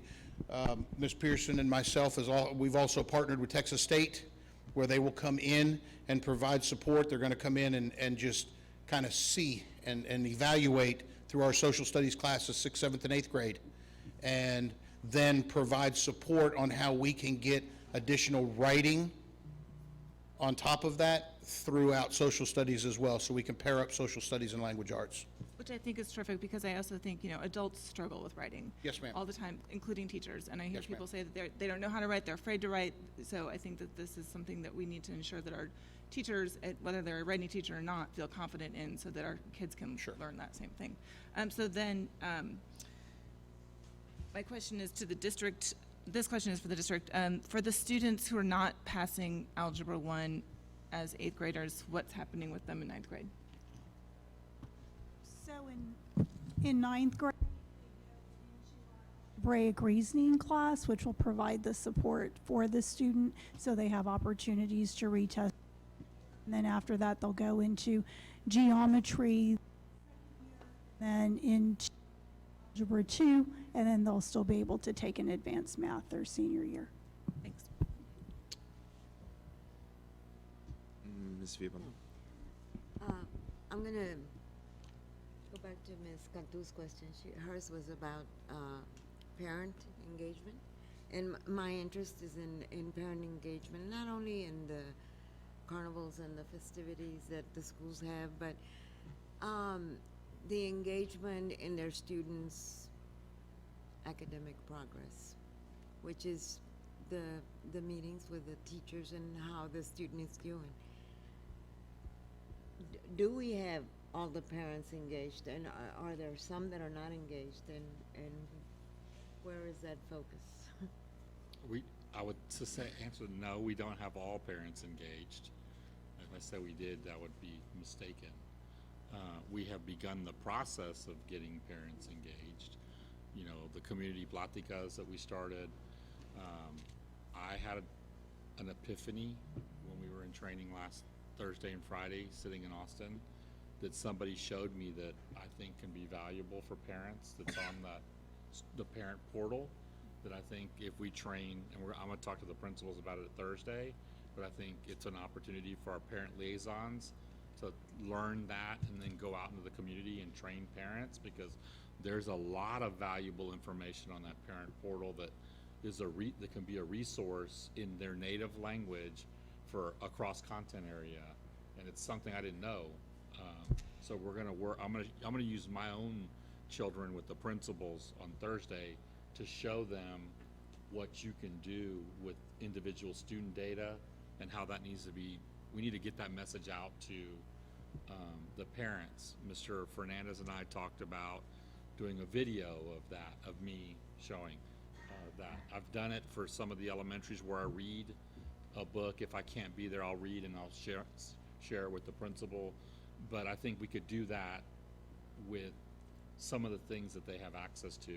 And that secondary, they have access now that they all have laptops, and we have the partnership with T-Mobile to get them to Wi-Fi hotspots and things like that. So there is some valuable tools, but it's a big opportunity for growth for us. I also plan on doing very similar to the superintendent's report. I'm going to do a principal's report every 6 weeks. Send a flyer out to the parents. We'll meet in the library or the cafeteria, give them kind of what's going on the campus with all students, and be very transparent with our instructional model to try and bring them up to speed on what their child experiences every day. Where we are, where we're headed, in a big scale picture. not too specific, but I think it's important to see, and I'm anticipating it to be a smaller number, but the word of mouth may, build those parents to come in and kind of invest a little bit and say, oh, that is what goes on. So we're looking at increasing it that way as well. And I think that's key for those that are engaged. I'm just concerned about parents who are not engaged. And I know that there's a lot of parents who are not engaged because they either are working or whatever it is that they do, that are not able to be engaged with the schools. And so, I guess key is your parent liaison to be able to work with them. She does it with our grandparents, which is where I took the idea from. A lot of Our grandparents that are the actual guardians. Exactly. And she brings them up there, she walks them through the access center, shows them how to check grades and things like that.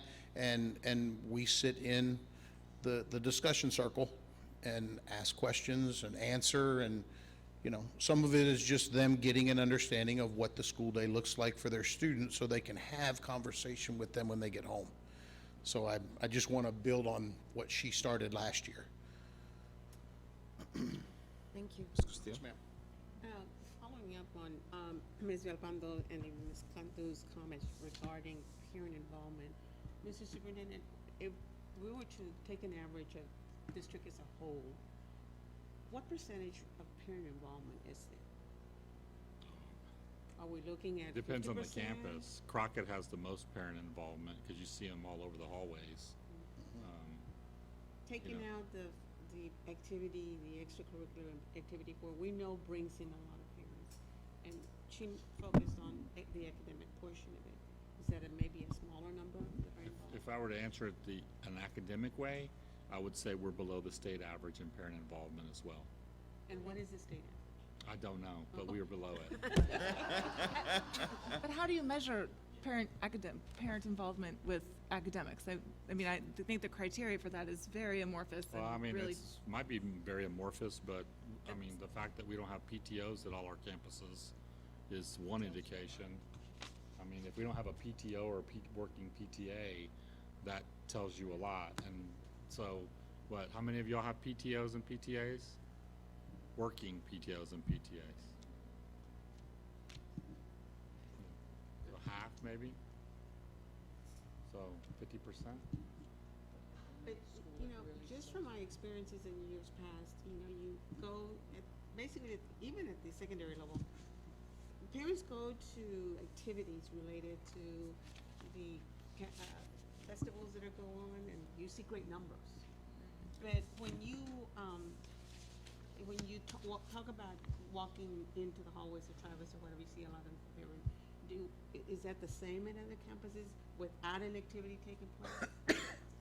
At Travis, you do see parents dropping their kids. But that's what I'm Bowie, talking about, district-wide, and I think that's what she means, is that we do see a lot of parents participating. You go to football games, you go to soccer games or whatever, you see a lot of parents.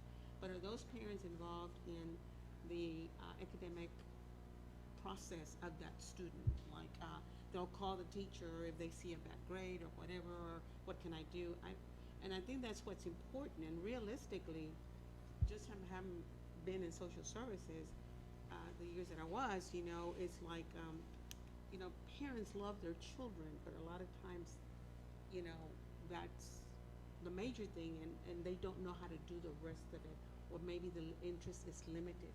So what can we do as a district to maybe increase that involvement with it? And I know a lot of it has to do with language barriers,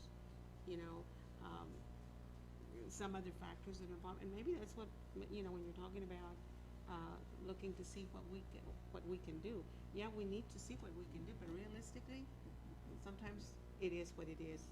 Not that parents don't care for their children, they love their children, but it's just, the interest is minimal in regards to what's going on in the classroom. So that leaves that responsibility to the school district, making sure that teachers are following up, that when they talk about identifying those children that maybe might need a little bit more attention because they're not getting it at home. And it's not to say that they don't, the parents don't care, but realistically accepting that and seeing what we can do to help those kids. And what are the means we can do to help parents get more involved? I don't know. I think that's the number $1 million answer to that.